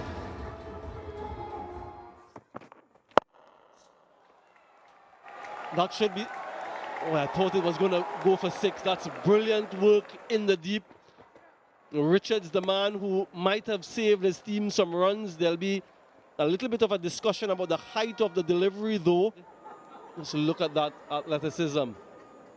And he releases it in time, does he? Or does he make contact with the ground? It's both a no ball and a 6. What a catch. Brilliant from Mutara. Diving away to his right. A wonderful innings from Joshua James comes to an end. A pugnacious 39 from 19 deliveries, and it took something special to get rid of him. A missed and abysmal fielding effort, a glimmer of hope.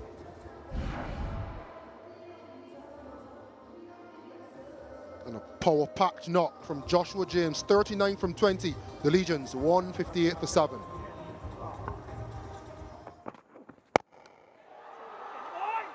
What a start to his innings. And that's into the bank.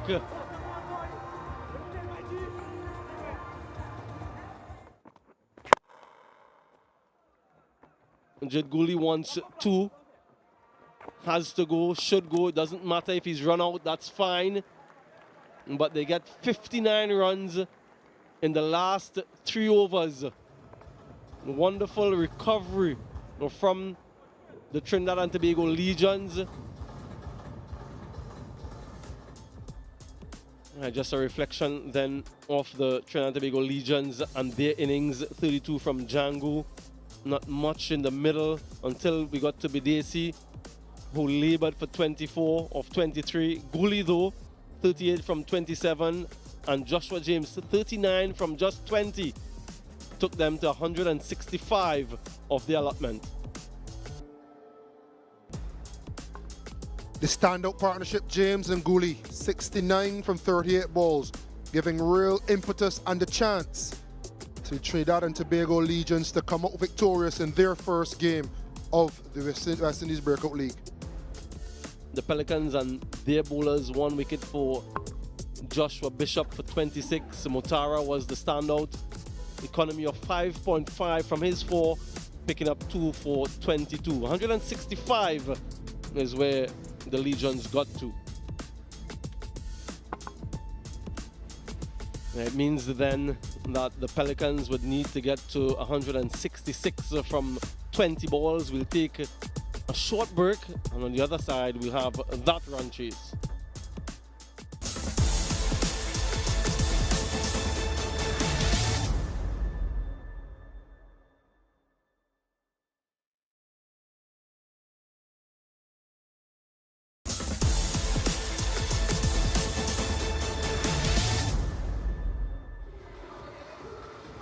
And Nico Boucher, it's been a few years out of the Barbados setup, spent 4 years after winning the CPL in 2019 with the Barbados Tridents then.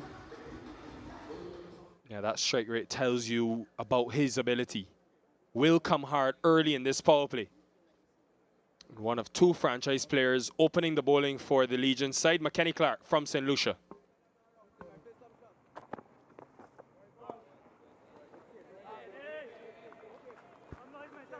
And it starts off with a wide, represents the Central Castries Club in St. Lucia. Young Clark.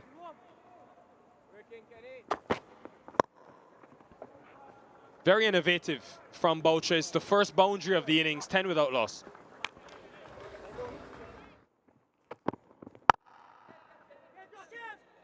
Straight to deep point. What a start for Johan Lane, the franchise player. They've got their first allegiance. Game on. The fielder was positioned quite accurately. He picked him out. Damian Joachim comfortably completing the catch. First delivery, the first wicket, the first ever West Indies Breakout League. Allen goes for 2, 10 for 1.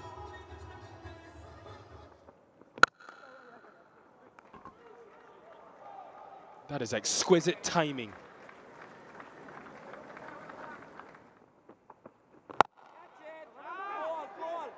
This time should be gone. Will be gone. Again, the seamers for this Legions team causing destruction. More early wickets going down in the power play. So Paris sees the ball with a leg stump line, goes across the line, and a leading edge. Simple enough catch for Joshua James. Bucket hands, he's not going to drop that. So success for both opening bowlers now. Yeah, just that away swing, that wrist position. Paris comes, Paris goes for 4, 15 for 2. Hitting with the swing. Then Nico Boucher.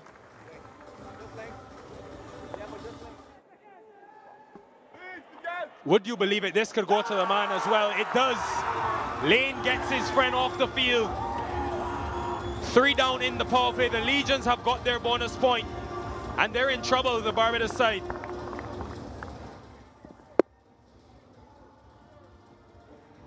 Hitting into the non-existent wind, but a lot of height. Yeah, that's what it means to the young man. Wickham goes for 1, 20 for 3.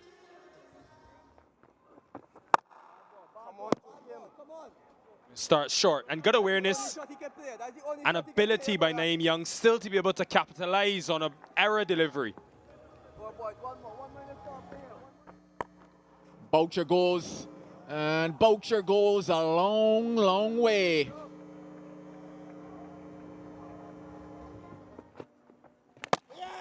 The leggy is in the conversation again.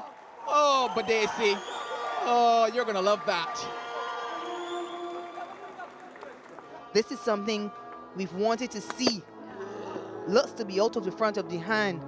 But Nico Boucher is distraught with that choice of shot. Another batter drives on. Boucher goes for a very well played 23, but Barbados Pelicans in further trouble, 43 for 4. That has been crunched by Naeem Young. They need a few big overs. The asking rate is at 11s.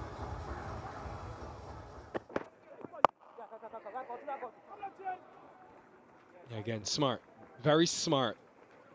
Seen the power, now we get dexterity from Young.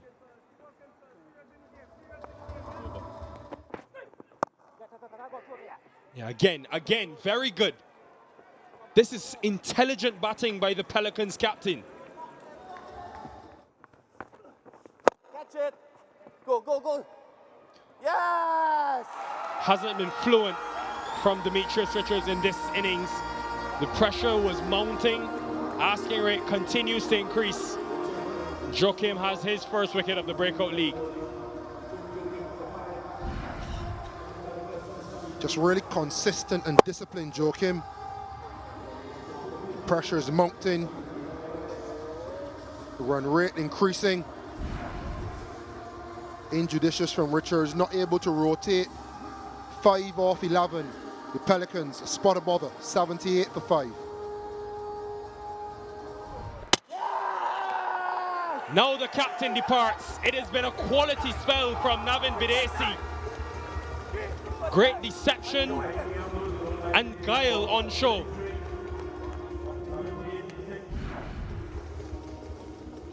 The old adage, you miss, I hit. Front of the arm, brilliant execution from Bidesi. And just reward, sensational figures. 2 for 9 off 3.1. Naeem Young, the latest to leave, 33. The Pelicans, 78 for 6.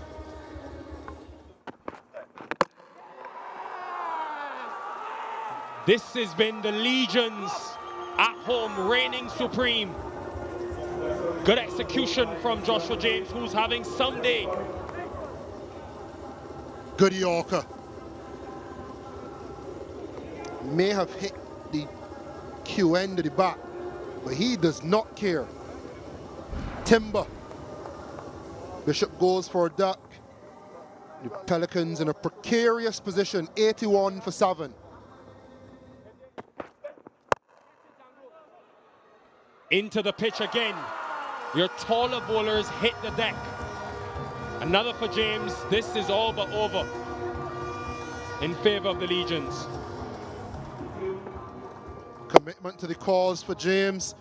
Hit the deck. Force batters to play good shots. That was not a good shot. And it's an L for Goodridge.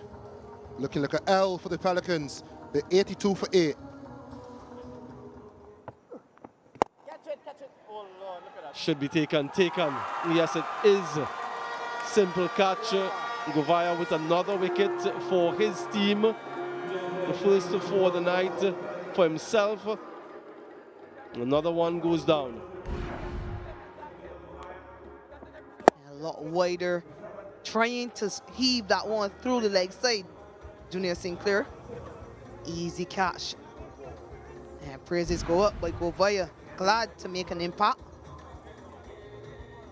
Sinclair walks back for 7. 94 for 9 now, the Pelicans. That's all right. That's all Straight right. down the ground. Straight as a die. Good connection from Mutara.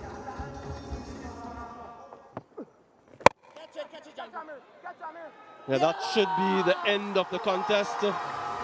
And by dismissing the opposition, I think they register another bonus point in the Trinidad and Tobago Legions. But what a dominating performance it has been. The Legions winning by 64 runs. And that is how the cookie crumbled for the Barbados Pelicans. Amir Django with another catch.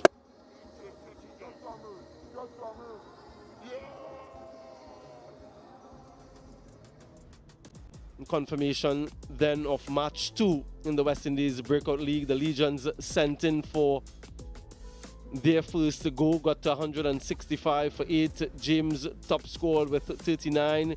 Gully unbeaten on 38. Junior Sinclair and Mutara had a couple wickets along with Simmons. The Barbados Pelicans in pursuit dismissed inside their 20 overs for 101, handing the Trinidad Tobago Legions a win by 64 runs.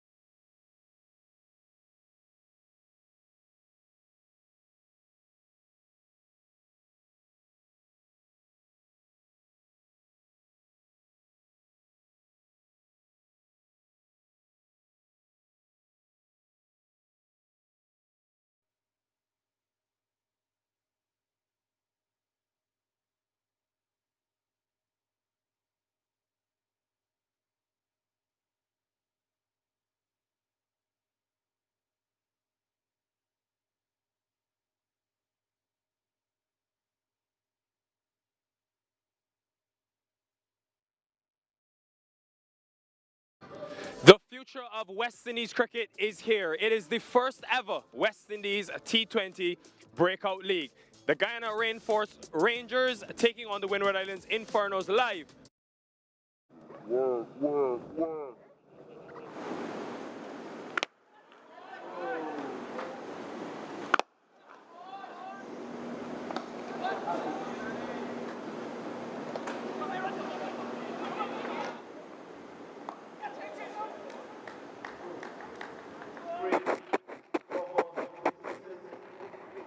Smith, stay. When they got somebody got come over there.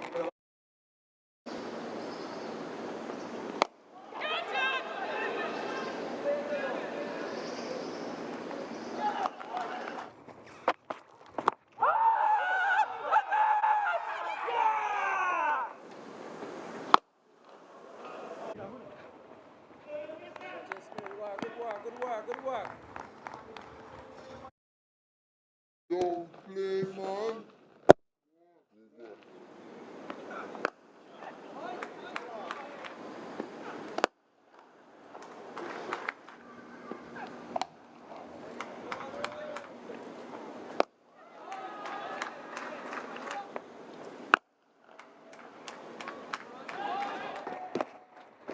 Bye.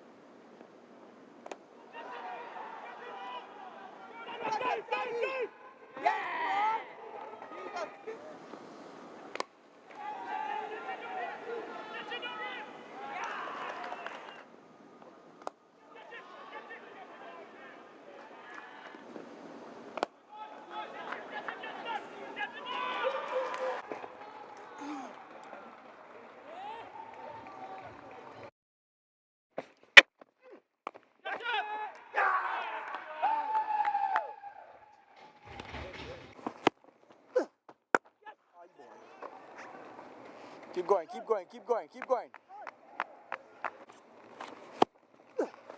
Catch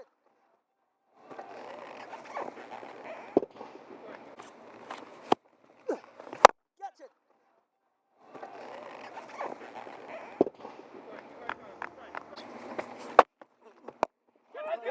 Easy.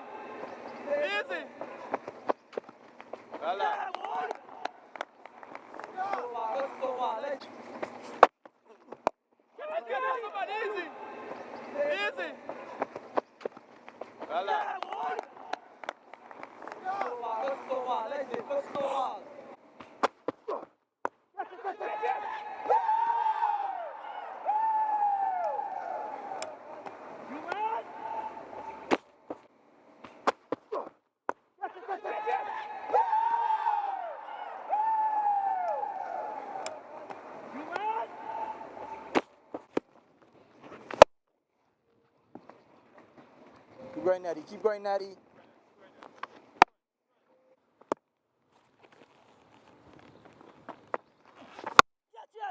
Catch it. Carlo, you alone.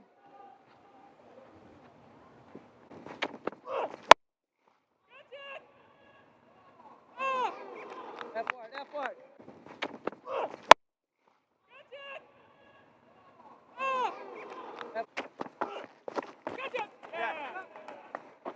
It's a right one, you know.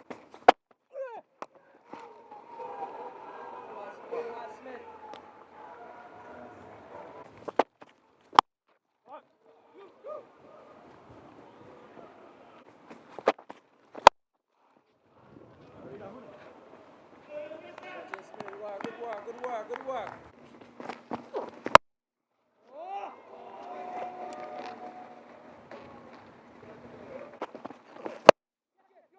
Catch it.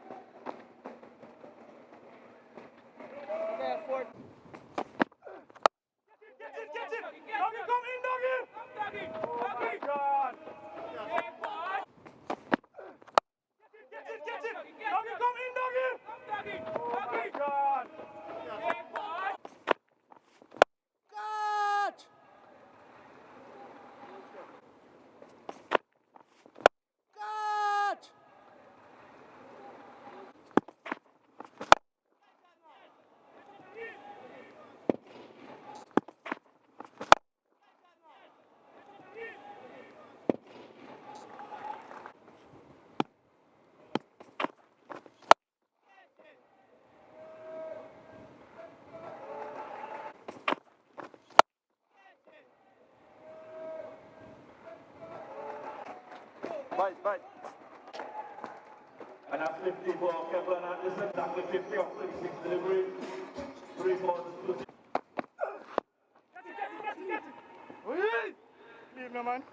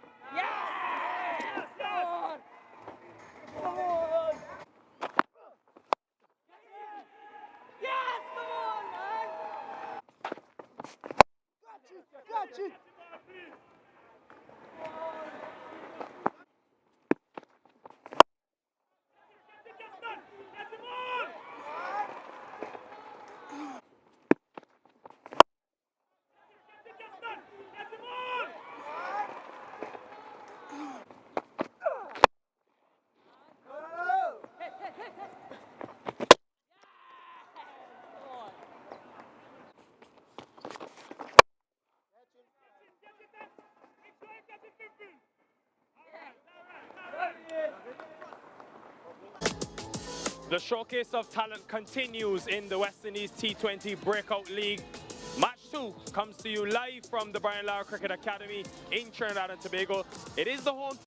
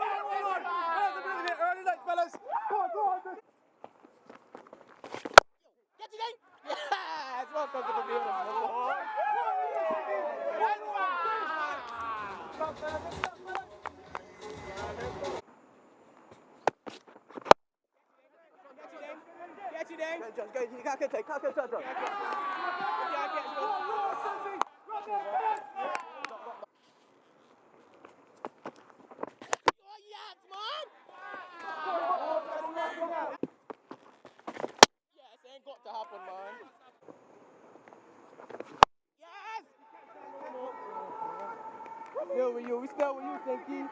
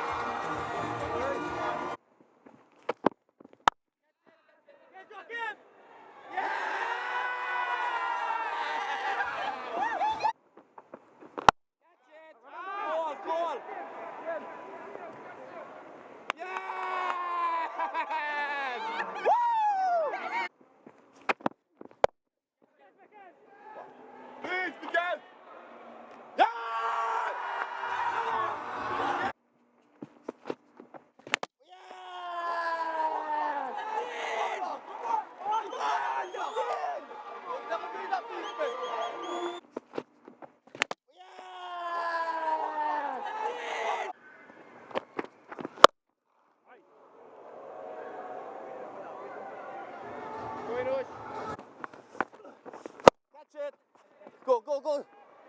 Yes!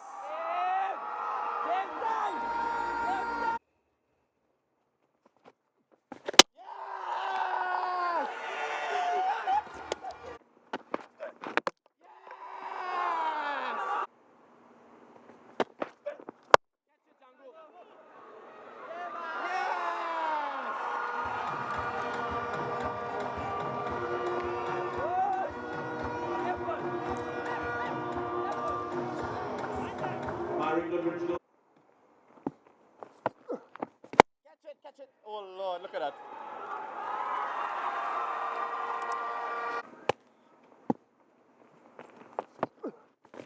Catch it, Jamie. Catch Amir. Yes!